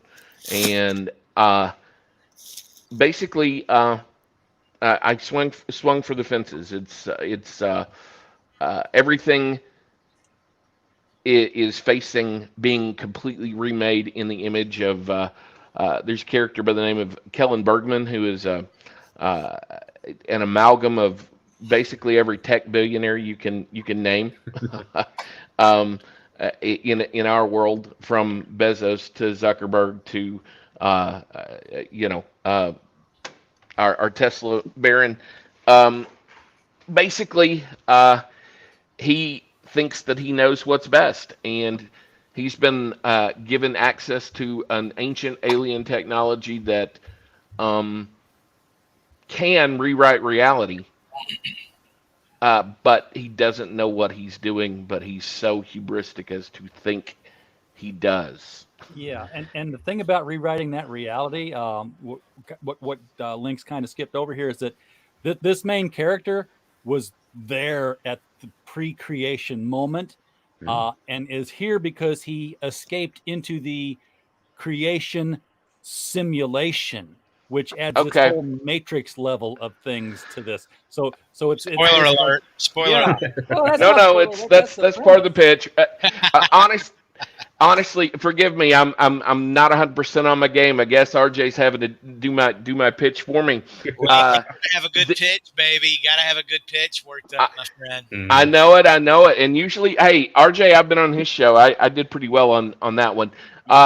Basically, the idea behind it kind of came from playing open world games like Skyrim, or even the later Assassin's Creed games, where you've got NPCs that are going about their lives and doing whatever, and I got to looking at that and thinking about that and saying, what if our reality was like that? That to us it seems real, but what if it's all, a simulation to beings of a higher dimension? And so I kind of play off the whole Christian, the Judeo-Christian belief system, in so much as the God of the Bible created it. From our perspective, it's as real and as concrete as we can experience it. But from the divine perspective, it's very much a simulation. It's not as real as his reality. Does that make sense? Yeah, sounds better than the Matrix. Yeah. Okay. Well, that after the first one, it wouldn't be hard. There's your pitch. It's better than the Matrix sequels. Okay. Sign me up. Anyway, long story short, these different angelic factions have gone to war with one another. And you've got the Legio Agellum, which are the peacekeepers and the guys who are just towing the line of the plan of God as he left it. In the seventh day, God entered his rest. He's gone. He's out of here. Even the angels don't have any experience with God. And I try to steer away from saying angels and God and use religious terminology, not because I'm ashamed of that, but because I don't want this to be read as just a religious book. I want it to be read as polarize the audience. Exactly, and I don't want it to be, frankly, I want to convey a decent message in a story without it having to just be draped over with, I'd rather it be an undercurrent of spiritual concepts rather than it being overblown. Anyway, but Rafe was a character. His role was the concordance. He's pretty much the record keeper of the creation, and he knows pretty much the source code for our reality. And whenever he saw the warfare begin to take place between the Legio Agellum and the Host and some other factions that don't come into play in this book series anyway, He fled into the reality simulation and hid among humanity. And he has never yet really gotten the hang of what it is to be human. And he's really kind of an eclectic sort of guy. And in fact, whenever we first meet him, he's a private detective in this life, but he's also staking out jewel thieves so that he can get a piece of their action. He's going to rob the thieves for the purpose of being able to afford the lifestyle that he's personally become accustomed to, because he's somewhat jaded and he's sort of settled into his ways, and all of it blows up in the matter of one evening whenever somebody shows up at his door that he literally hadn't seen in 1,000 years, and it just gets worse from there. And he gets drug into this conflict, and at first his first instinct is to just go run and hide again. Yeah. And instead of doing that, our very human point of view character, a young lady by the name of Kendra Owens, helps him to bridge that gap and realize why he can't do that. And so he has some character growth over the course of what will be 4 issues, to help him be able to interface with humanity in a way that he's not been able to before, because he's never tried to make a human connection. He's always just connected with things rather than people, if that makes any sense. And anyway, our antagonist, the human antagonist on the other side, this Kellen Bergman fella, really thinks he's got it figured out, and in reality he's being played. And that really becomes evident as the book proceeds. But this first issue is pretty much, there's some action and stuff that takes place, but it's pretty much a lot of setup. Mm-hmm. Yeah, we got the link in the chat here, Pops, for the Indiegogo, but that's no good. That's not going to launch, right? That's correct. It's not going to go through the Indiegogo. Okay, but it's going to look pretty much the same. Yeah. Exactly the same book. It's going to be, the book itself is 44 pages for the first issue each. If we can do it the way that I want to do it, I'd like to see it released quarterly. And in the meantime, in between those books, I've got some other stories that I want to tell too. And I'm kind of wanting to go in, the deep end, like your wife sent you, Ernest. Yeah. But that's my pitiful pitch, guys. Well, hit me with the link when it goes live. I sent you an email link. I appreciate it, man. I did see your email, and I will definitely do that. Like I said, we were already supposed to be at this point. My original intent was to have them in people's hot little hands by Christmas, and that's not going to happen now. But don't sweat it. Keep going. Yeah, we're rolling now. Good deal. Looks great. Before we launched our first one, I had no clue how to set up a Kickstarter, and Chris was talking about this before, that there's not a lot of resources, like one place that's a resource for how to do a Kickstarter, how to do a comic or anything like that. And I stumbled upon this blog by this guy who his first Kickstarter had failed, and he went and he was like really honest and open about what he did wrong. And I got to tell you, I learned so much from that, like knowing what not to do and what this guy had learned to do. So if you're thinking about launching a Kickstarter, do your research before you do it, or, Indiegogo or whatever you're going to do. Do the research, do a shitload of promotion long before you ever launch your thing. Get some sort of following going first, because that's going to make a humongous difference for you when you launch. Now, does Kickstarter have a pre-launch capacity? Because I know Indiegogo's got that whole pre-launch where it's like, hey, sign up for the newsletter so that when we launch, and you can run that for a while. Yes. Yeah, they do now. They were following Indiegogo on that. They followed Indiegogo on a couple of things like the add-ons and some of the other stuff. But yeah, they have that now where once you're cleared to go, you can launch the pre-launch sign up, and so people sign up for it, and you can get an idea of how many people are looking forward to it. I wish they had the in-demand feature.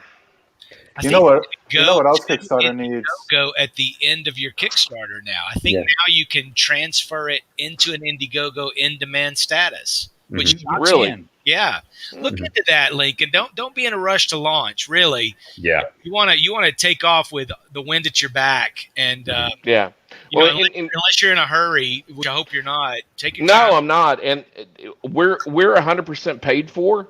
Okay, at this point, and except for 4 pages that I should be getting anytime.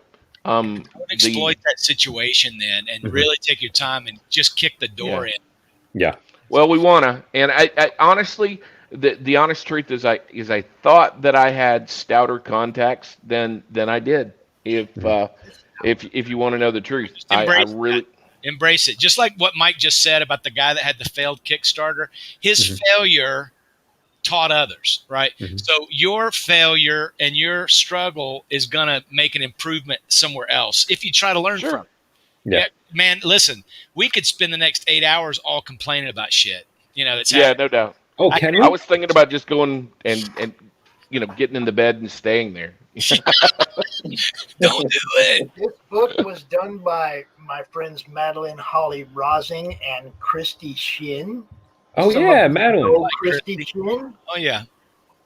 Yeah, she does the Boston Metaphysical Society. Kickstarter for the independent creator, right there by 2 well-known, respected people in the industry.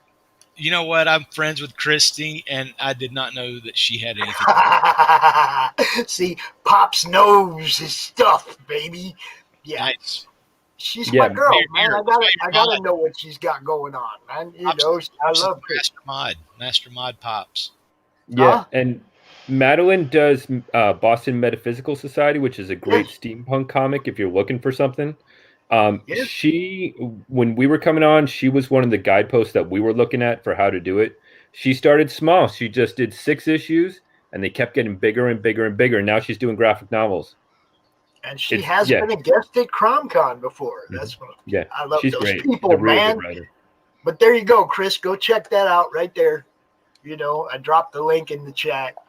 You know, maybe get with Christy and do a show with Christy about it. Yeah, making notes right now, Hoss. It's what I do. It's what I do, y'all. There you go. All right, what's I had next? to change hats. Ooh.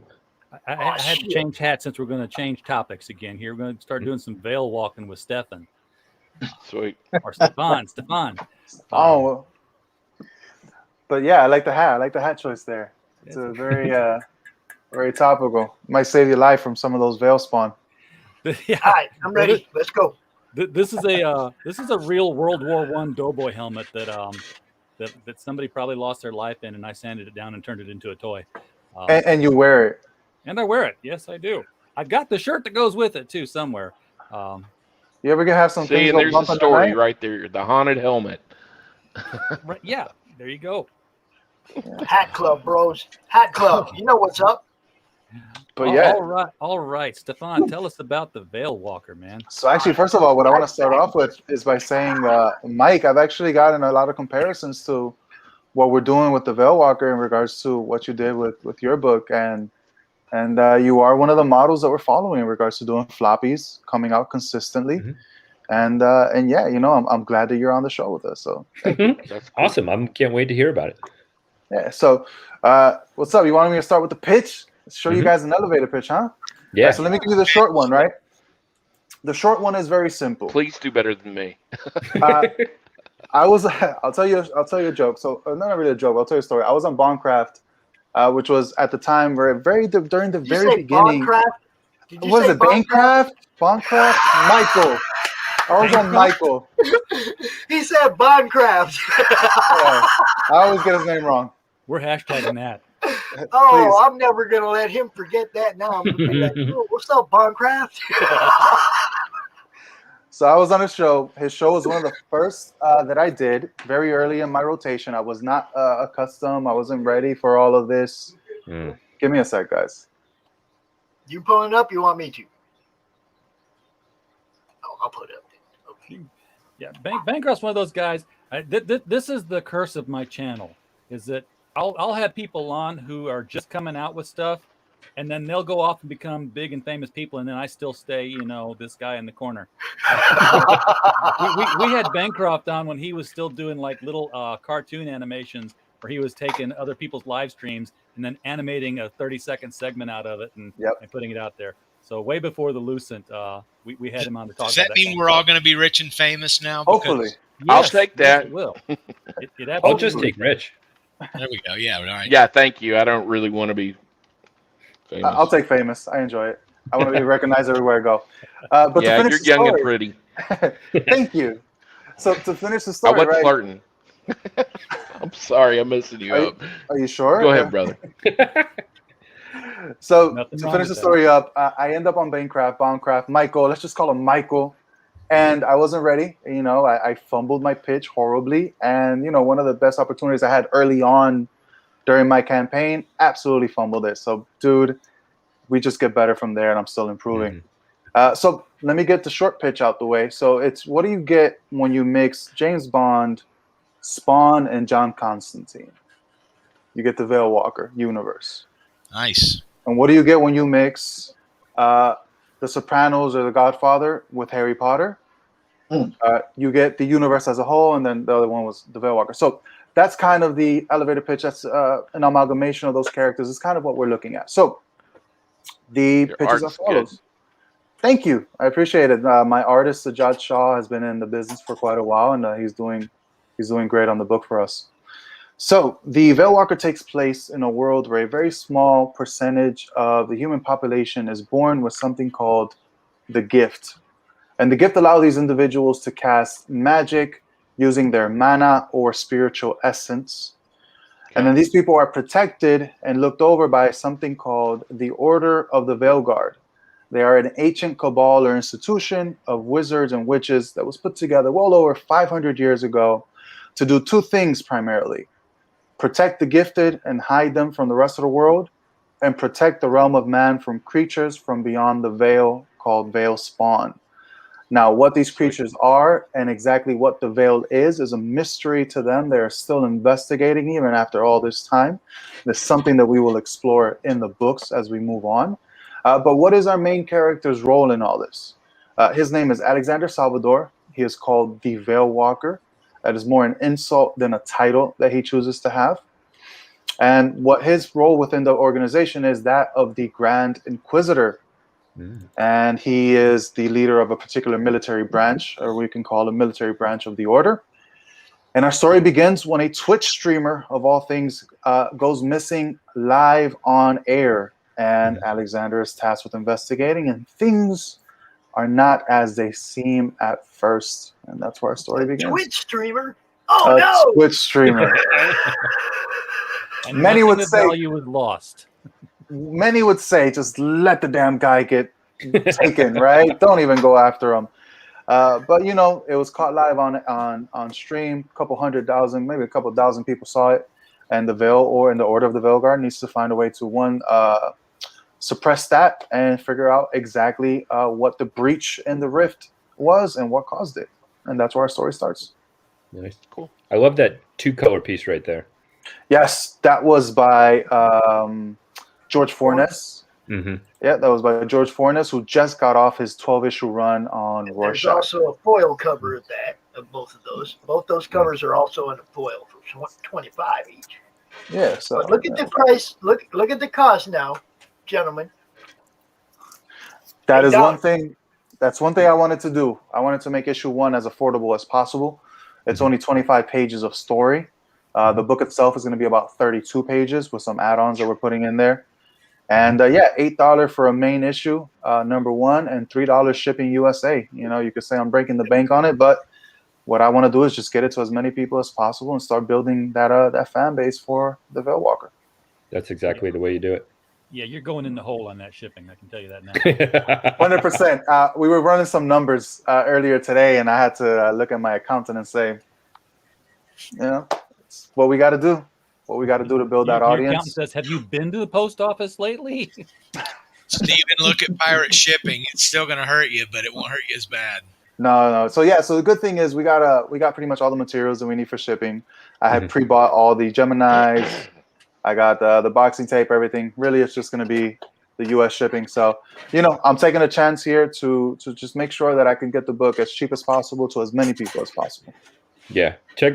You're going to be looking at media mail, so just be careful because some of those postmasters like to send them back. Yeah. We'll have to figure that out. But yeah, so here we are, and Those that's sequentials look great. Thank you. Against the Judge Shaw, Adelso Corona was the inker on our issue 0, which is currently what you're looking at. And then issue 1 was just the Judge Shaw and Leo on the colors. So I wanted to say we actually have unlocked a couple stretch goals already, a bunch of which I already have here. So let me show you guys. Write and draw. I am the writer and creator. I am not the artist. Okay. Who's your artist? Sajjad Shah. Okay, yeah. He's good, man. Yeah, he's great. So here is a bookmark that we've already unlocked. Here's a 6x9 printout, also already unlocked. And you're getting these 2 stickers. Man. Already unlocked. All that for just $8. I think it's maybe the best deal in indie comics right now. Best steal is what it is. Yeah, because they're stealing from me at this point. Wow. Take advantage of this deal, man. Take advantage of this guy. He just wants to give you his book. He's giving them away. Yeah, I mean, I backed it. It was like, look, I'm always looking for the ones I can. If I can back 3 books for the price of 1, I'm gonna back the 3 books. If I can find 3 books that are priced in this range instead of a $30 book, guess what, guys? 3 books, 1 book, 3. I mean, I'm just saying, I'm a cheap ass, and I want number 1 of everything. So Bale Walker number 1, woo, coming my way. That's what I'm talking about. And it's the same with everybody on the panel, and like you heard me ask Mike, can I get a first printing of number 1? I want to be in the story from the beginning and follow it to its conclusion. I'm a story guy.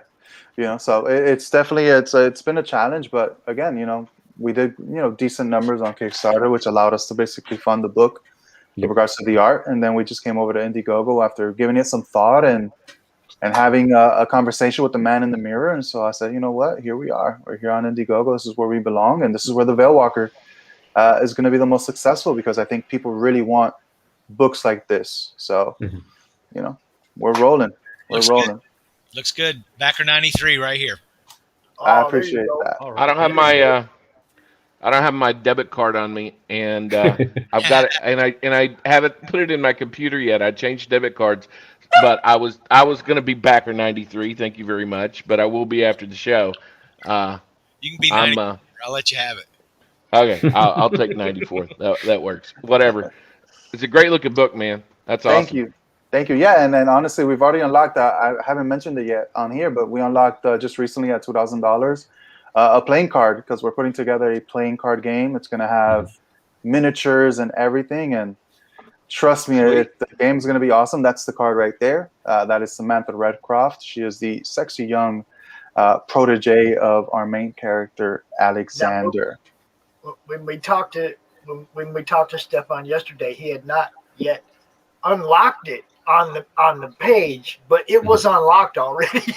It was unlocked. Yeah, I had to do some graphical design and update that design there. But yeah, so we unlocked it, and actually, I want to make an announcement. We're gonna have a 24-hour tier going up on Tuesday. I know it's a weird day. I might save it for Friday. Let's see. I'll update everyone. You know what? Yeah, you're right. I'll do it. We're going to have a 24-hour tier go up on next Friday coming up, where it's going to be the $50 Foil Inquisitor pack. But what it's going to include is a sketch by yours truly for just an additional $25. So for $75, you'll get a sketch from me inside the book, and you're also going to get everything that's included in the Foil Inquisitor pack. So, be on the lookout. You have pretty much a week to prepare for it. It's going to be 24 hours, or once we hit the 50 mark sold, because I am not going to draw more than 50 sketches. I'm putting you on the spotlight now. I'm putting you on the spotlight right now. I appreciate that. Okay. Don't put me on there too long. The computer might break. You said you're not the artist of the book, so show us some of your art. Show us what we're buying, bro. Ah man, the closest thing I got is a sketch. Hold on. Yeah, show us something. Show us something you did. Show us something. Honestly, this is just a sketch or character design I was working on earlier. You won't be able to see it too well. It's good. Yeah. Yeah. But again, okay. I just want to know what I'm buying. That's all right. You know. Yeah. Okay. Pops is pulling out the Capital One card right now. Yeah. You know. So that was. No, I gotta wait till Friday. You actually. Okay. And some people got to donate to the Madness Upgrade Fund. Get that PayPal going. Yeah, you guys weren't supposed to see that art yet. That's a character from Bell Walker, but you know, there it is. That's pretty much something you'll actually get something a little better than that because again, that's just a sketch I'm drawing, trying to figure out the design for a character. Mm-hmm. That's cool. I'm a decent artist. I feel that my art on sequentials would not do this book justice. I am right there with you, Guy. I was shooting for sequentials back whenever I was 23, 24. I don't have time or the energy to put into polishing my sequentials game. Just to not do my book justice to the degree that I think that it should, which is why I looked far and wide to find somebody that could do it justice. Pop, I sent you some interior artwork. If you wanted to throw up. Hey, Yeah, Pop, real quick, if you want to go ahead. Zoom in on me real quick again. Sorry. Hold on. Where am I at here? Hold up. Okay. All right, so this is something else I did a while ago. So this is kind of something you guys are expecting. So again, another character you guys weren't supposed to see, still in the design phase, but here we are. Whatever. It is what it is. Breaking news right here. Breaking news. Yeah. I love that kind of stuff, though. I keep saying, that's what it's about. All right, Mm-hmm. so let me show this this other piece of art real quick. I gotta go out of there, come back in. Y'all gotta need to learn to start sharing your own damn screen. You know what? The honest truth is, I'm actually doing my streaming from my iPad, and I really need to just quit being a cheapo and get Apple hates StreamYard. It's Yeah. hard to do. Is that it? Is that what we're talking about right there? Yeah, that's some interior stuff from Outlier. Right.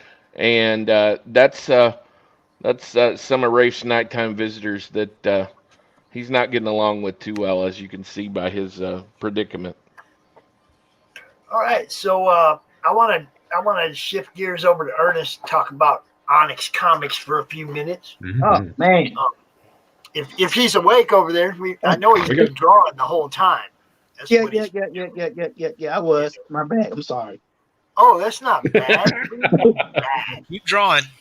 Yeah, I'm working on some of these little commissions I got that I get stacked up. I just get rid of them.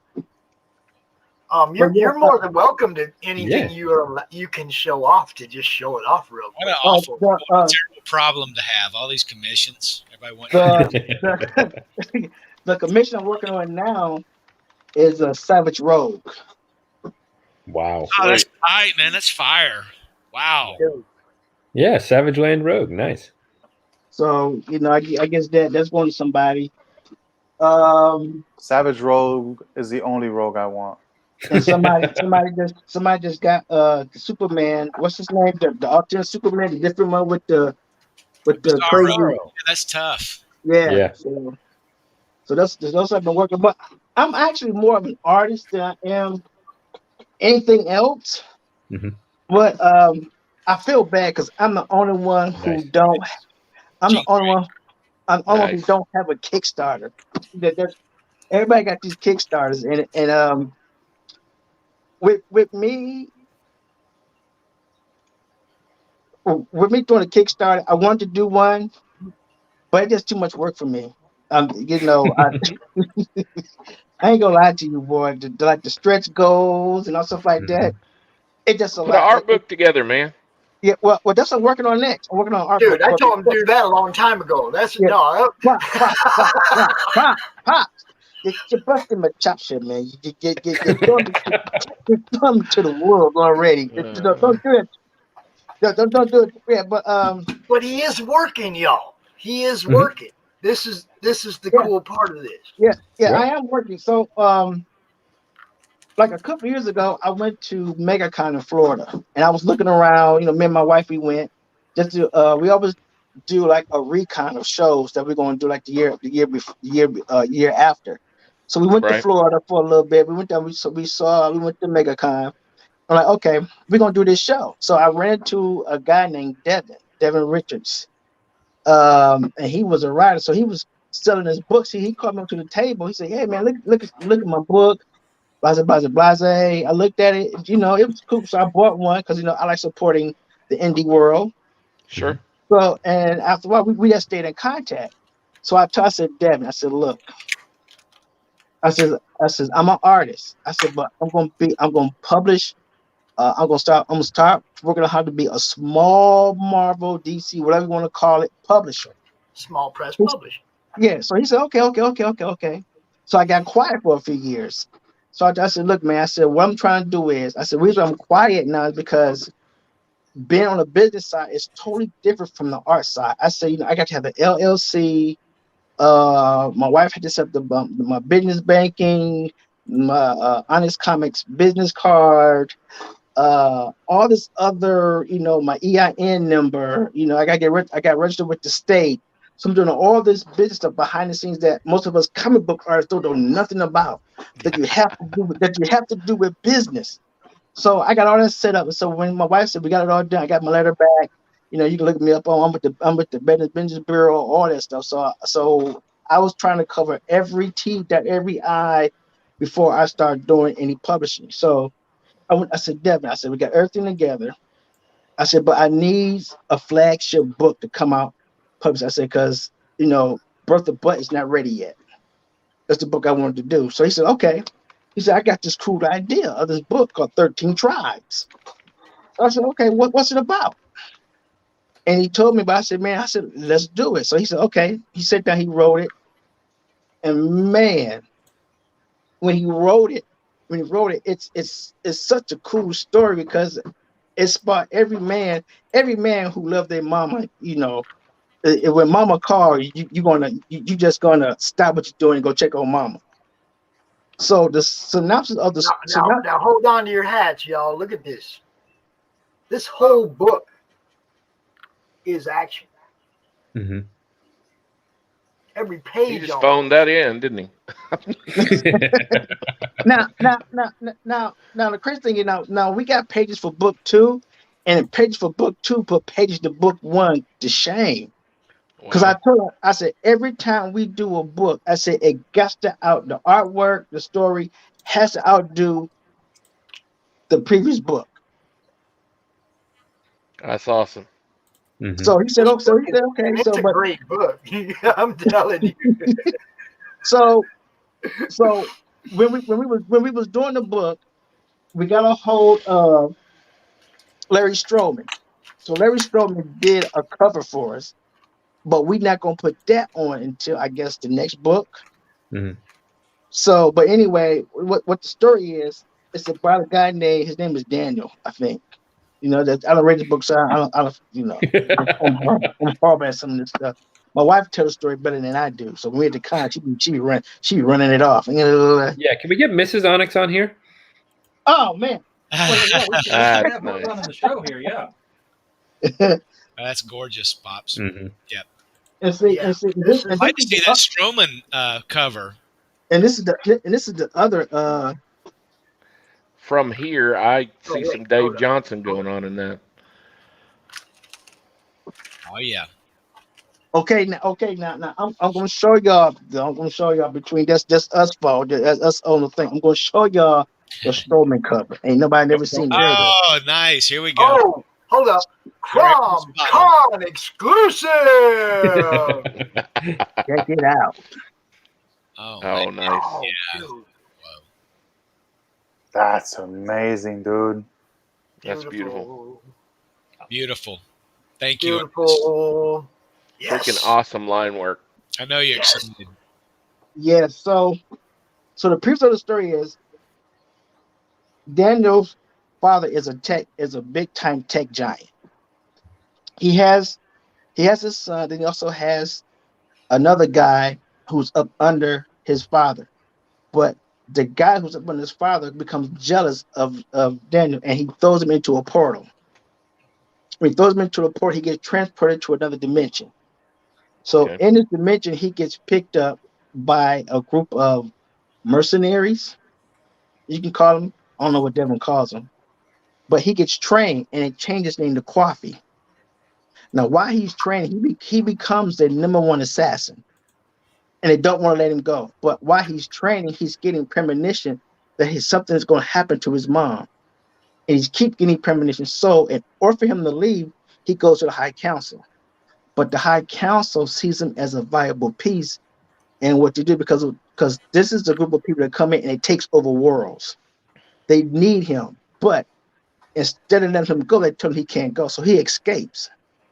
When he escapes, he has to go through 13 dimensions to get back to his mom. And through the 13 dimensions, he battled 13 different tribes. And it's going to be 13 books. 13 books. And I tell you now, book 2, he showed me some pages of book 2. Unreal. Awesome. And the guys that he got working on the book they're over in Fabio is in Indonesia. And the guy who got inking is over there. So there's none of the artists, none of the people who work, none of the inker and the artists and the colors are not in the United States. They're overseas. So I'm like, wow. I said, okay. Ernest, I said, okay. I got to do this to you now, Ernest. Uh-oh. This guy up here, right above you, wearing that fancy hat. That right there? Yeah, that guy right there. Okay. You know, he's one of them people I was telling you about that you need to get in touch with on the business end of it. Okay. On the logistics end of it. So that's why we have the shirt, Pops. I got to get one of those shirts. I'm pretty sure I told you, Dori and I told you and Devin about him on Monday night, but this is one of the guys we were talking about, RJ Carter. You can find him in the Madness. Hook up with him, talk to him, let him tell you what he can do for you to help ease the pain that you and the wife are going through. Yeah, but the crazy thing is, we took the book down to MegaCon.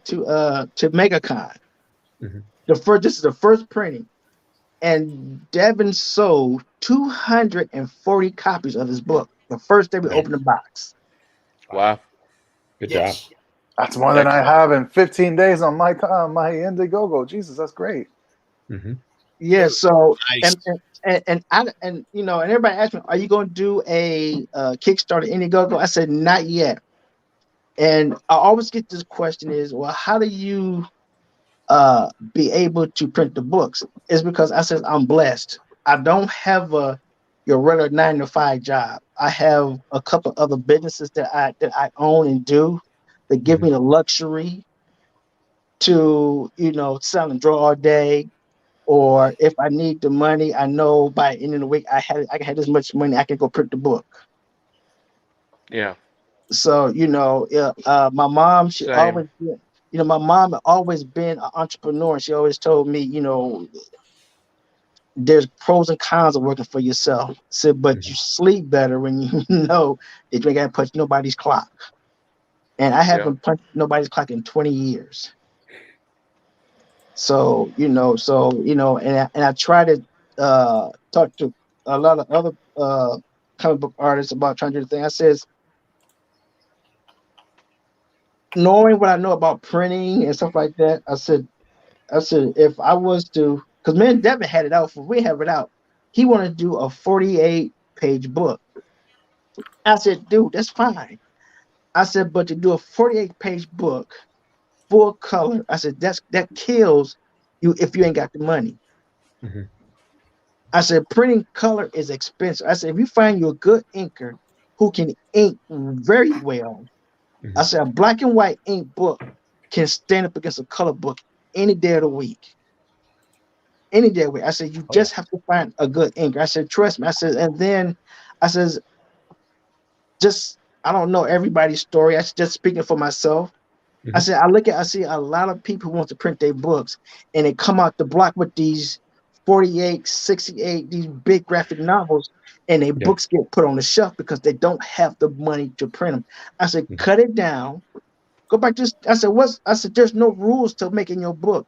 I said, if you want your book to have 12 pages, get your book 12 pages.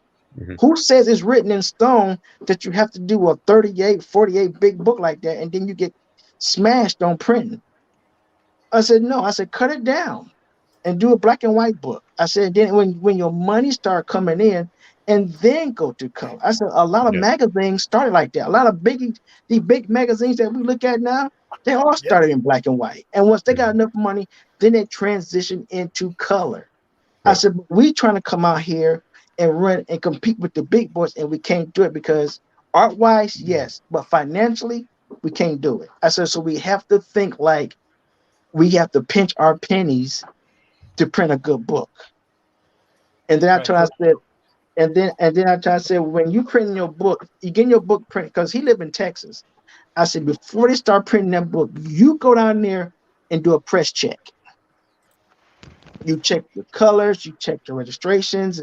I said, all that before the books come off the line. I said, I tell everybody, wherever you get printed, you do a press check, whatever, buzzer. But here and say, but that's what we get. And we only selling the book for $5. But now. $5. Right there, right in front of you. $5. All right, so Pop, since we can't get this on Indiegogo or Kickstarter, can you throw that link that you're showing out into the chat here so people know what to click on so they can go out and buy this book? I could maybe do that. That was the Onyx 4 comics that we had on the banner earlier. And then you can also, if this will take you right to the page, though, right to the 13 Tribes book. Right. Yes, and then if you don't want to get it from me, if you get the book, drop Devin a line, and all his information is on the back of the book, like Devin's comic adventures. And he's in the madness. Yeah, he's in the madness. Yeah, he's in the madness. Yeah. I got a question for everybody here. He would really like to hear what you think about, his book, because I tell you, he showed me pages for book 2, and book 2 will be out by December, January. Hold up. We got more CRoM Con exclusive news. Yes, book 2. I told us that we're gonna try to do a quarterly book every 3 to 4 months. I said that way it gives us enough time. I said, because you don't want to rush your book. I said, a lot of times people get these books out, and you can tell a rushed book from a good planned book. All right, Ernest, I got to interrupt you for just a second. Chris got to take off in a minute. Listen, before you jump over here, Pops, Ernest, when you get all 13 done, I think you should do a crowdfund for like a graphic novel hardcover or something with all of them. We already talked about it. And that's what we're gonna. And that's what we're gonna do. Good. And that's what we're gonna do. Good. Yeah. Yes. Is that you? Hold up. Look. What do you got to say, Marmalade? What? All right. Come on. What? You got a fuzzy guy on the show here. I want to talk to the fuzzy guy. Can I talk to the fuzzy guy? In just a minute, Marmalade, okay? Because Chris wants to show us a CRoM Con exclusive. Yeah, I got a bolt in a minute. It's past this old man's bedtime, but I do want to show you guys something that has not been seen yet for Mike's Thin Blue Line comic. Now, just as a real quick pitch, let me give the real quick pitch. Raging Mob. Go ahead. We talked to him last night. We'll talk to him again. But yeah, give him the quick pitch. Show us. The mobs are burning down the city. The cops are fighting for their community. We have got an exclusive cover from a guy named, I don't know, you guys may not have heard of this guy, Sergio Cariello, Batman. Who's that guy? You never heard of him? That's my cousin. Ranger. He's a good friend of mine. He's a good guy. And Sergio is tops. And he has got a cover, I want to see, that he's been doing for the Thin Blue Line comic. I want to show it off here. I can put it on my screen here. Let's see if I can do this. Yeah, just share your screen. I'll put you up there. Let's see. There we go. Hey, there we go. Oh, what would you do? Big screen. Big screen. Nice.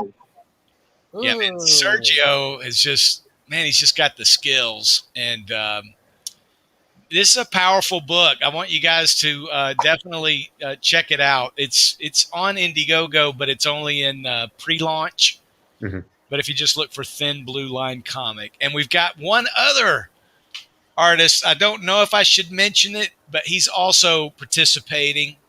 Butch Geis is going to be doing some work inside the book.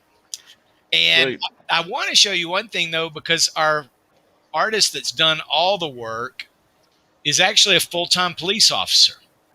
His name's Joe. Yeah. That was a CRoM Con exclusive, but Mike actually showed it to us yesterday. Oh, that's his work right there. That's some of his work. So that's Joe's stuff. All right, good, man. You know, it makes me so happy. I just looked in my inbox for Mike, and it was there. So I know I showed it off yesterday while he was on. Well, I'm happy to know that Mike is checking off all the boxes when he comes on these live streams. I don't have to hold his hand. Oh man, dude, I make sure we talk about everything he's got his fingers in. I do. I'm like, because I want everybody to know what a working man that guy is. Man, he's a beast. He's a beast. And now his next thing with Pat Broderick. I wish I could tell you the pitch, but the pitch is the spoiler. But it's beautiful. If you know Pat Broderick's work, it's just. Well, I seen the Western, and I seen the Bronze Star. Cover of the, I designed the logo for that, by the way. No kidding! Wow, I did. Sharp. So you know the twist. To me, it's a twist, and Mike has revealed the twist more than once. I hope he doesn't anymore. Guys, hey, I've had a lot of big fun. I'm not a creator, and I got to hang out with some very hot creators. You guys showed me some good stuff. RJ and Pops know what they're talking about. I'm just kind of the guy shouting over here, making fun of people that don't like us. Actually, Chris, you do serve a great purpose in the community. You do take the time to try to open a few eyes. You take the time to try to open a few eyes. You're light about it. You don't get argumentative anymore, not as much as just like me. We both outgrew that shit, man. And we kind of both did it through the same, talking to each other about, do you believe that crap? Yeah, let's just. You're a creative hub just like this guy is here. It's just you look so much more reputable. Yeah. Yeah. Good. I mean, I even wear a golf shirt with our business name on it. And I still I got to keep doing the T. I got to represent. Hey, guys, had a lot of fun. I hope to do it again. We'll push October for you again, Pops, as usual. George, sorry I'm not going to be around while you're there. If he's there. George, are you behind the poster? No, I'm right here. Okay. And RJ, we'll catch up soon. Ernest, I've sent you an email. Mike, I've sent you an email to your Etsy. Lincoln, I sent you an email. I got it.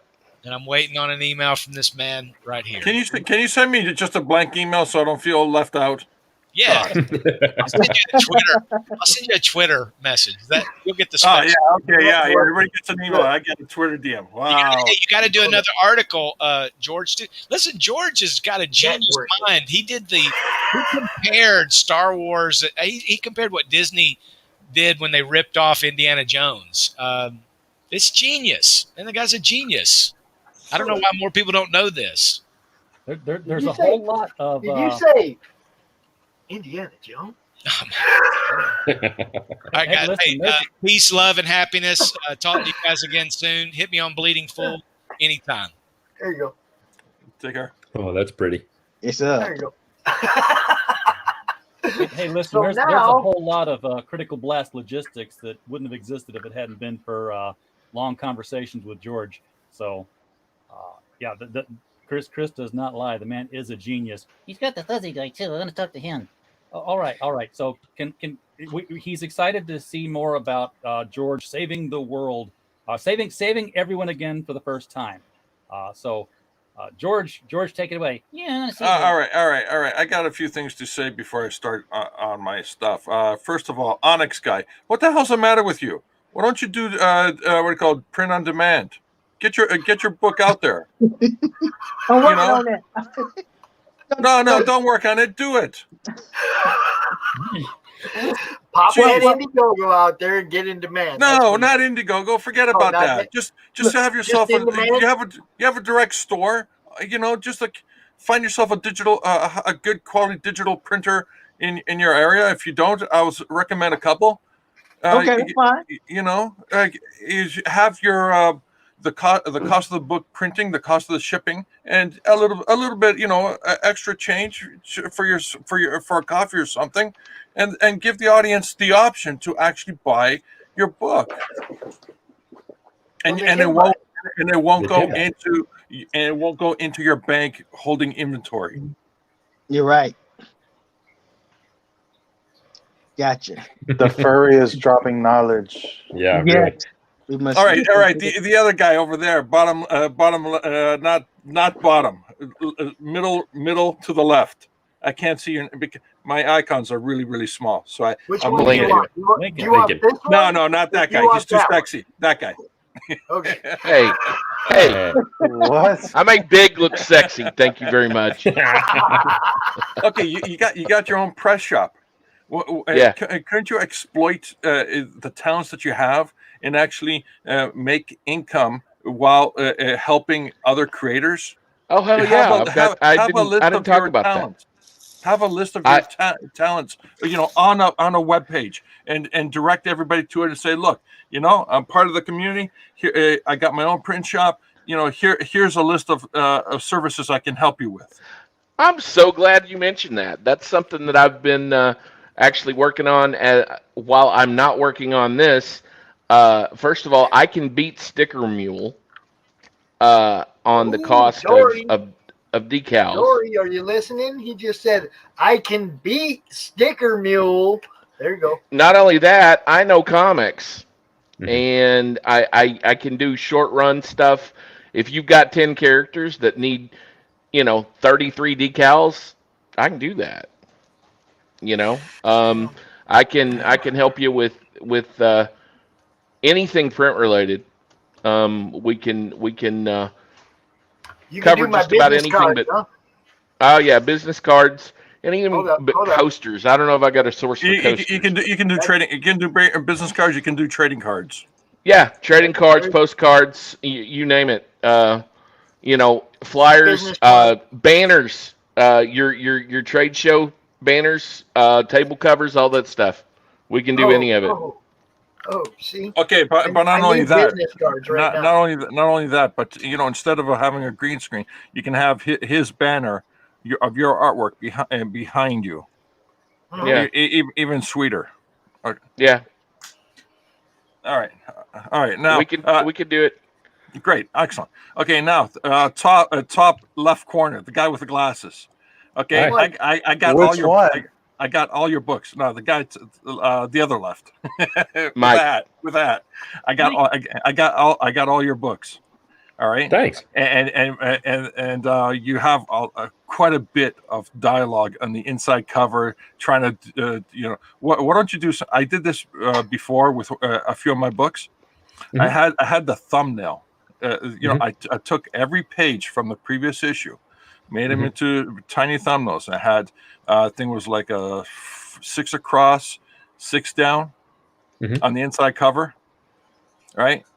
And the gag was, if you can understand what you've seen in these thumbnails, you're caught up. No, that was the gag. But the thing is,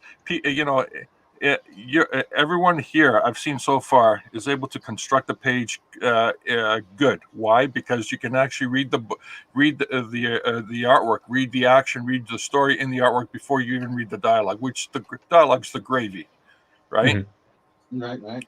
So why don't you try something like that, you guys? Stick thumbnails of your previous issue in the inside cover, and then have one paragraph or even a short paragraph of what happened. If you can bottle cap it into a short elevator pitch of what happened in the last episode, it makes it that much more fun. All right. Cool. Enough of the Bennis. Was it Brian Bennis?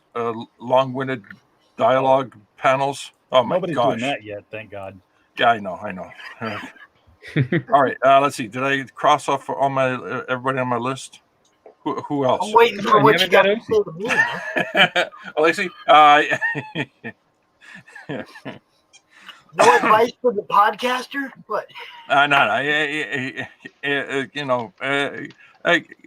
Your work's amateur. Do a little more polish. Come on, man. Josh. I'm scared now. Hey, I'll tell you what. I will take amateur from George. George's been doing what he does a hell of a lot longer than I've been doing what I do. No, it's a great first start, isn't it? Right?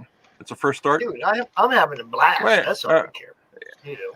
Oh, Lacey, it's a first. It's your first attempt. Yes, sir. Yes, sir. It is. Yeah, I don't believe it. You've been a talent like that just doesn't come in off the street. How long you been developing this? So I've been working on the Veilwalker for about 10 years. There you go, ladies and gentlemen. Yeah, ladies and gentlemen, the passion of our community, right there. An overnight success story, 10 years in the making. Exactly. You know that kind of planning, that kind of skill set. You know, what are the words I said? Putting in the work. That's right. And over those 10 years, we've developed about 10 years of story. So we're going to be telling the Veilwalker for a really long time. That's right. That's right. That's the hidden story right there. You know, that's that. I've heard you. I've seen you on other streams, but no one ever touched upon it. You know, no one ever looked at it and said, "Yeah, there's something off here." Do you have a writing collaborator, or you? Is it just pretty much you? So when we initially, and it was when I say we, because it was me and one of my best friends who I created it. He came in and helped me sort of polish it up over these past couple years. So, you know, he keeps me leveled. He makes sure that I don't think I'm putting out... A little bit more than a beta reader then, huh? Yeah, no, honestly, I think he's harder on me than he is on anyone else. And it's because his name is going to be attached to it too. That's valuable. That's you know, 100%. So yeah, it's been a long time coming and we're working on it. So I appreciate that, George. Thank you. That's beautiful. All right. Pops. Oh, I have a bone to pick with you, Pops. Yeah. All right. Yeah, I love your laugh. I do. Can you? Do you have a drink right beside you or something like that to smooth out the edge? Yeah, there you go. There's no way to smooth out the edge, bro. It just don't work, man. It just don't work. So what you're telling me is you're always on. The button's always on with you. There's 60 years of smoke past those vocal cords. What are you talking Not about? quite 60. Come on, man. Dang. I don't know you yet. I can insult you. Well, I'm looking at the panel here. There's altogether combined, our age will be about 400 years. Yeah. Yeah. About the centered bottom too, maybe. I don't. It's like you just gotta try to make me feel older than I am already, don't you? No. I'm just commenting how incredibly excited you are every single time there's somebody on your panel. You know, that passion does not wane, and I've been watching you for a while. Yeah, it's awesome. I like it. Yeah, I like it too, because every once in a while he gets the pop hate mail come across my screen. Yeah, Pops is an inspiration in more ways than one. Ernest has been a staunch supporter of what I've been doing for a long time. Mm-hmm. People have gone to him and said, "Oh, that Pops is this and that Pops is that," and Ernest would be like, "Have you ever talked to Pops? You ever talked to him?" Because that's what Ernest did. The first time I said something that made him go, "Huh?" He called me up and talked to me. For 3 hours we talked. Okay? We're looking at each other on video, and we talked and we could see each other's eyes and we could hear the inflection in each other's voice. And the post that I made, it doesn't convey that. You guys know that. A lot is lost in text. And that's why when I do business stuff with people, I said, please, I'm old school. Do not text me. Either call me or we will FaceTime. I do not do business. I do not chat. do business over text. Don't, if you text I've me, I will actually not had answer you. I've actually had Oh, things we that I couldn't was do doing business. with people fall apart because of that kind of communication. You know, it's like, look, we're not communicating because you see me texting at you and you're putting the inflection on it that ain't there. Like you think I'm angry or whatever, you know. I mean, it's like this is just the way I talk. Okay? Talk to me like this. Ernest did that. Ernest and I became fast friends because we talked to each other. And Ernest seen who I was. I already knew who Ernest was. He didn't have to tell me. I knew he was a stand-up. I was promoting him. I already knew, right? You see what I'm saying? It's like, but there's people that have come to Ernest and go, man, you shouldn't be hanging out with dudes this and dudes that. Ernest's like, man, I ain't got no time for you. And the worst one I got, homeboy gonna tell me, I can't hang out with Pop. He racist. I mean, I talk to Pop. I talk to Pop on a regular basis. I don't know what's maybe it's a doppelganger or something. I don't know. I even like little orange dudes, man. Yeah, I get it. I get it every once in a while. I get it, man. I'm like, you know what? And like I said, I'm the kind of person I don't get into all the comic gate stuff like that because I'm trying to hone my skill. So a lot of times when I have the freedom, I will come downstairs and I will draw from. Let's say I get in at 12 o'clock and I have nothing to do. My wife, she got some meeting to go to. Matter of fact, let's say she got a meeting. She got to go to Washington D.C. for one of her meetings. I would come in. She would set my food up for me. I would go work out, and then I would come in like 12 o'clock in the afternoon, and I would draw to literally maybe let's say 4 or 5 o'clock in the morning. When I first met Ernest, he showed me this stack. Then he showed me another stack of art, of his art, like what I was showing you. He's got piece after piece after piece. I was like, why don't you do just an art book? Just do an art book. Sell some fucking prints. Do something. I've been on Ernest for a while. I'm so glad that Onyx Makes me want to cry. Okay. See right there, top right guy on the screen. Meet center left guy on the screen. Get together. Your town, his technical production. You got something He published. ain't wrong. Is that right We there? could Right definitely there. push a book through. You two. Help each other out. That's what he's saying. That kind of stuff. This is a networking panel. And the crazy thing is, that's what the madness is about. And then you need to get this stuff anywhere in the world. Right there, the guy with that orange. the orange guy. The orange guy. And all these are comic strips. Look at that. Stacks and stacks of art. Yes, art. Okay, you know what that's called? That's called an untapped. It's called hoarding. No. Quit hoarding. We want it too. That's what you have there is an untapped intangible asset. Yeah, that's money. An intangible asset means that you haven't actually exploited it yet. Yeah, I'll tell you right now, Ernest, as skilled as you are, honestly, that you're sitting on that much just loose art. You need to do a book. You don't have to create a comic book. You don't have to create a novel. You could actually just create an art book, but not only an art book, but make it a really awesome art book. The art of Star Wars, where they had the script and the art, the development art, all in there.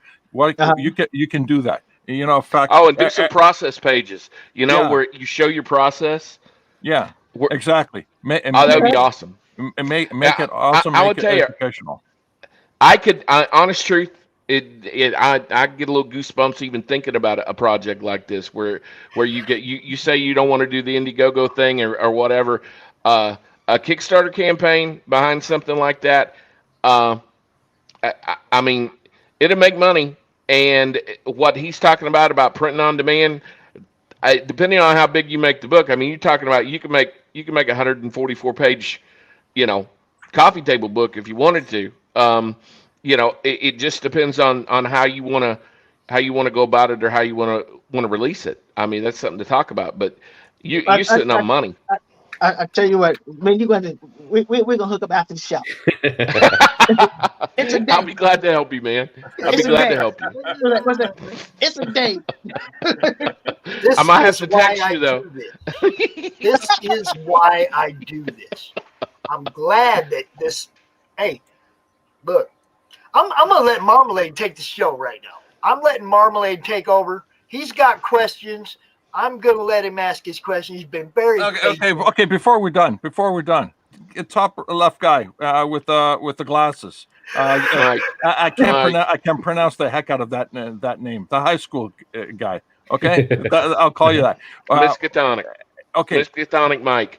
Okay. Couldn't you do like say a set of trading cards that puzzle your entire concept? Because just like you see here, I know you got a lot of back development story that's taken you many years to because you're so fucking you're just polished. Every one of you are fucking polished, right? And that shit just doesn't drop in overnight. You got all that back stuff. I'll interject. Couldn't you create something to exploit that back stuff?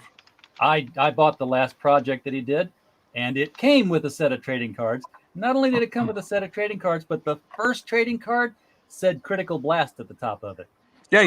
But I'm not talking about just trading cards. I'm talking about something that puzzles your incredible interconnecting stories. You do it in a card fashion. Something to show off your world building. Yeah. Right. Are you talking about like a game? Or are you talking about card set? What are you talking about? Yeah. I'm talking about all that.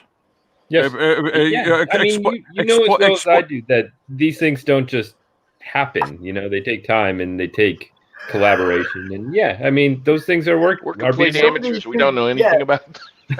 Sorry. Okay, no, the reason why there's a purpose to my madness is because I've worked in licensing. I've worked in taking one piece of concept and exploiting it in multiple platforms. Oh yeah, and all of you have enough content within you. It just floating intangible assets. You could exploit it. You guys ever walk the toy aisle at Walmart and you see those Beyblade tops? That guy. Nice. Wow. Right. Frickin' Beyblades. Do you know how much? I had 3 sons. Do you know how much you cost me? I know how much it cost me for one.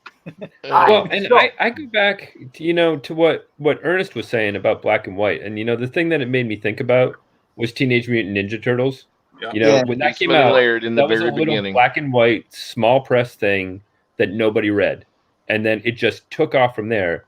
And how many years did it take before it became color, before it became cartoon, before it became game, before it became trading cards, before it became action figures, before it became lunch boxes? It's like, you're exactly right. It became a household word. One idea can go a billion different ways. Yep. Right. But you got to keep working at it, and it's figuring out collaboration, figuring out who you work with. And the assets that you already have, like you're 12 issues in, you are starting one issue in, and all that stuff, right? You could look at it, look at your assets, look at your pages and stuff. Forget about the color, okay? Strip the color away. Just look at the artwork in black and white. Do you think it's sexy enough to become an artist edition? I do. I mean, I sell them as noir issues. And I like them that way. Yeah. You see where I'm going, right? It's like absolutely. It's just the thinking. My interior's got stronger in black and white than he is in color. Right, but here's the thing. I mean, at the scale that we're talking about, there's 2 guys working on my comic. There's me and my artist. And my artist does the color, and I do the lettering. If we stop to put out an art book, if we stop to put out a card game, if we stop to put out a role-playing game, that's probably 6 months of comics I'm not doing. It's plain as simple as that. It's not so much you've already done the artwork. It's just before the colors. There's some people that are releasing both the colored book, and then there's people that want the black and white because they want to see the line art. They don't want to see what happens after the colorist gets it, and so they're putting a tier up of just the black and white as well. That's us. We're doing that. See? Yeah, we do that every issue. We put out a black and white noir one. What we say is, if you like horror, horror's better in black and white. See, here we go, George. Now look. Okay, the damn microphone. Marmalade talk. But not size S. I'm talking about oversized. Make it sexy. Yeah, no. I get you. Yeah. But I mean, I think you know what I'm talking about, which is yes, I do. It's I'm not an IDW. I'm not whoever else. I don't have 17 people to be doing all this. You make choices as a creator, infrastructure, what you're going to put out and what you're going to focus on. And for us, what we wanted to focus on was the comic. We wanted to tell the story. We wanted to make the comic. And believe me, if the comic takes off, there's going to be time enough for artist editions. There's going to be time enough for figures. There's going to be time enough for all this marketing stuff. But if the comic doesn't take off, who wants your figures? Okay. Pin that thought, and when we loop around, I will show you stuff. I would love to. Hey, what they were talking about, this networking thing? I would love to talk to you more because, your shit. My DMs are all open. I'm probably the only guy in Comicsgate, in and out of Comicsgate, that you can reach by DM on Twitter, Discord, email, phone, you name it. I'm wide open. Yeah, let's check. Because are you in the madness, George? What's that? Are you in the comic-related madness? No. I've been trying to keep off. I've been trying to, cut down. Like my vodka. You see this? Now, I do have a question for everybody, real fast. Is everybody here subscribed to my YouTube channel? Yes. Yeah. Hold on. Come on, man. How do you show up on somebody's channel? I'm looking for number 450 right now. I'm looking for number 450. Where's he at? Who's he gonna be? He's right there. I kind of think so. No, dude, I really am. I've already subscribed. Right there. I promise. I need one more, man. I need 450 before CRoM Con's over. Jeez. Go do it. You don't have an account. You'll do it. I don't. What do you mean I don't have an account? I got my own show. But you're using my account, so it doesn't count. That sucks. Get Marmalade his own channel, damn it. Oh, you're at 450. All right. Thank you. Woo! That's cool. That's one of them little milestones. We're getting there, folks. We're getting there. So I don't know what's the comic book about with the fuzzy blue guy. Oh, right. Okay. Tell me what it's about. I want to see it. All right, fine. Okay. Thank you. All right. Okay. Share my screen. Okay. Okay. Before we begin, I'll just give you a little understanding. I've been doing marketing, advertising, and branding for 30 years. I worked on both sides. I've worked on press, Heidelberg press, pre-press, the whole enchilada.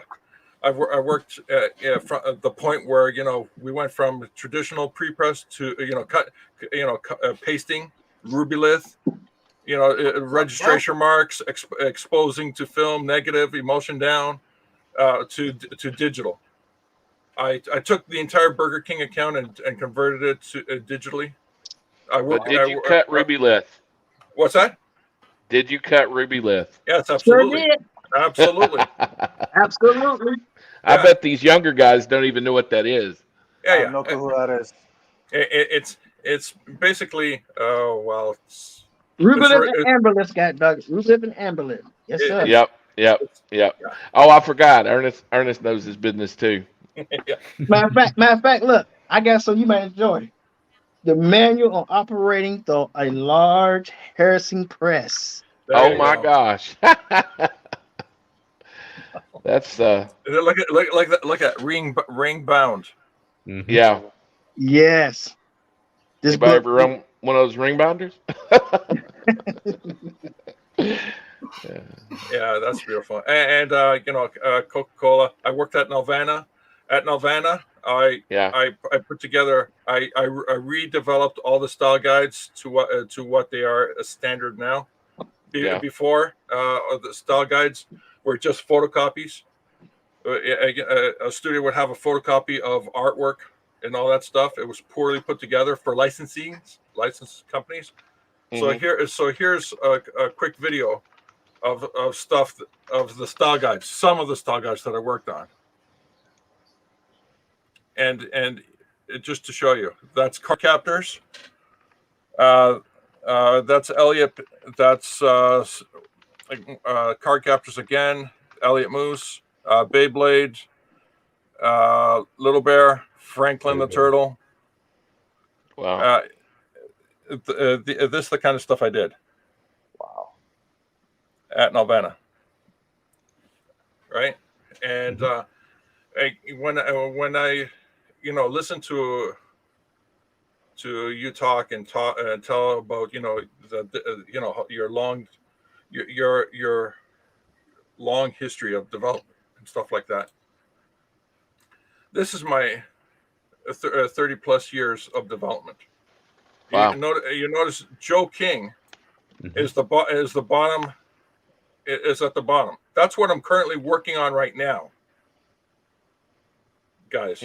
Everything else here, it started off in grade 10, where my English teacher said, "Get your act together. You're going to fail the year." So the first thing I did was, she said, "You got an assignment for tomorrow, on Shakespeare. But you have to give me a book report. Blah blah blah." So I went home. I read Macbeth, and I did What If Macbeth and Lady Macbeth Had Lived, and I didn't give her a 1-page or 2-page report. I actually wrote a whole story about what if Macbeth and Lady Macbeth had lived, and I gave it to her. It was 30 plus pages. A week later, she went before the class and said, "All of you have failed except for one person, and that's George." And everybody's going, "What the fuck?" I'm just paraphrasing. And she says, and she takes out sheets of paper and says, "This is what you all given me, single space, double space, 1 or 2 pages." And then she says, "This is what George gave me." She drops it on the table, and she says, "This is why you have to do better." And then she said to me, "You keep this up." So I did. The next thing I wrote was The Black Diamond Effect. And then, of course, everybody at recess beat up George behind the school for blowing the well, they couldn't, because I was the tallest geek in the school. Okay. At 6'2". Yeah, height saved you. Yeah, the height did save me quite a bit, actually. So what happened after that is I wrote The Black Diamond Effect. She read it. She said, "I read it. My husband read it. We read it to our kids. I don't know all of what's going on here, but this would make a great movie. Keep up the great work. I want to see more." So I'm just paraphrasing. I have the actual note that she sent me, scanned and put on my Twitter page. I don't know where it is because it's somewhere in my timeline. So then I kept writing and writing and writing. In 1990, I came up with The Black Diamond Effect, which is actually row 2, second from the left. And that's the primary comic, which right now I'm at issue 20. Issue 20 is actually the Joe King book. I'm currently working on issue 21, which is which I will show you. By the way, when I get to this, please don't feel overwhelmed, because I'll tell you why it's so easy. Issue 20 and 21. Right.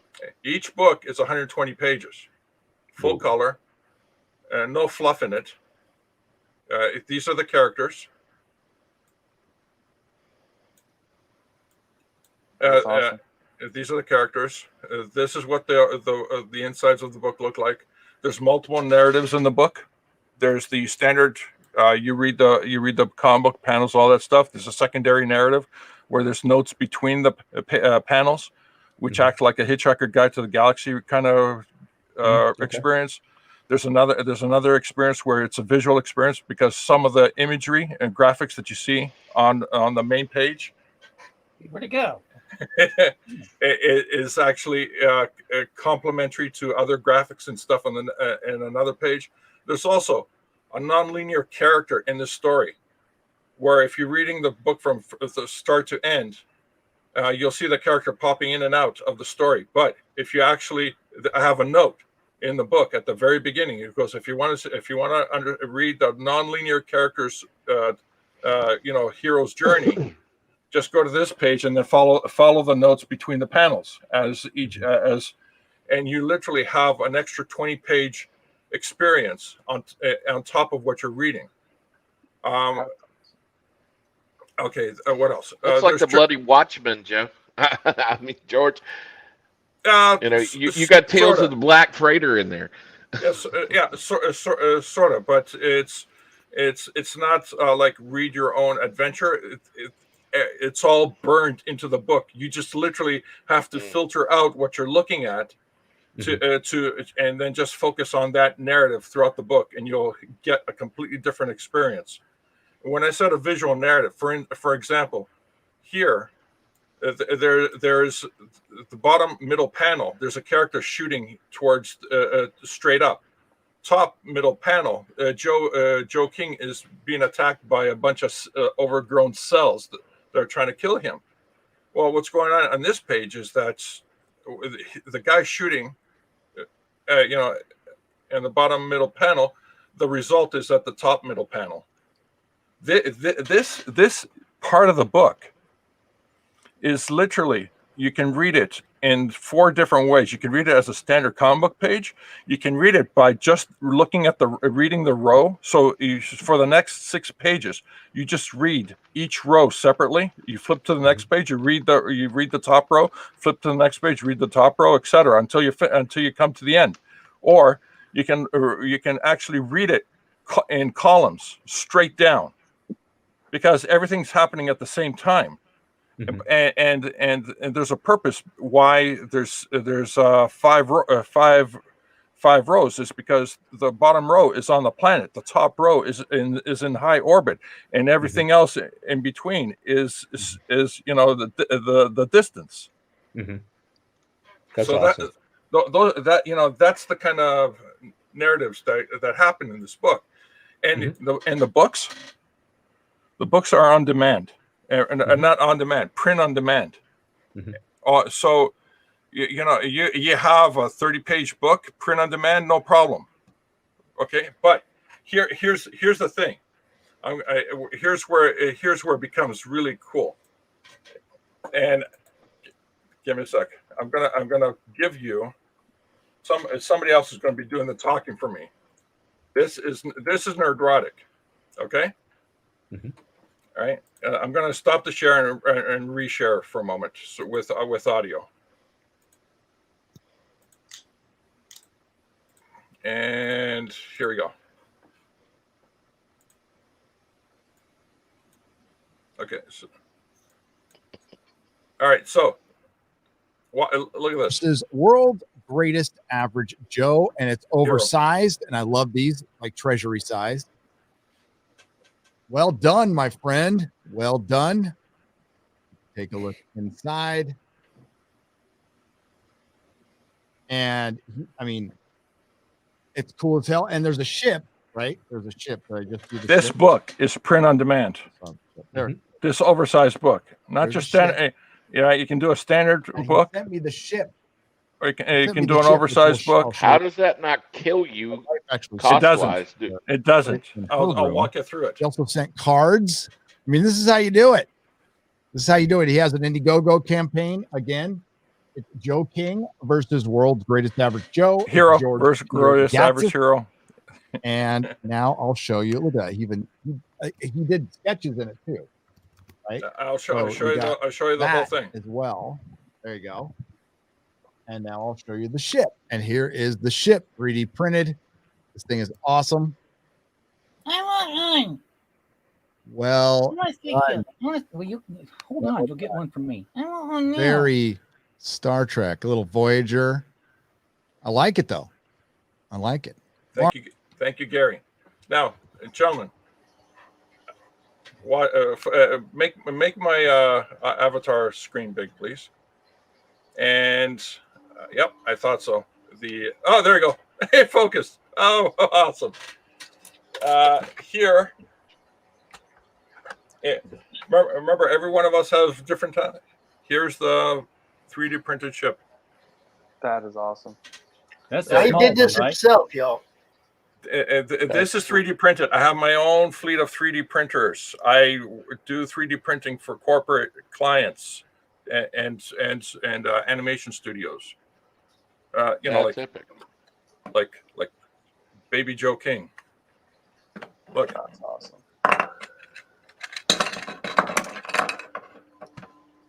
We're gonna talk, George. We're gonna talk, brother. What's that? What's this? What's this? What's this? That's What's CRoM, man. That's CRoM. We're gonna talk, bro. I don't think that guy knows the riddle of steel. I'm just saying. Yeah. This is actual 3D printed. This is not painted.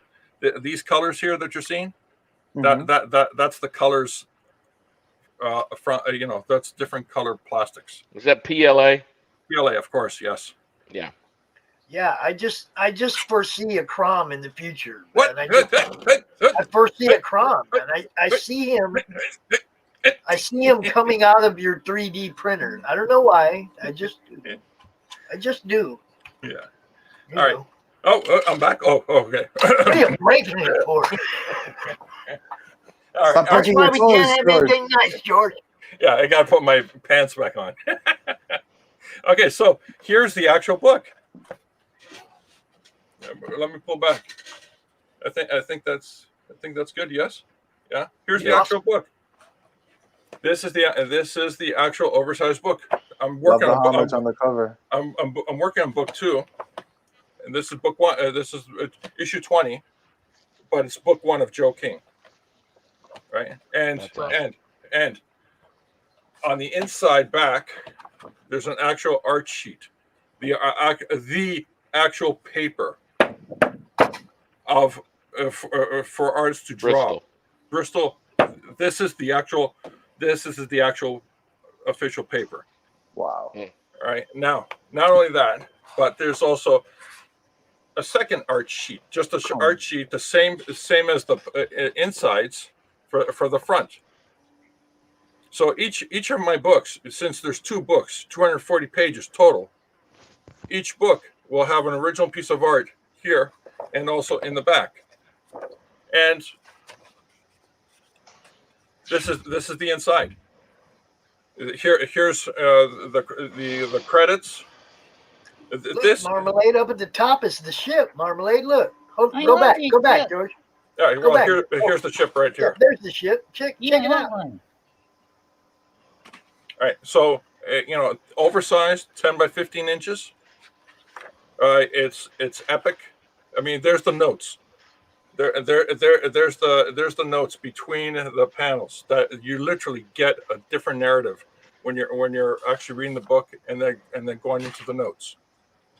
And there's a question for you, George. Yeah. What's your return with print on demand?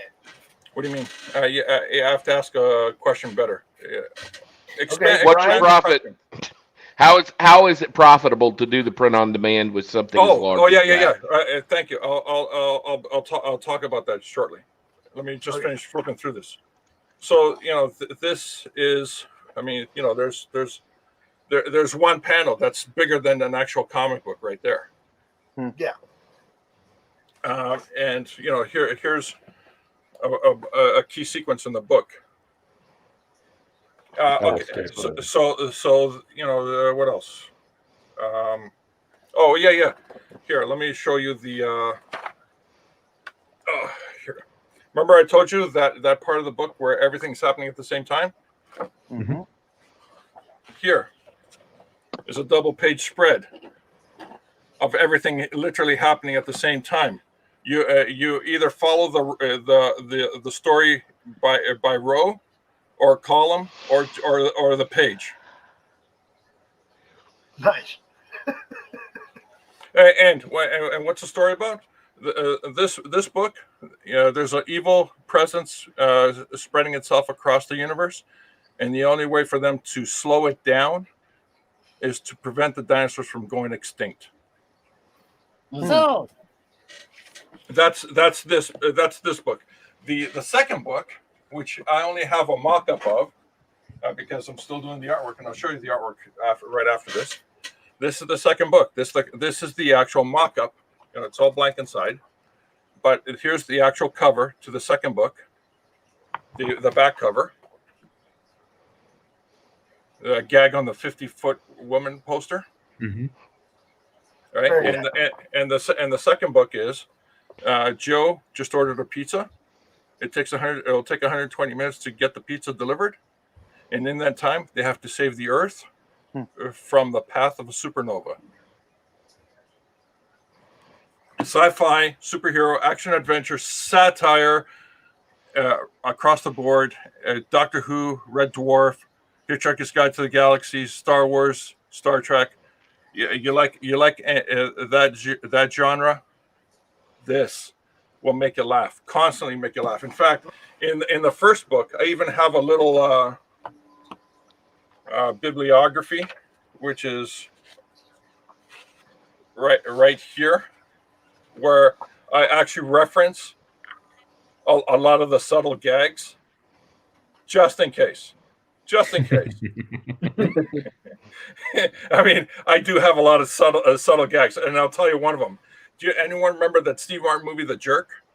Mm-hmm. Yeah. Well, there's a scene where he'd be waiting outside while everyone else in the house is still eating, and he's still waiting for for a car to come by, or a bus or something like that. And the mother looks out the window.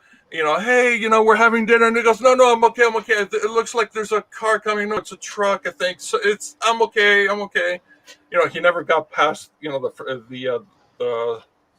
front door, so to speak. I referenced that gag. I referenced that joke in the book. And let me just turn that off. And here, I'm going to share my screen one more time.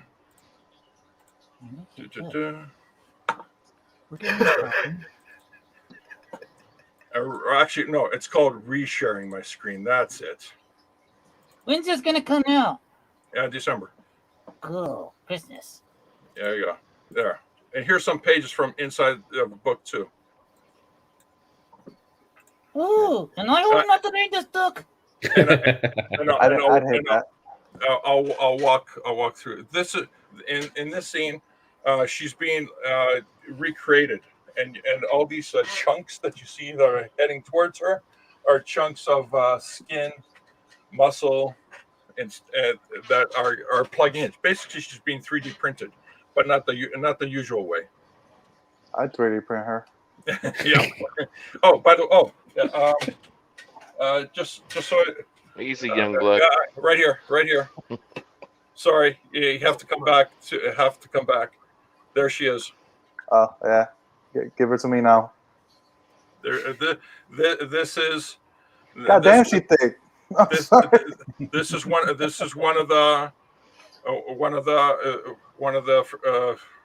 statues. Are you looking at that? Yeah, he's looking at it. We all mesmerized. You had their attention, George. Now you got to answer the man's question. He's been waiting patiently. I'll be answering just shortly. And here she wakes up. She gets alerted. They're on their way. By the way, all this artwork, it's all vector artwork. It's not bitmap scanned in or anything like that. It's vector. Mm-hmm. Illustrator. What? You did all that in Illustrator? Yeah, this is all Illustrator.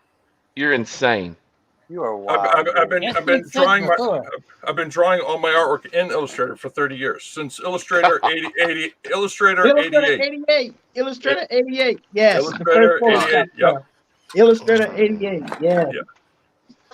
Yeah. So this is how big in terms of the concept the book is. That's a galaxy in front of a superstar.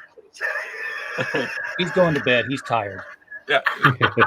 I told him he's getting the book. That's a galaxy in front of a superstar, and that robot there is reaching to crush the superstar. And Good night, Marmalade. And that's what happens in the next panel. Wow. That is awesome. And here is it's nothing. Nothing you see here is in sequential order. I just put these pages as I'm creating them, and I'm creating them based on what has rendered out of the computer, so I can use those assets in my panel making. Yeah. And I don't create the page. I create the panel. Just I don't do the old school style. That's awesome. And here you can see that it starts to rain, and I really go down on the downpour. I'd pay a nickel to just see a process video. Well, I'll show you right now. It's not a actually no. I haven't on my YouTube channel or my BitChute channel. I did an Incredible Hulk cover from scratch. Okay. From scratch in Illustrator, and you can see the whole enchilada there. It was a big George, thing. Is it just under your name then? Yeah, George Peter Gatsis. Okay, I'll look it up. And also BitChute, George Peter Gatsis. Okay. And let's see. I'll finish. Oh yeah, here's where the downpour happens quite a bit, and the ship actually leaves. They left the mushroom world and they head off to warp, right, or high speed, so to speak. And and I'll show you one of the pages. This is one of the scenes in the book where this particular scene. What you see in there is a cluster of stars. Well, that cluster of stars is the entirety of the universe. This planet is so far away.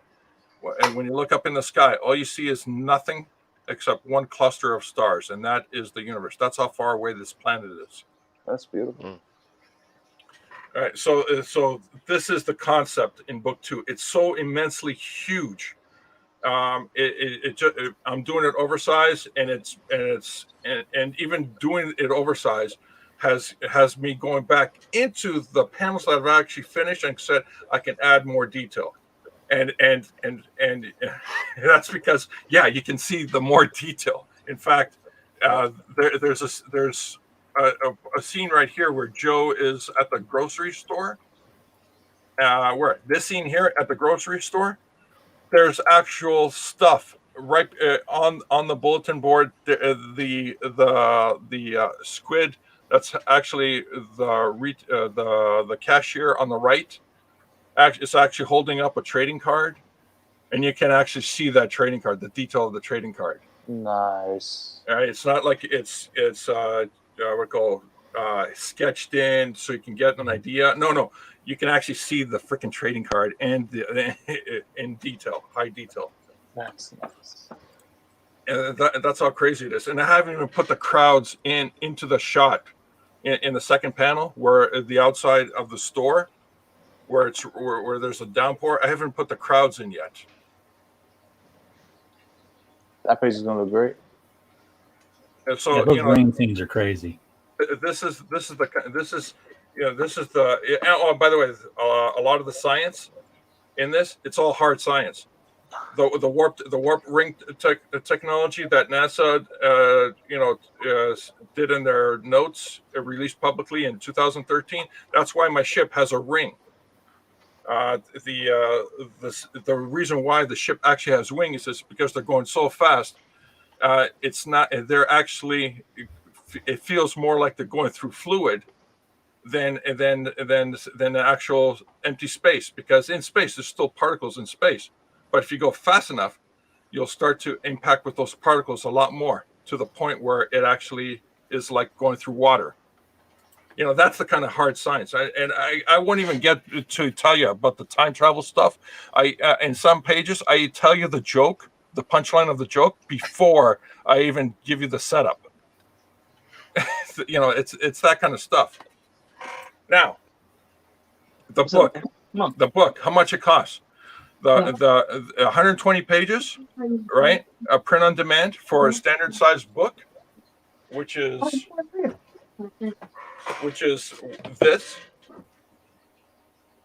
This is print on demand, $25. 120 pages, the same book, the same oversized book.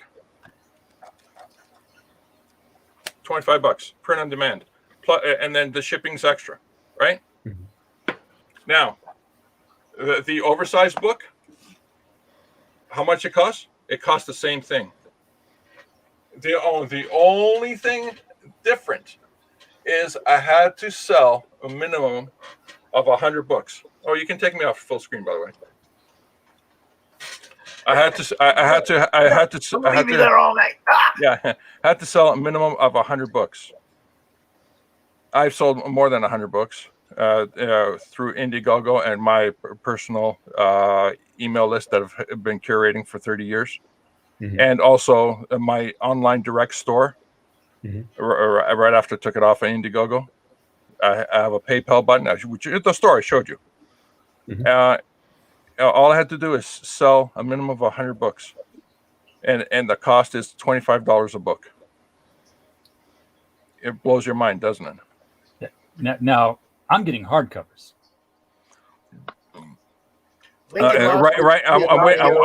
I'm waiting for the printer. Told me that he could do hardcovers, but I told him I only take the hardcover option if the price doesn't change.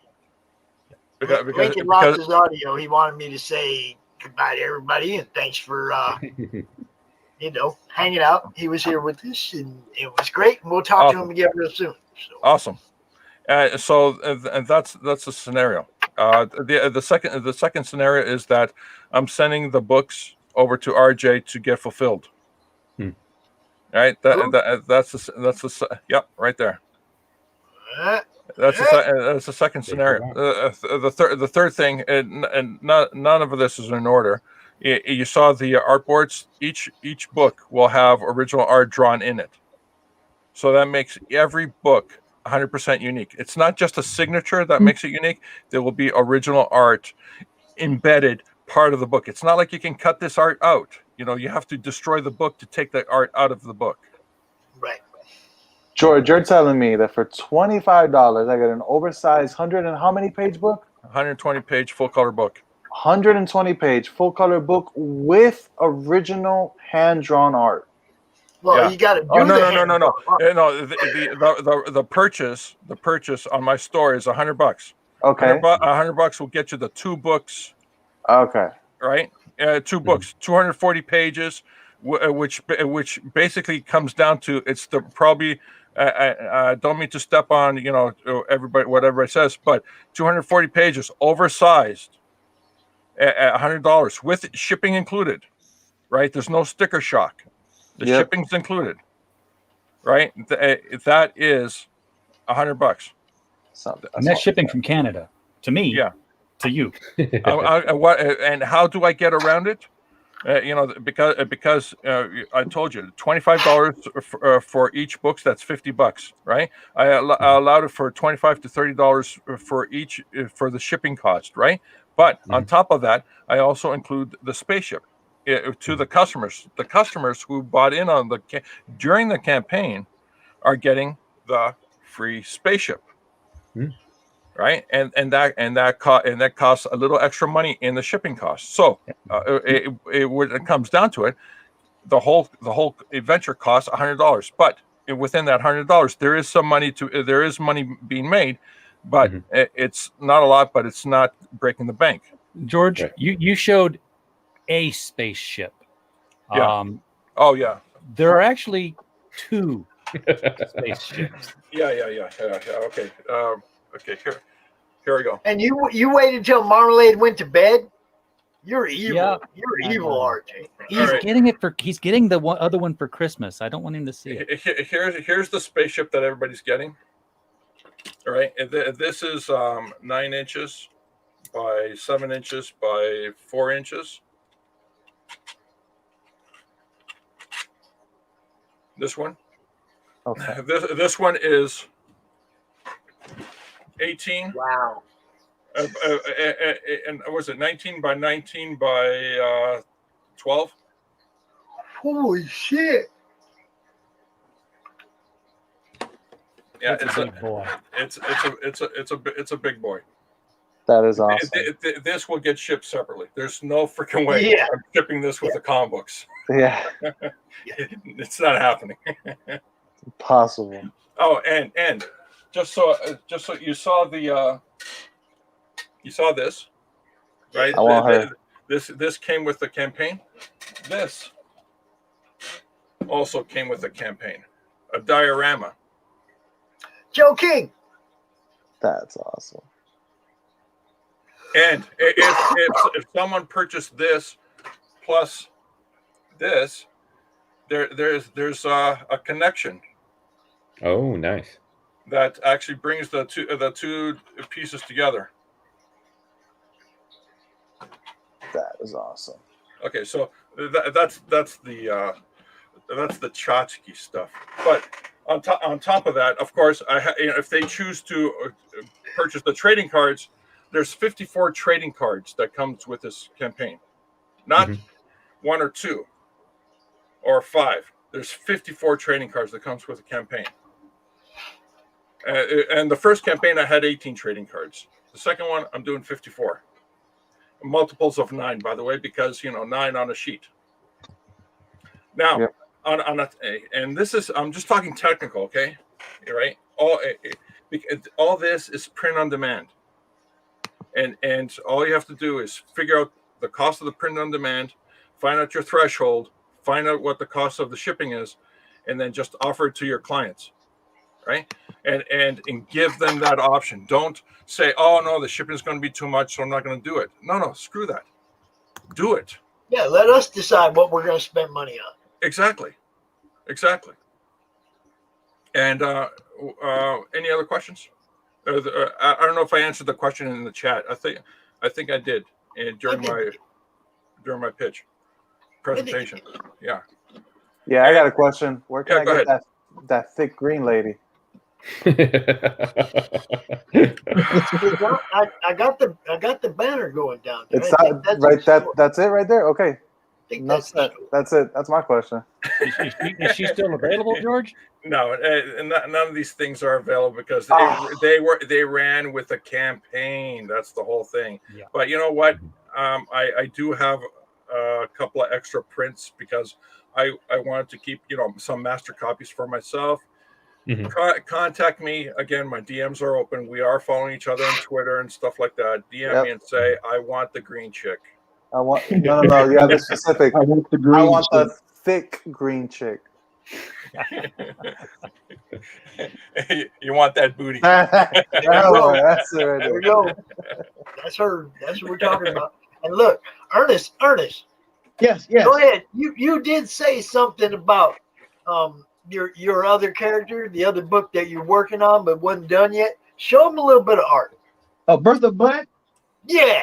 Since we're talking thick, show Stefan what you can do. Since it's after thick. hours, Brother, let me see. And by the way, when we spell thick, it's THICC. Thick. Yeah. THICC. You know what I'm saying?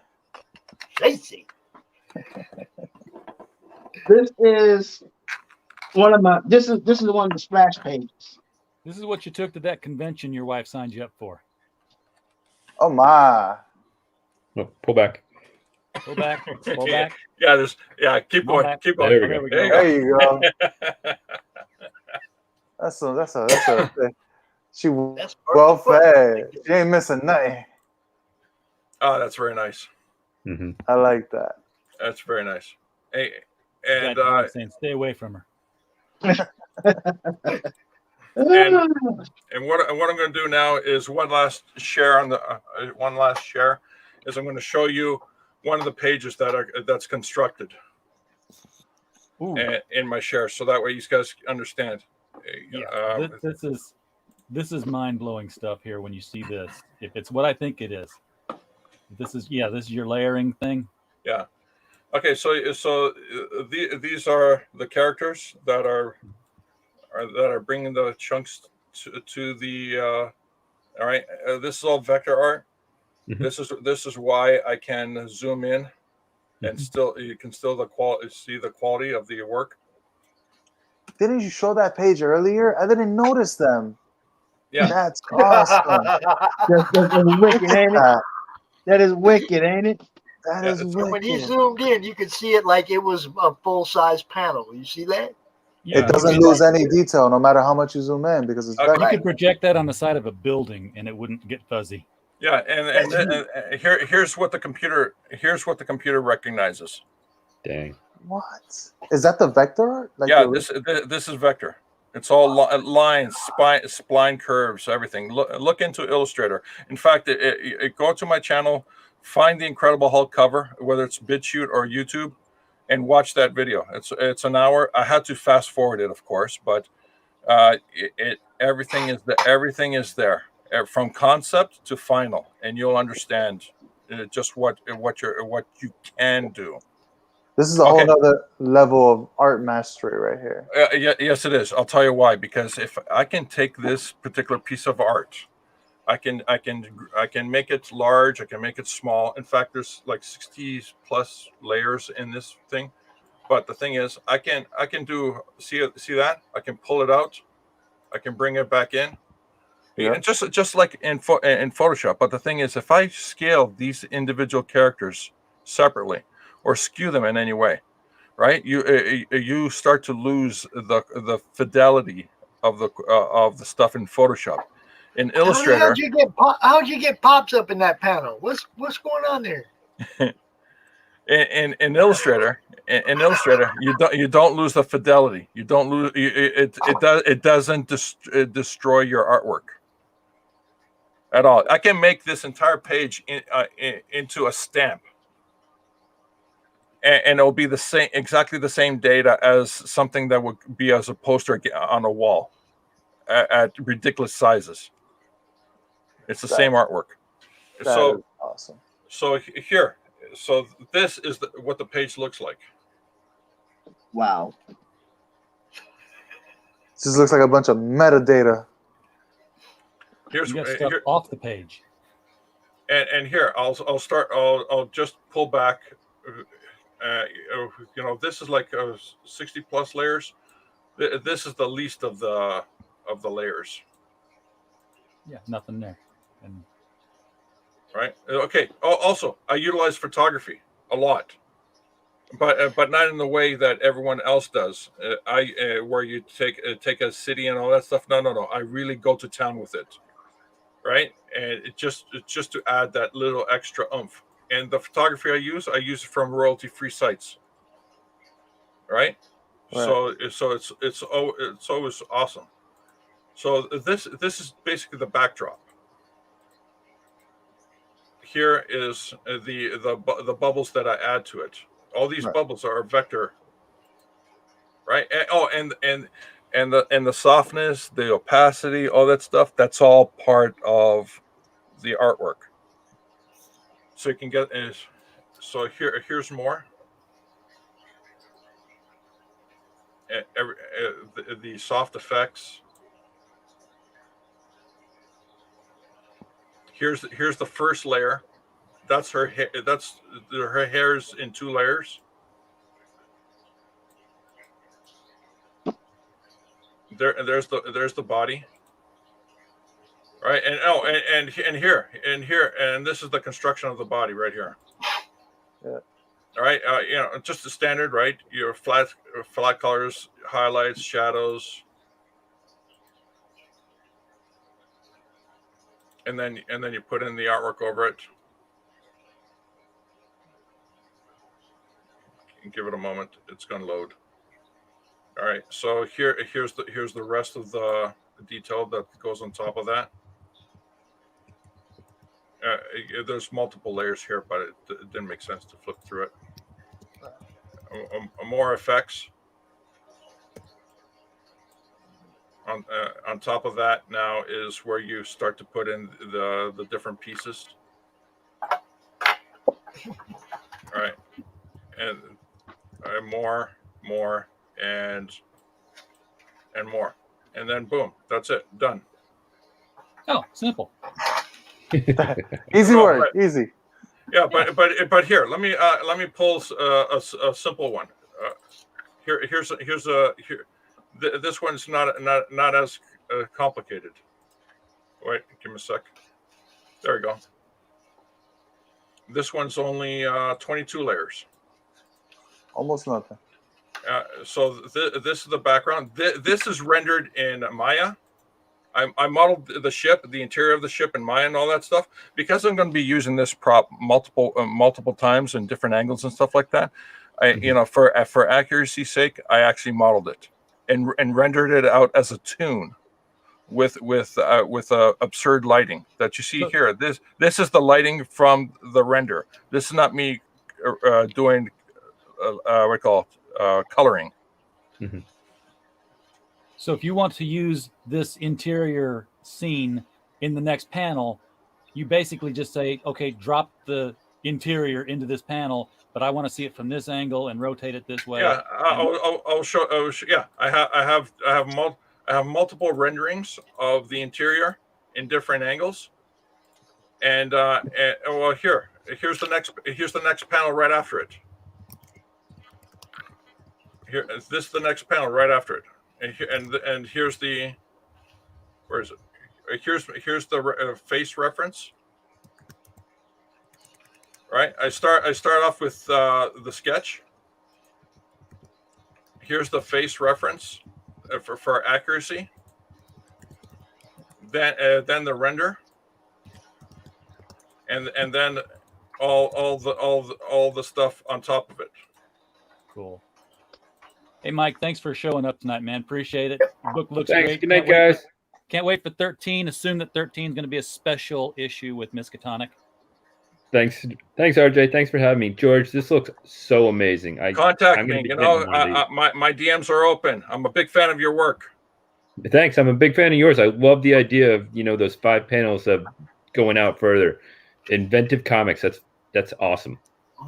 Awesome. Thank you. Have a good night, guys. I'm crashing. Good night. Nice meeting you, Mike. So there it is. I changed the angle. I dropped the characters in the shots. The work is put together. I use photo reference for accuracy in terms of angle on the face. Boom. That's awesome. That's awesome work. And the key is to actually use. Here I didn't use any photo reference. This was because I knew the angle enough, and that's the key thing.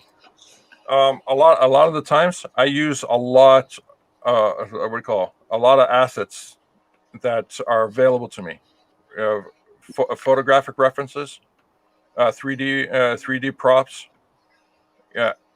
the whole enchilada, the effects, you name it, and that's how I maintain a very strict schedule. And I'm able to do that because I actually can create an inventory list of what we call it, all the assets that I need for the book, and then I just come back into it. And here I will show you. I'm going to share screen one more time. This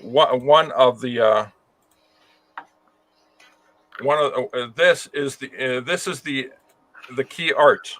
Look at that. This is the inventory list for a quarter of the book. I need one of these, and I need one of these, I need 2 of those. Yeah. All right, and here I'll make it bigger so you can see. And this is their ship. Remember the Star Trek cartoon? I think it was the early 70s. Yeah. Where it looked like they were, reusing a lot of the cells and all that stuff, and the He-Man cartoon and Flash Gordon cartoon in the 80s, you can find they're reusing the cells and stuff like that. That's basically what I'm doing. I wasn't around for any of that. No, you can. I know you're a young guy, but snappers. Yeah, gosh darn it! But you can find all that. Here's the bad guy. Here's the bad guy ship. Right, I got all the angles. Here's the scooter that you saw in the opening shot. Here's different angles of the interior. Right, so I account for every angle, or every angle that I need for the interior shots. Here's the captain. Just the head. just for accuracy. That's what I usually ask for. And here's key art on the spaceship itself. So if I don't have an angle that's already done, I will re-render an angle, but usually I have the angle that I need. Here's for the mushroom world. This is all the assets that I created for the mushroom world. So do you plan on ever like reusing any of this stuff? I'm sure you'll find places where you should, no? Oh no. Yeah, I'm reusing this stuff. Okay. Constantly. It's like it's not like it's one panel or one page. All the reason why I've gone through and created all these assets is specifically because I have to actually reuse, and I want accuracy from panel to panel, page to page. And a lot of things that slows down an artist is keeping accuracy. For instance, the Iron Man armor. If you had to do that by head, head to hand without reference of what the Iron Man armor looks like in all angles and stuff like that, that will slow you down. Even a good artist, it will slow them down. But if you have a prop in your hand, on hand, right beside your desk, like practically every Disney animator and artist do, they have a prop of the character that they're working on. So they know exactly what they're working on and what angle they, for accuracy's sake. So, why you can have a prop. I can have a prop on my desk, or I can actually just render all the props in different angles, and boom, I'm good to go.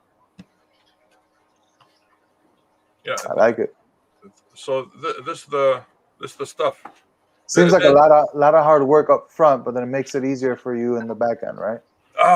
Not necessarily. Here's the part that will blow your mind. One panel that I draw, on average, takes as long as producing one detailed comic book page and getting it inked and getting it colored and getting it lettered. I bet when you're working with vectors. It's because I'm working in such a high level of detail, and all the assets are interchangeable and stuff like that. That while someone can draw a layout of a page in pencil, another person can ink that page, and another person can color it, another person can letter it. I'm literally doing all that in that timeline that it takes for them to do all that. I've done it in one day. Yeah. So you say people say, oh, I can pencil or ink a page a day. Well, I can do from concept to final in one day because I have all my ducks in a row, so to speak. Yeah. And that's basically how I produce the books and the stories. And I'm just scratching the surface. You got like 10 years, development. I got like 30 plus on it, and I'm just scratching the surface. I bet. And eventually, as time progresses, and you get that groove going, and you're able to put your books together and a much smoother process and all that stuff, you'll start to build out your universe and create those little side stories that will literally take a life of their own and grow just as big. And that's when you go, oh shit. Yeah. Your comics production right here. Yeah. At that point you're good. I'm telling you, it's not going to be now. It's not going to be tomorrow, but somewhere down the line in the future, you're going to step back and take inventory, guys. And not people in the panel, people in the chat, and people who may be seeing this in repeat. You'll step back and take inventory, and you're going to ask yourself, in my lifetime, will I be able to put all this out? I'm already wondering that.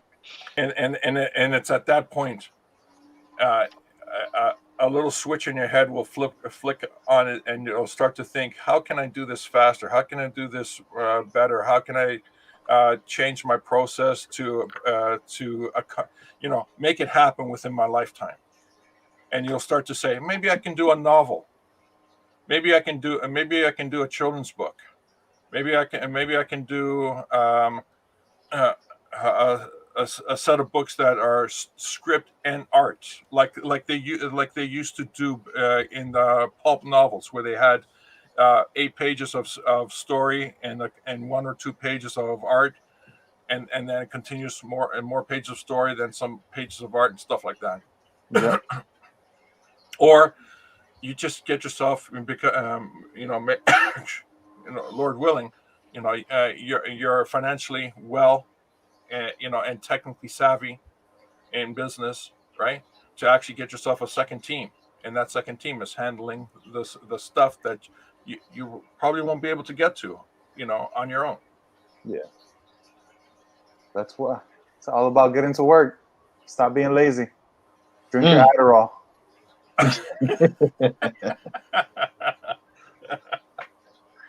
Oh my gosh. Well, I'm about to head out. Yeah, I was just gonna say it's actually after midnight. What? Somebody, We're just getting somebody started. told me today. There's no way you're gonna be going 12 hours today. Guess what, Proved them y'all? wrong. I didn't even plan it this way. Proved them wrong, didn't we? Yeah, gosh. I mean, if you got a good panel and there's still people watching, you keep going, right? We've had people watching the whole time. So Yeah, it's exciting, man. What you two are doing here, and what everybody else was doing, especially that high school guy, right? Everybody on the panel here, and everybody else that I saw previously and other streams, it's like you're doing a lot of exciting stuff, and it just in my world where licensing, branding, and advertising. Because I'm able to figure out how to, because I was in the world of licensing and how to exploit one piece of work in multiple formats. You guys should think about that, because I'm seeing wonderful works of art coming out of your system of connections. Whether it's you alone or you connected with other people, and you can exploit that. Right? Don't think linear. Okay, I just got this book out. I'm doing a pencil. I'm doing an ink. I'm doing a lettering. No, that's linear thinking. Think about, okay, I just got the layout done. Okay, well, it's in the process of being colored. I can flip that. I can sideline that into a black and white. I can sideline that artwork or a piece of art on that page as trading cards. Yeah, you can even look at it and doing a puzzle. You can even think about doing prints. Doing Puzzles a print. is a new thing now that people are really liking. Yes. Puzzles? Yes. Yeah, I think Bancraft did one, no? Yeah. Yeah, I plan on doing a puzzle too, but I haven't found the system that will allow me to do like a really big puzzle, because I can really go to town with it. I got some buddies in Massachusetts who are doing my 3D prints for my next campaign. Nice. And they also do puzzle work. They do jigsaws and stuff. So let's stay in touch. Listen, I'm always looking for mentorship. One thing I know is I've never learned enough. So, Bongcraft. Bongcraft. I'm gonna start calling it from now on. I'm calling him that from now on. I'm gonna blame you though. That's a whole new Etsy store right there. Bongcraft. Bongcraft. And just also, if it's possible, get yourself a website. Even if you don't have a full website, get yourself the web address. And I have a website with a store already, Oasi.comics.com. There's not much on the store yet, but there'll be some stuff there. Yeah, and that website is your master point. When I said, yeah, I'm George. I've been publishing for 30 years. GeorgePeterGats.com. Boom, done. The message has been delivered. Instead of saying, oh yeah, you got to go find me. Here's where you find me, and then people would have to actually, try to interpret what you're saying into a Google search, and that takes time. You can't convey. You gotta think about the elevator pitch is, this is your book. What is the elevator pitch on how they are able to find you on the internet? Very true. .com. Yeah, OasiComics.com or Oasi Comics is on any social media site. There you go. I need a way to get a hold of Ernest so I can get myself some commission work here. Oh. You can go Onyx right for there. Comic, OnyxForComics.com. Yep. All right. Let's go to Onyx for Comics. It's the number 4. OnyxForComics.com. Orders. Email me at Ernest at OnyxComics, OnyxForComics. Or Yeah. just like let me know and I'll hook you right directly up with him. Just like that. I've seen how much work he's got to do, so I figure if I put in a commission now, I might get it. By the time my kid's in college. No. Look, you could say, hey man, would you do me and he'd be like, I got 4 or 5 of them you can look at. You might just want one of these. Look, I mean, I'm not that slow. I didn't mean you were slow. I meant you were backed up. No, I ain't backed up because I try to space my stuff, accordingly. Because my wife made me put a calendar up for my work that and I tell people I am an artist and we do. I said I know I'm good for. I said we would like to get that last minute rush. I said I'm trying to get out of that. Hey, So you know what? I'm getting a vision.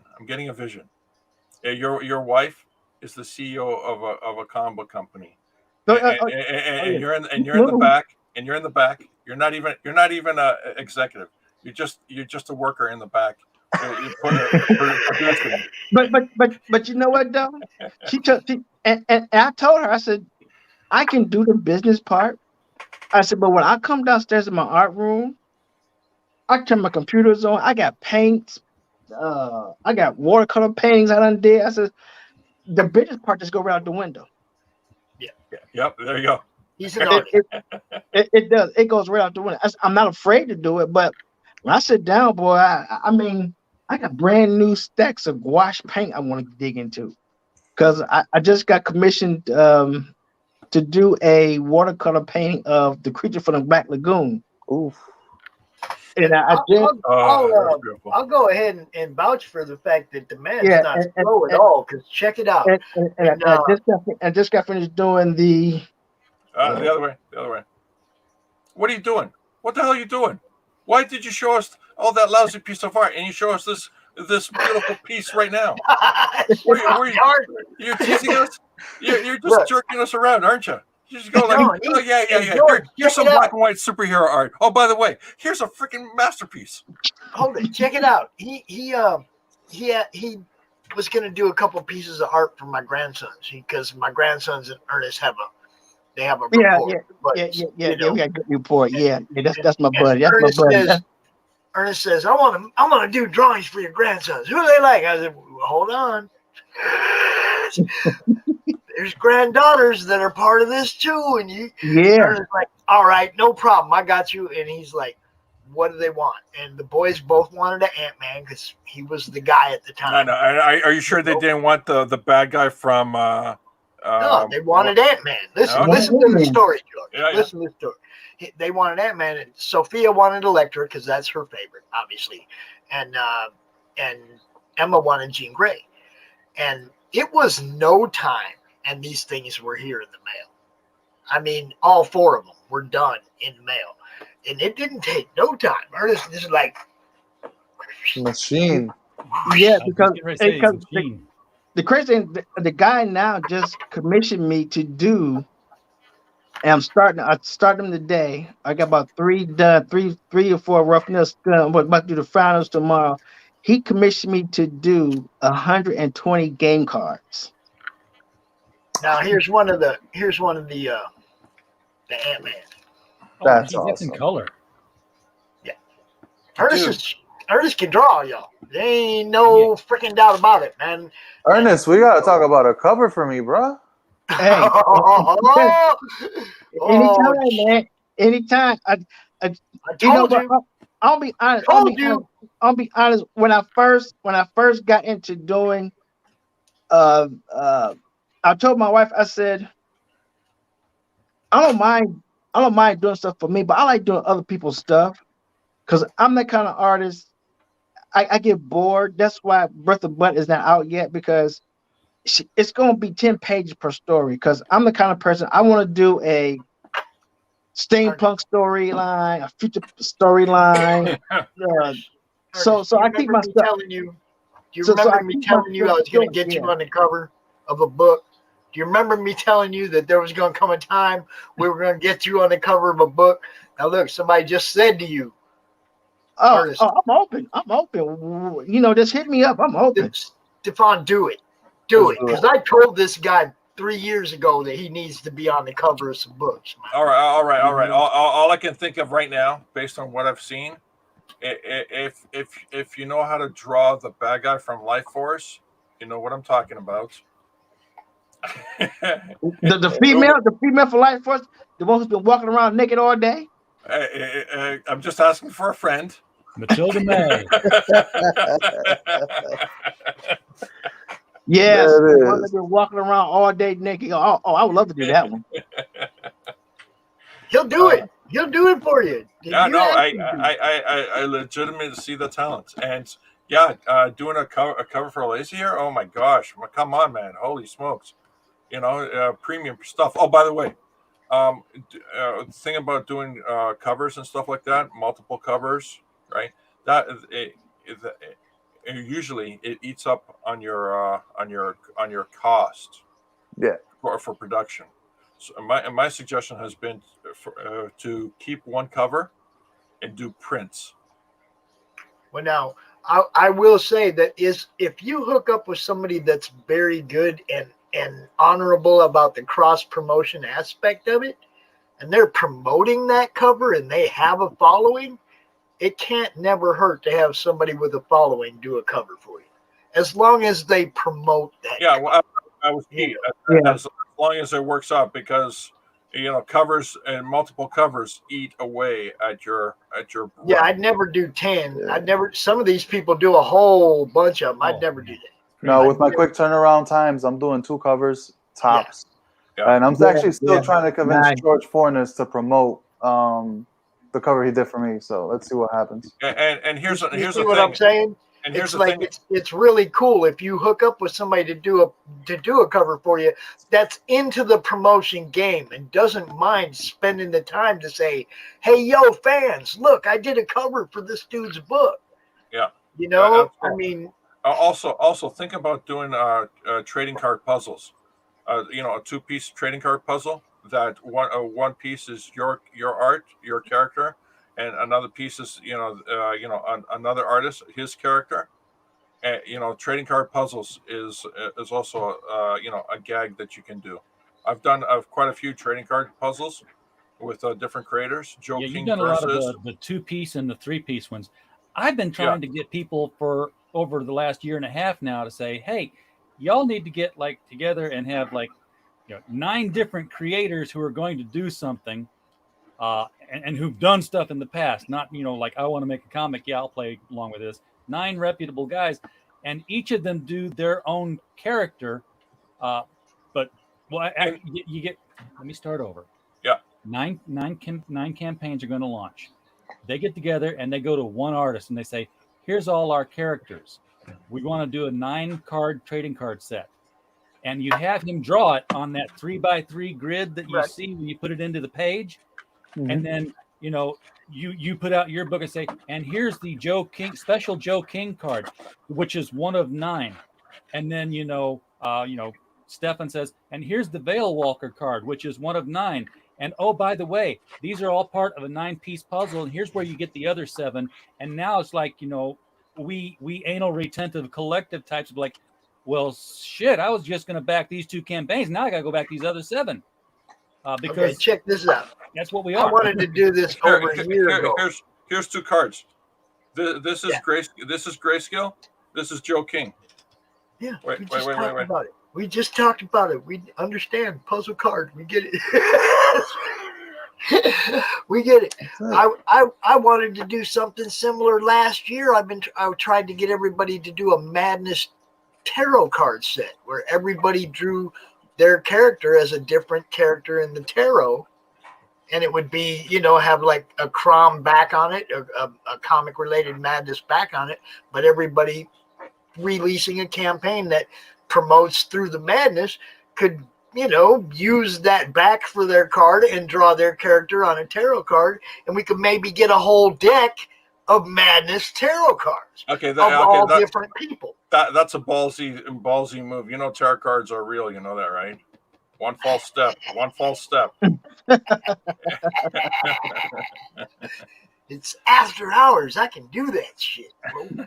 See, look, she'd draw one. See, there you go. I already had somebody give me a design for the back that was really good. You know, I just need some people to draw some cards, but you know, I think it'd be awesome. But, by the way, you know, we were talking about us. See this guy right here? Yeah. This guy writes novels. Yeah, I know. This guy writes novels. I thought you were pointing at Joe. He still hasn't sent me an ad spot. Right there. That guy right there. Wait. There you go. He's trying to get away. I'm trying to point at the destroyer behind me here. Yeah, that's it. And he still hasn't sent me an ad spot yet either. Just saying. What you want? You want a short video ad spot? A 30-second promoting Critical Blast, man. Promote what Oh you my do. God. You know what? Your books, whatever. You know, send me something that I can go like this with. Hold on. Send me something that I can do this with whenever I want. Okay? Sunsworn Wings of Vengeance is funding now on Indiegogo. Don't miss this action-packed space fantasy adventure sure to rekindle your love for the genre. Get it now on Indiegogo or just go to sunsworn.com.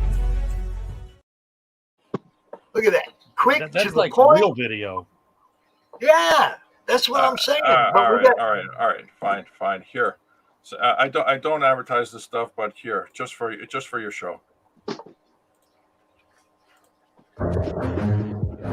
here we go. See, this is what I'm talking about. Promotion, y'all. Promote yourselves.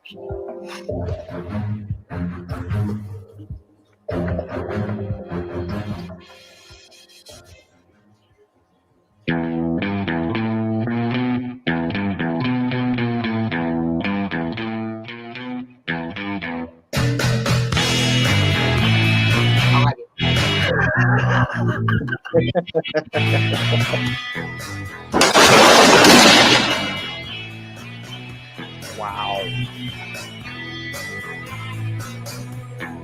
That's what I'm talking about right here, man. This is what I'm talking about. How much better is it when I can share a promotion like that for you rather than just share your link or whatever? All right, listen to this one. A real estate company is accused of perpetrating the biggest human rights violation in the world by hypnotizing everyone into forgetting the giant monster attacks that have continually devastated Japan, thereby preventing the mass exodus to keep real estate prices at a premium high. There have been to date 36 giant monster attacks on Japan since 1954. We have yet to receive a response from kittens are pretty, and now a word from our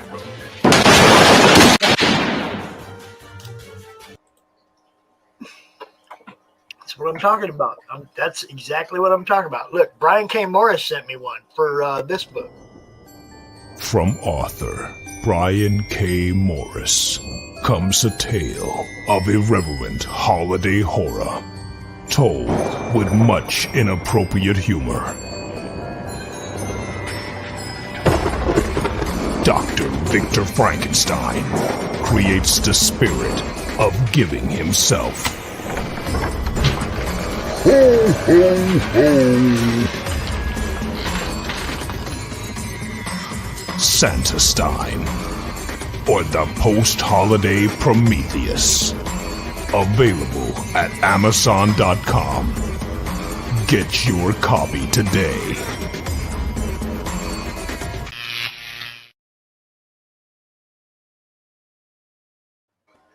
Okay, I need that in my life. You see what I'm saying? Those are they show so much more professionalism on your part, okay, that you took the time to make some kind of a serious promo ad about what you do.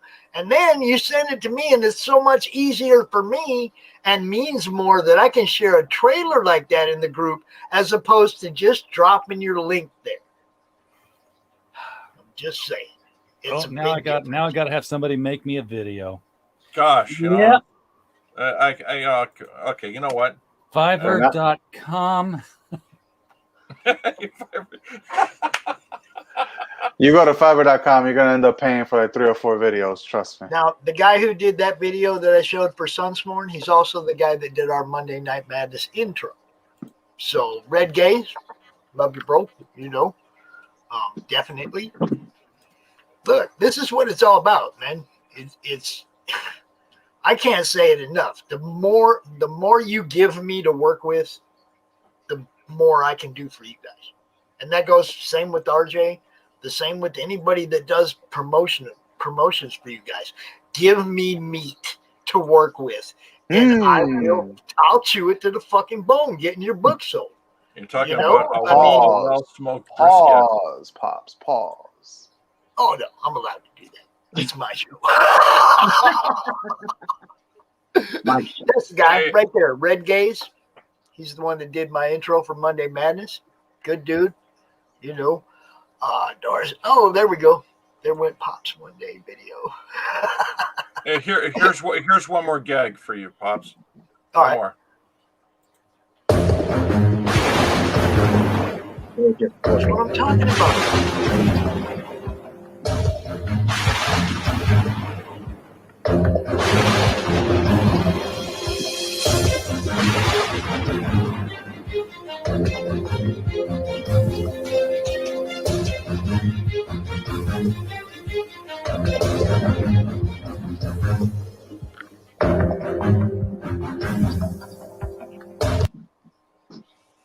Dude, you gotta email me these. Send them to me, please, George. Send them to me. All right, fine. I had to pull them off of Twitter, you know. That's all right. They're gonna end up on Facebook. Okay, and the reason why I showed them off is because they're so well not so well produced. The economy of the production is ridiculous. It's just text over stilled images. Mm-hmm. You know, I mean, a lot easier than that Santa Stein, which looked pretty fucking cool, by the way. Ernest, Doris is calling you out, bro. She's calling me out. She's calling you out. I'm putting my drawer. I'm putting one of my drawers inside of plastic. She's calling you out right now. She said, calling me "What's out. Okay, Ernest okay. drawing right now? We know me he's out. drawing something." There you go. Oh, right on. Go back up, or pull back. Oh, there, you want me to get that out of the way? Yeah, Look. there you go. There you go, Dori. There it is. You know what's up. Ernest's always working, man. Every time I talk to him, we could be on the phone. We'd be talking for 2-3 hours. His head's down. Yeah. Head Oh, down. what'd you say, Pops? Oh. Yeah. And by the way, you know, it's something that I didn't mention or didn't really explain really well. Your sketches, your concept sketches, that's an intangible asset. I got plenty of those. I got plenty of those. I know you guys have got a lot of sketches, a lot of concepts, but just sitting there, stuff that you say, oh, you know what, that's just off to the side. You know, collect enough of them. You can put it in as a compendium. You can put it in. It's, you can sell your book and say, you know what, if you can, here's my book, but here for a little extra cash, get not the making of like Doug TenNapel did, a really big thick making of. No, get something that says here's the works, here's the concepts that made up the book that you're reading. I just got a major idea, a major idea, and I don't want to lose this idea because it's for Ernest and it's going to be badass. Look, you got a stack of stuff, right? I got a stack of stuff. Suppose you make a volume, you make 3 volumes of 50 pieces of art. and you sell 50 books, and each of those books has one of those pieces of original art comes with the book. Just 50, not 100, not how many you can sell on Kickstarter. We do one Indiegogo campaign, 50 books, right? Okay, you get a piece of original art from the book and the book for whatever, $100. We get 50 people to buy them. Yeah, what? That's $50,000 right there. No, it's not quite. $5,000, bro. Nice try, though, George. But that's $5,000 right there off art you've already got done. You don't have to do anything. Print the book. I tell you, and give a piece of art away with each book, and print the book the same size as all the art. So you don't have to mess with shipping. It's all going to go in one package. Poop. See, that I'm going to need help with that. Pops, connect with his wife. You know what? I mean, you don't need nobody for that, bro, except somebody to print the book. You already got the art. You've got all the art. I already got the art. And you could do how many pieces of art is in one of those stacks? Hold up. He could do like 15 volumes of 50 pages. Man, I got portfolios. She buy me portfolios and I'll stick them He inside showed there. me stacks when I first met him of art, stacks of art. I'm telling you, he could do so many volumes of this. And you never have to do prints. I know Ernest doesn't like the idea of prints. He likes his original art to be original. But this gives you a way to reward the people that back the book by giving them a piece of art out of the book. And you have it just like the tier is set up so that the person can grab the piece of art they want. Number 1 can grab the piece of art they want. Number 2 can grab out of whatever's left. Number 3 can grab out of whatever's left until you get to your 50. I would leave it random. I would leave it so random. Well, I mean, you slide in the piece of art as the books go out, you know. Oh, you don't know, it's like a surprise. Yeah, but do you see possibilities in that? Do you guys like that idea? Do you see the I love it. Oh, I love it. But I'm trying to tell you, I'm gonna need all y'all help for this. Oh, dude, look, the promotional part we got covered. You know that. You got. Okay, no. He's going to help you on the business end. What he's talking about is the technical execution. That's what we do. Reach out. We help out. This is a community for a reason. We were just talking to a guy that's got the print shop. You know, we got this, man. This could happen. Ernest, you could do this, bro. Oh, I'm gonna make it happen. We're gonna start that tomorrow. And while I'm sitting down, and you wouldn't even have to Indiegogo it. You could just put them on your website. We promote the hell out of them, and you could go sell some at cons, whatever you want to do. Run that Indiegogo. Get that up front. Yeah, come on, man. Yeah. Get that up front.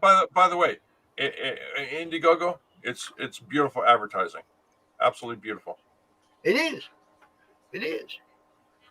And you know, you can add other stuff to it, to the campaign too, like single pieces of other art and whatnot. You know what might be dope if you do a few new pieces for some campaigns that might be going live around the time, or some popular campains. Throw it in there as well, so people, other indie people draw their characters. Right there. That's what he's getting. Yeah, that's what he's getting. Draw my character. That's officer thinking there, man. That's officer draw thinking. My character. He said, "Draw my character and just put it in your book." That's what he said. I'm not making no money off of it. I'll do that too. Look, guys, it's like 12:30 at night. I really want you guys to work to do something together like that. George can be your campaign manager and advice man, your creative consultant. I just love the idea. I've always wanted to see Ernest do something with those stacks of art. He doesn't like making prints. He'd rather somebody had a piece of his art than a print of his art. And I respect that. But at the same time, if you don't sell it, nobody can have any. Calm down, Pops. My Papa Blood vessel. Right. Look, books and art. Books and art. People buy books and art. What can I Yeah, they tell you? do. You know, I mean, And I think you an never art know book what will it be can a lead great to. lead into your own book at some point. But you know Yeah, what? yeah. You can also here's a thought just to expand on this. You can take your art book as a print, that's in print, and you can complement it with somebody else's campaign. Yeah, that's what we're saying. You can be drawing characters out of other current campaigns that are going on and help. No. Expanding on what you said, Pops, is that you got an art book and you got multiple campaign characters in that art book. Guess what happens? That art book appears in campaign 1, 2, 3, 4, and 5 as an add-on or as a tier. So that way, as an example, if I did Joe King book 3 and you had drawn Joe King in your art book, I would offer Joe King book 3 plus a second tier would say Joe King book 3 and your art book. There you go. Oh, I see that. All right. So what you're doing is this is a very tricky thing. Disney will never do this. It's taking your assets that you have and doing a factor of 10 to a factor of 10. So here's the concept. 10 artists do one illustration each, right? When they finish doing that or that illustration, they scan it, right? All that stuff. Then those 10 artists share their artwork with the other 9. So you've gone from 10 artists with one illustrator each to 10 to 100. Do you see where I'm going? So you literally have Multiples of 10. So you've jumped a factor of 10. So each artist has 10 illustrations or a book of 10 illustrations. And those 10 illustrations are presented in their campaign. Do you see where this is going? Yeah. Right. You're taking the mountain and you're disintegrating it down to an anthill. It's all about collaboration, teamwork. Yeah. Teamwork makes the dream work. Teamwork makes the dream work. I just want everybody. I want everybody to understand that everybody's also out here helping everybody else. The more you guys do for each other, the better it is for everybody, no matter what it is. I definitely want to see Ernest do that book, though. Like I said, if you broke Ernest down where he could only put 10 pieces in each book, it'd take him 30 years to get half of one stack out. We got to get Ernest.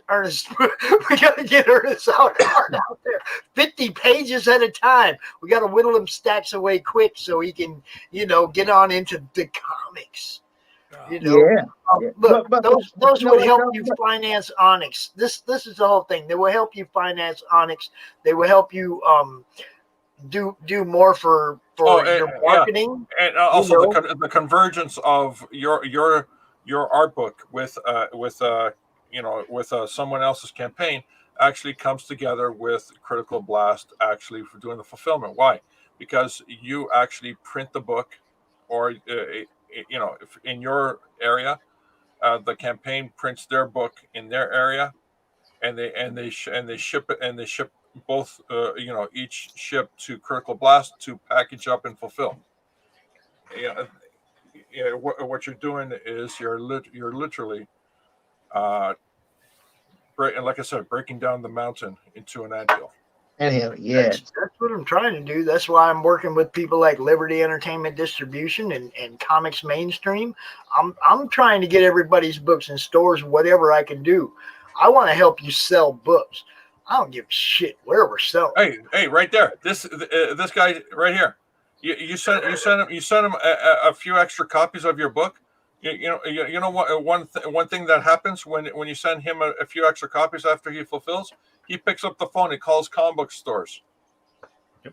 It says, "Hey, I got 6 books. I got 3 of these, 2 of these, and this and that. I can box them up, send it to you in one package." This is all we do. Contacts for This is all we do, 2,500 George. comic stores. Oh, that is no way. Wait. What did you say? What did you say? I've got the contacts for 2,501 comic stores. One of them being Amazon. Okay. So how many books do I need to send you? How many books do you want to send me? How many you got? Shoot. Yeah. Let's talk deal now. Let's go. How many you got right there, Ernest? Right there, I mean, handy. I got them handy now. In my other room, I have maybe like 200. How many you want, RJ? Wait. Let's hear RJ. You tell me what you want them to sell for, and then I'm going to upcharge them. He already sells them for $5, man. You upcharge as much as you want to. As long as I get my $5, right? That's yeah. Right. See, we usually do that with the crowdfunding books because those were books that always came out at like $25 a piece, and they were limited. They were very limited, so it had a bigger appeal. What was your first print run on those, Ernest? 1,000. Oh boy! So there's 1,000 of them available. Over 200 of them are already gone. Yeah, 240 already gone. Yep. I mean, the man printed the books already. It's just yeah. Ain't no crowdfunding to do. It's get out there and get them sold. You know. Mm-hmm.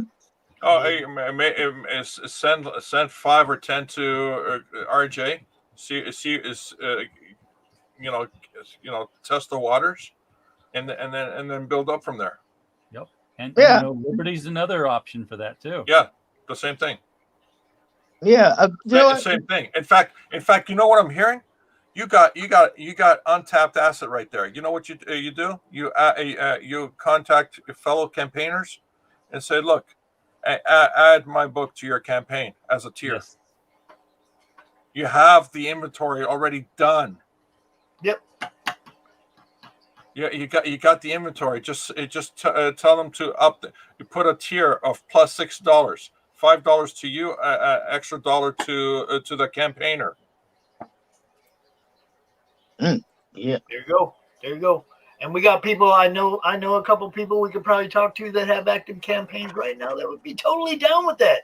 Oh, Stefan. We can work out some logistics for sure. You know, when you got some untapped assets, what do? You tap that ass. There you go. Right on, man. Right on. There you go. Dude, that is the best line. That I can't think of a better line to go out on. I ain't lying. That was good. Yeah. But I do want all you guys to network, talk together, get something going on that. Look, Ernest, do an art book, bro. I'm going to do an art book. I am going to do an art book. All right. Like I said, we can sell, man, one book with one piece of original art out of the book. It'd be, you don't have to do prints. You don't ever have to do prints. The only copies of your art will be accompanied by a piece of that art. Yeah, and you don't have to go into inventory. All you do is print on demand.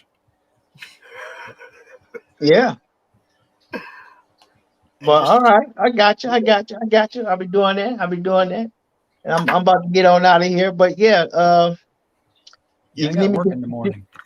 If you need me to do a cover for hit to ship me up, man, I got you. So you family now.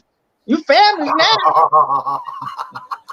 The madness, I've always said it. It's not an indie community. It's family. So it's family. Yeah, and I've been up too, RJ. Just get your address. Send you about 5 books. I'm waiting for now, Ben also, Diesel to drive Ernest, up here and tell us it's all family now. There's a possibility of November Grand Rapids Comic Con that I might get a table and try to help you guys sell some books that way. So I might have you sending me 10 of them too by then. Before then. Okay. There you go. There you go. Untapped assets. We're just distributing it. Boom. Yep. I mean, if I can get a table, I'll sell anybody's books that wants to send me some. I'll make a big old madness table. We'll sell madness represented art. I mean, people that that come out to this show all the time. Well, I'll sell their art. I don't care. That's what I want to do is help you guys sell books. Yep. That's all it's ever been about, man. So I want you all to have a great night. I want you to real quickly tell everybody where they can find you, starting with Ernest. Oh, my name is Ernest McClendon. You can find me at onyxforcomics.com, or if you can email me at Ernest McClendon at onyxforcomics.gmail. How I got that set up. And he's in the madness. And I'm in the madness. Find him, let me know. I'll put you in direct contact with him, no doubt. All right. So you guys can find me on Twitter, Instagram, and my website at Oasi Comics. And that's pretty much it. Super simple. Vale Walker live on Indiegogo right now. 13 Tribes, Vale Walker. You guys know what's up. Check out them books. George, where can they find you, man? GeorgePeterGatsis.com. How simple that is. How simple that is. I love it. I love it. RJ, you brought me a wonderful panel, brother. 4 hours, dude. Come on, man. You're rocking. We went a long time. We love you long time, GI. Dude. So That's what I'm talking about. criticalblast.com, at Critical Blast on any social media you can think of. So now next month, for anybody who plans on being a part of CRoM Con, it falls on Halloween weekend. I will expect costumes. No slacking. You got to come out here acting like you're in the spirit of the Halloween, the CRoM Con. Okay, how's that? How's that? Yeah. So yeah, I hope to see you all again next month. Now I will start booking for Monday Madness and all them other crazy shows in October after tomorrow. And I think not this Tuesday, but next Tuesday we will sign up for CRoM Con 18. Holy crap! CRoM Con 18. That just sounds amazing, guys. And none of that happens without all of you and everybody who's been watching, participates, co-hosts, guests, everybody, man, fans. You guys all make it happen. I got about 5 or 6 commercials I got to play on the way out. You guys don't have to hang out. I probably won't backstage for very long. I'm fucking wiped out. Yeah. It's time for me to go to bed too, that dog. Yeah. I gotta go sell some insurance to your grandmas and grandpas tomorrow morning. So. Dude, are you Jake? Are you Jake? I forgot. He's a youngin. Are you Jake from? Wait a minute. Are you Jake from State Farm? No. I look like him, right? No. What I sell is Medicare is what I sell. All right, cool. Take care of the old people. We love you. We love you. That's right. See y'all. All right, y'all have a great night. I'm gonna play some commercials. Hold on, we got one more person to acknowledge. Thank you very much, Brian, for watching. We appreciate you, man. Frog, you know what's up. Love you. Jay, maybe I will see your wife. You're gonna have to play that clip, though. You're gonna have to play that clip. That's the only way we're gonna see it. You know what I'm talking about. All right, you all have a great night. I love you all, man. It was awesome.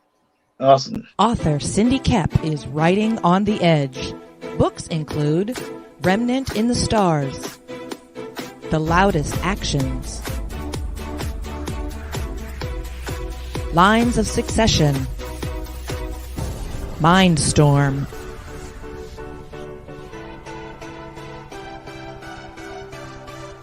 Condemned Courier, the Yerushalayim series, and Animal Eye.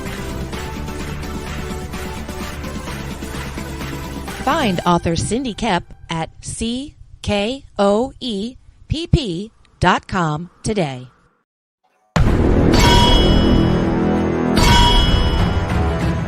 From author Brian K. Morris comes an epic tale of armor forged by a god, a hero forged by courage, and an ancient menace poised to re-emerge and threaten our world.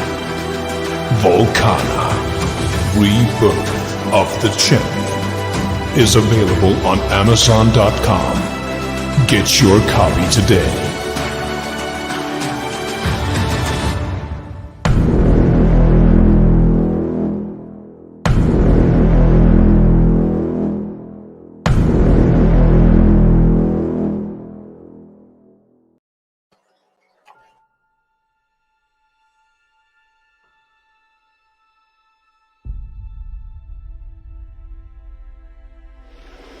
mined an area.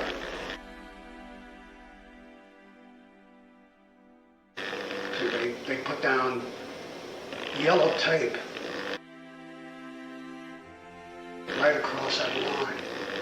See?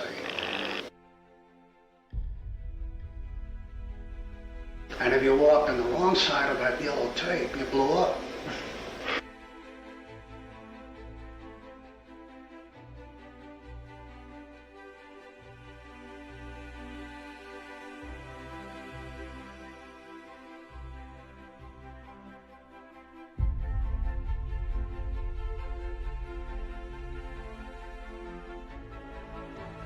Strange Tales 136. I remember it very clearly, and that was my first exposure to Kirby.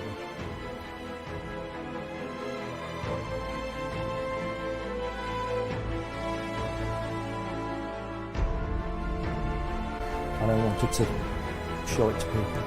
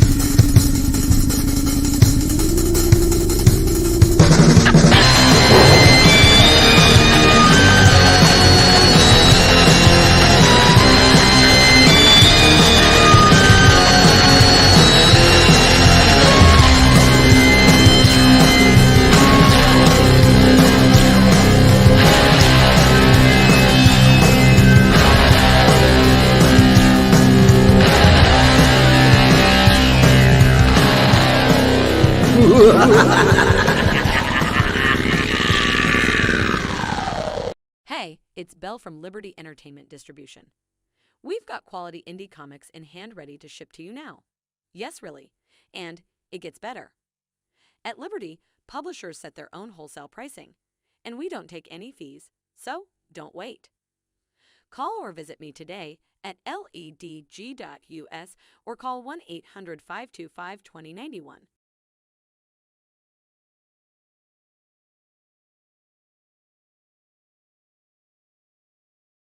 Hey, yo, Pops here. Are you looking to be on Monday Madness? Is Monday no good? You need a special edition? Are you looking to be on the first timer spotlight on for you new guys? Launch parties, countdowns, CRoM Con monthly.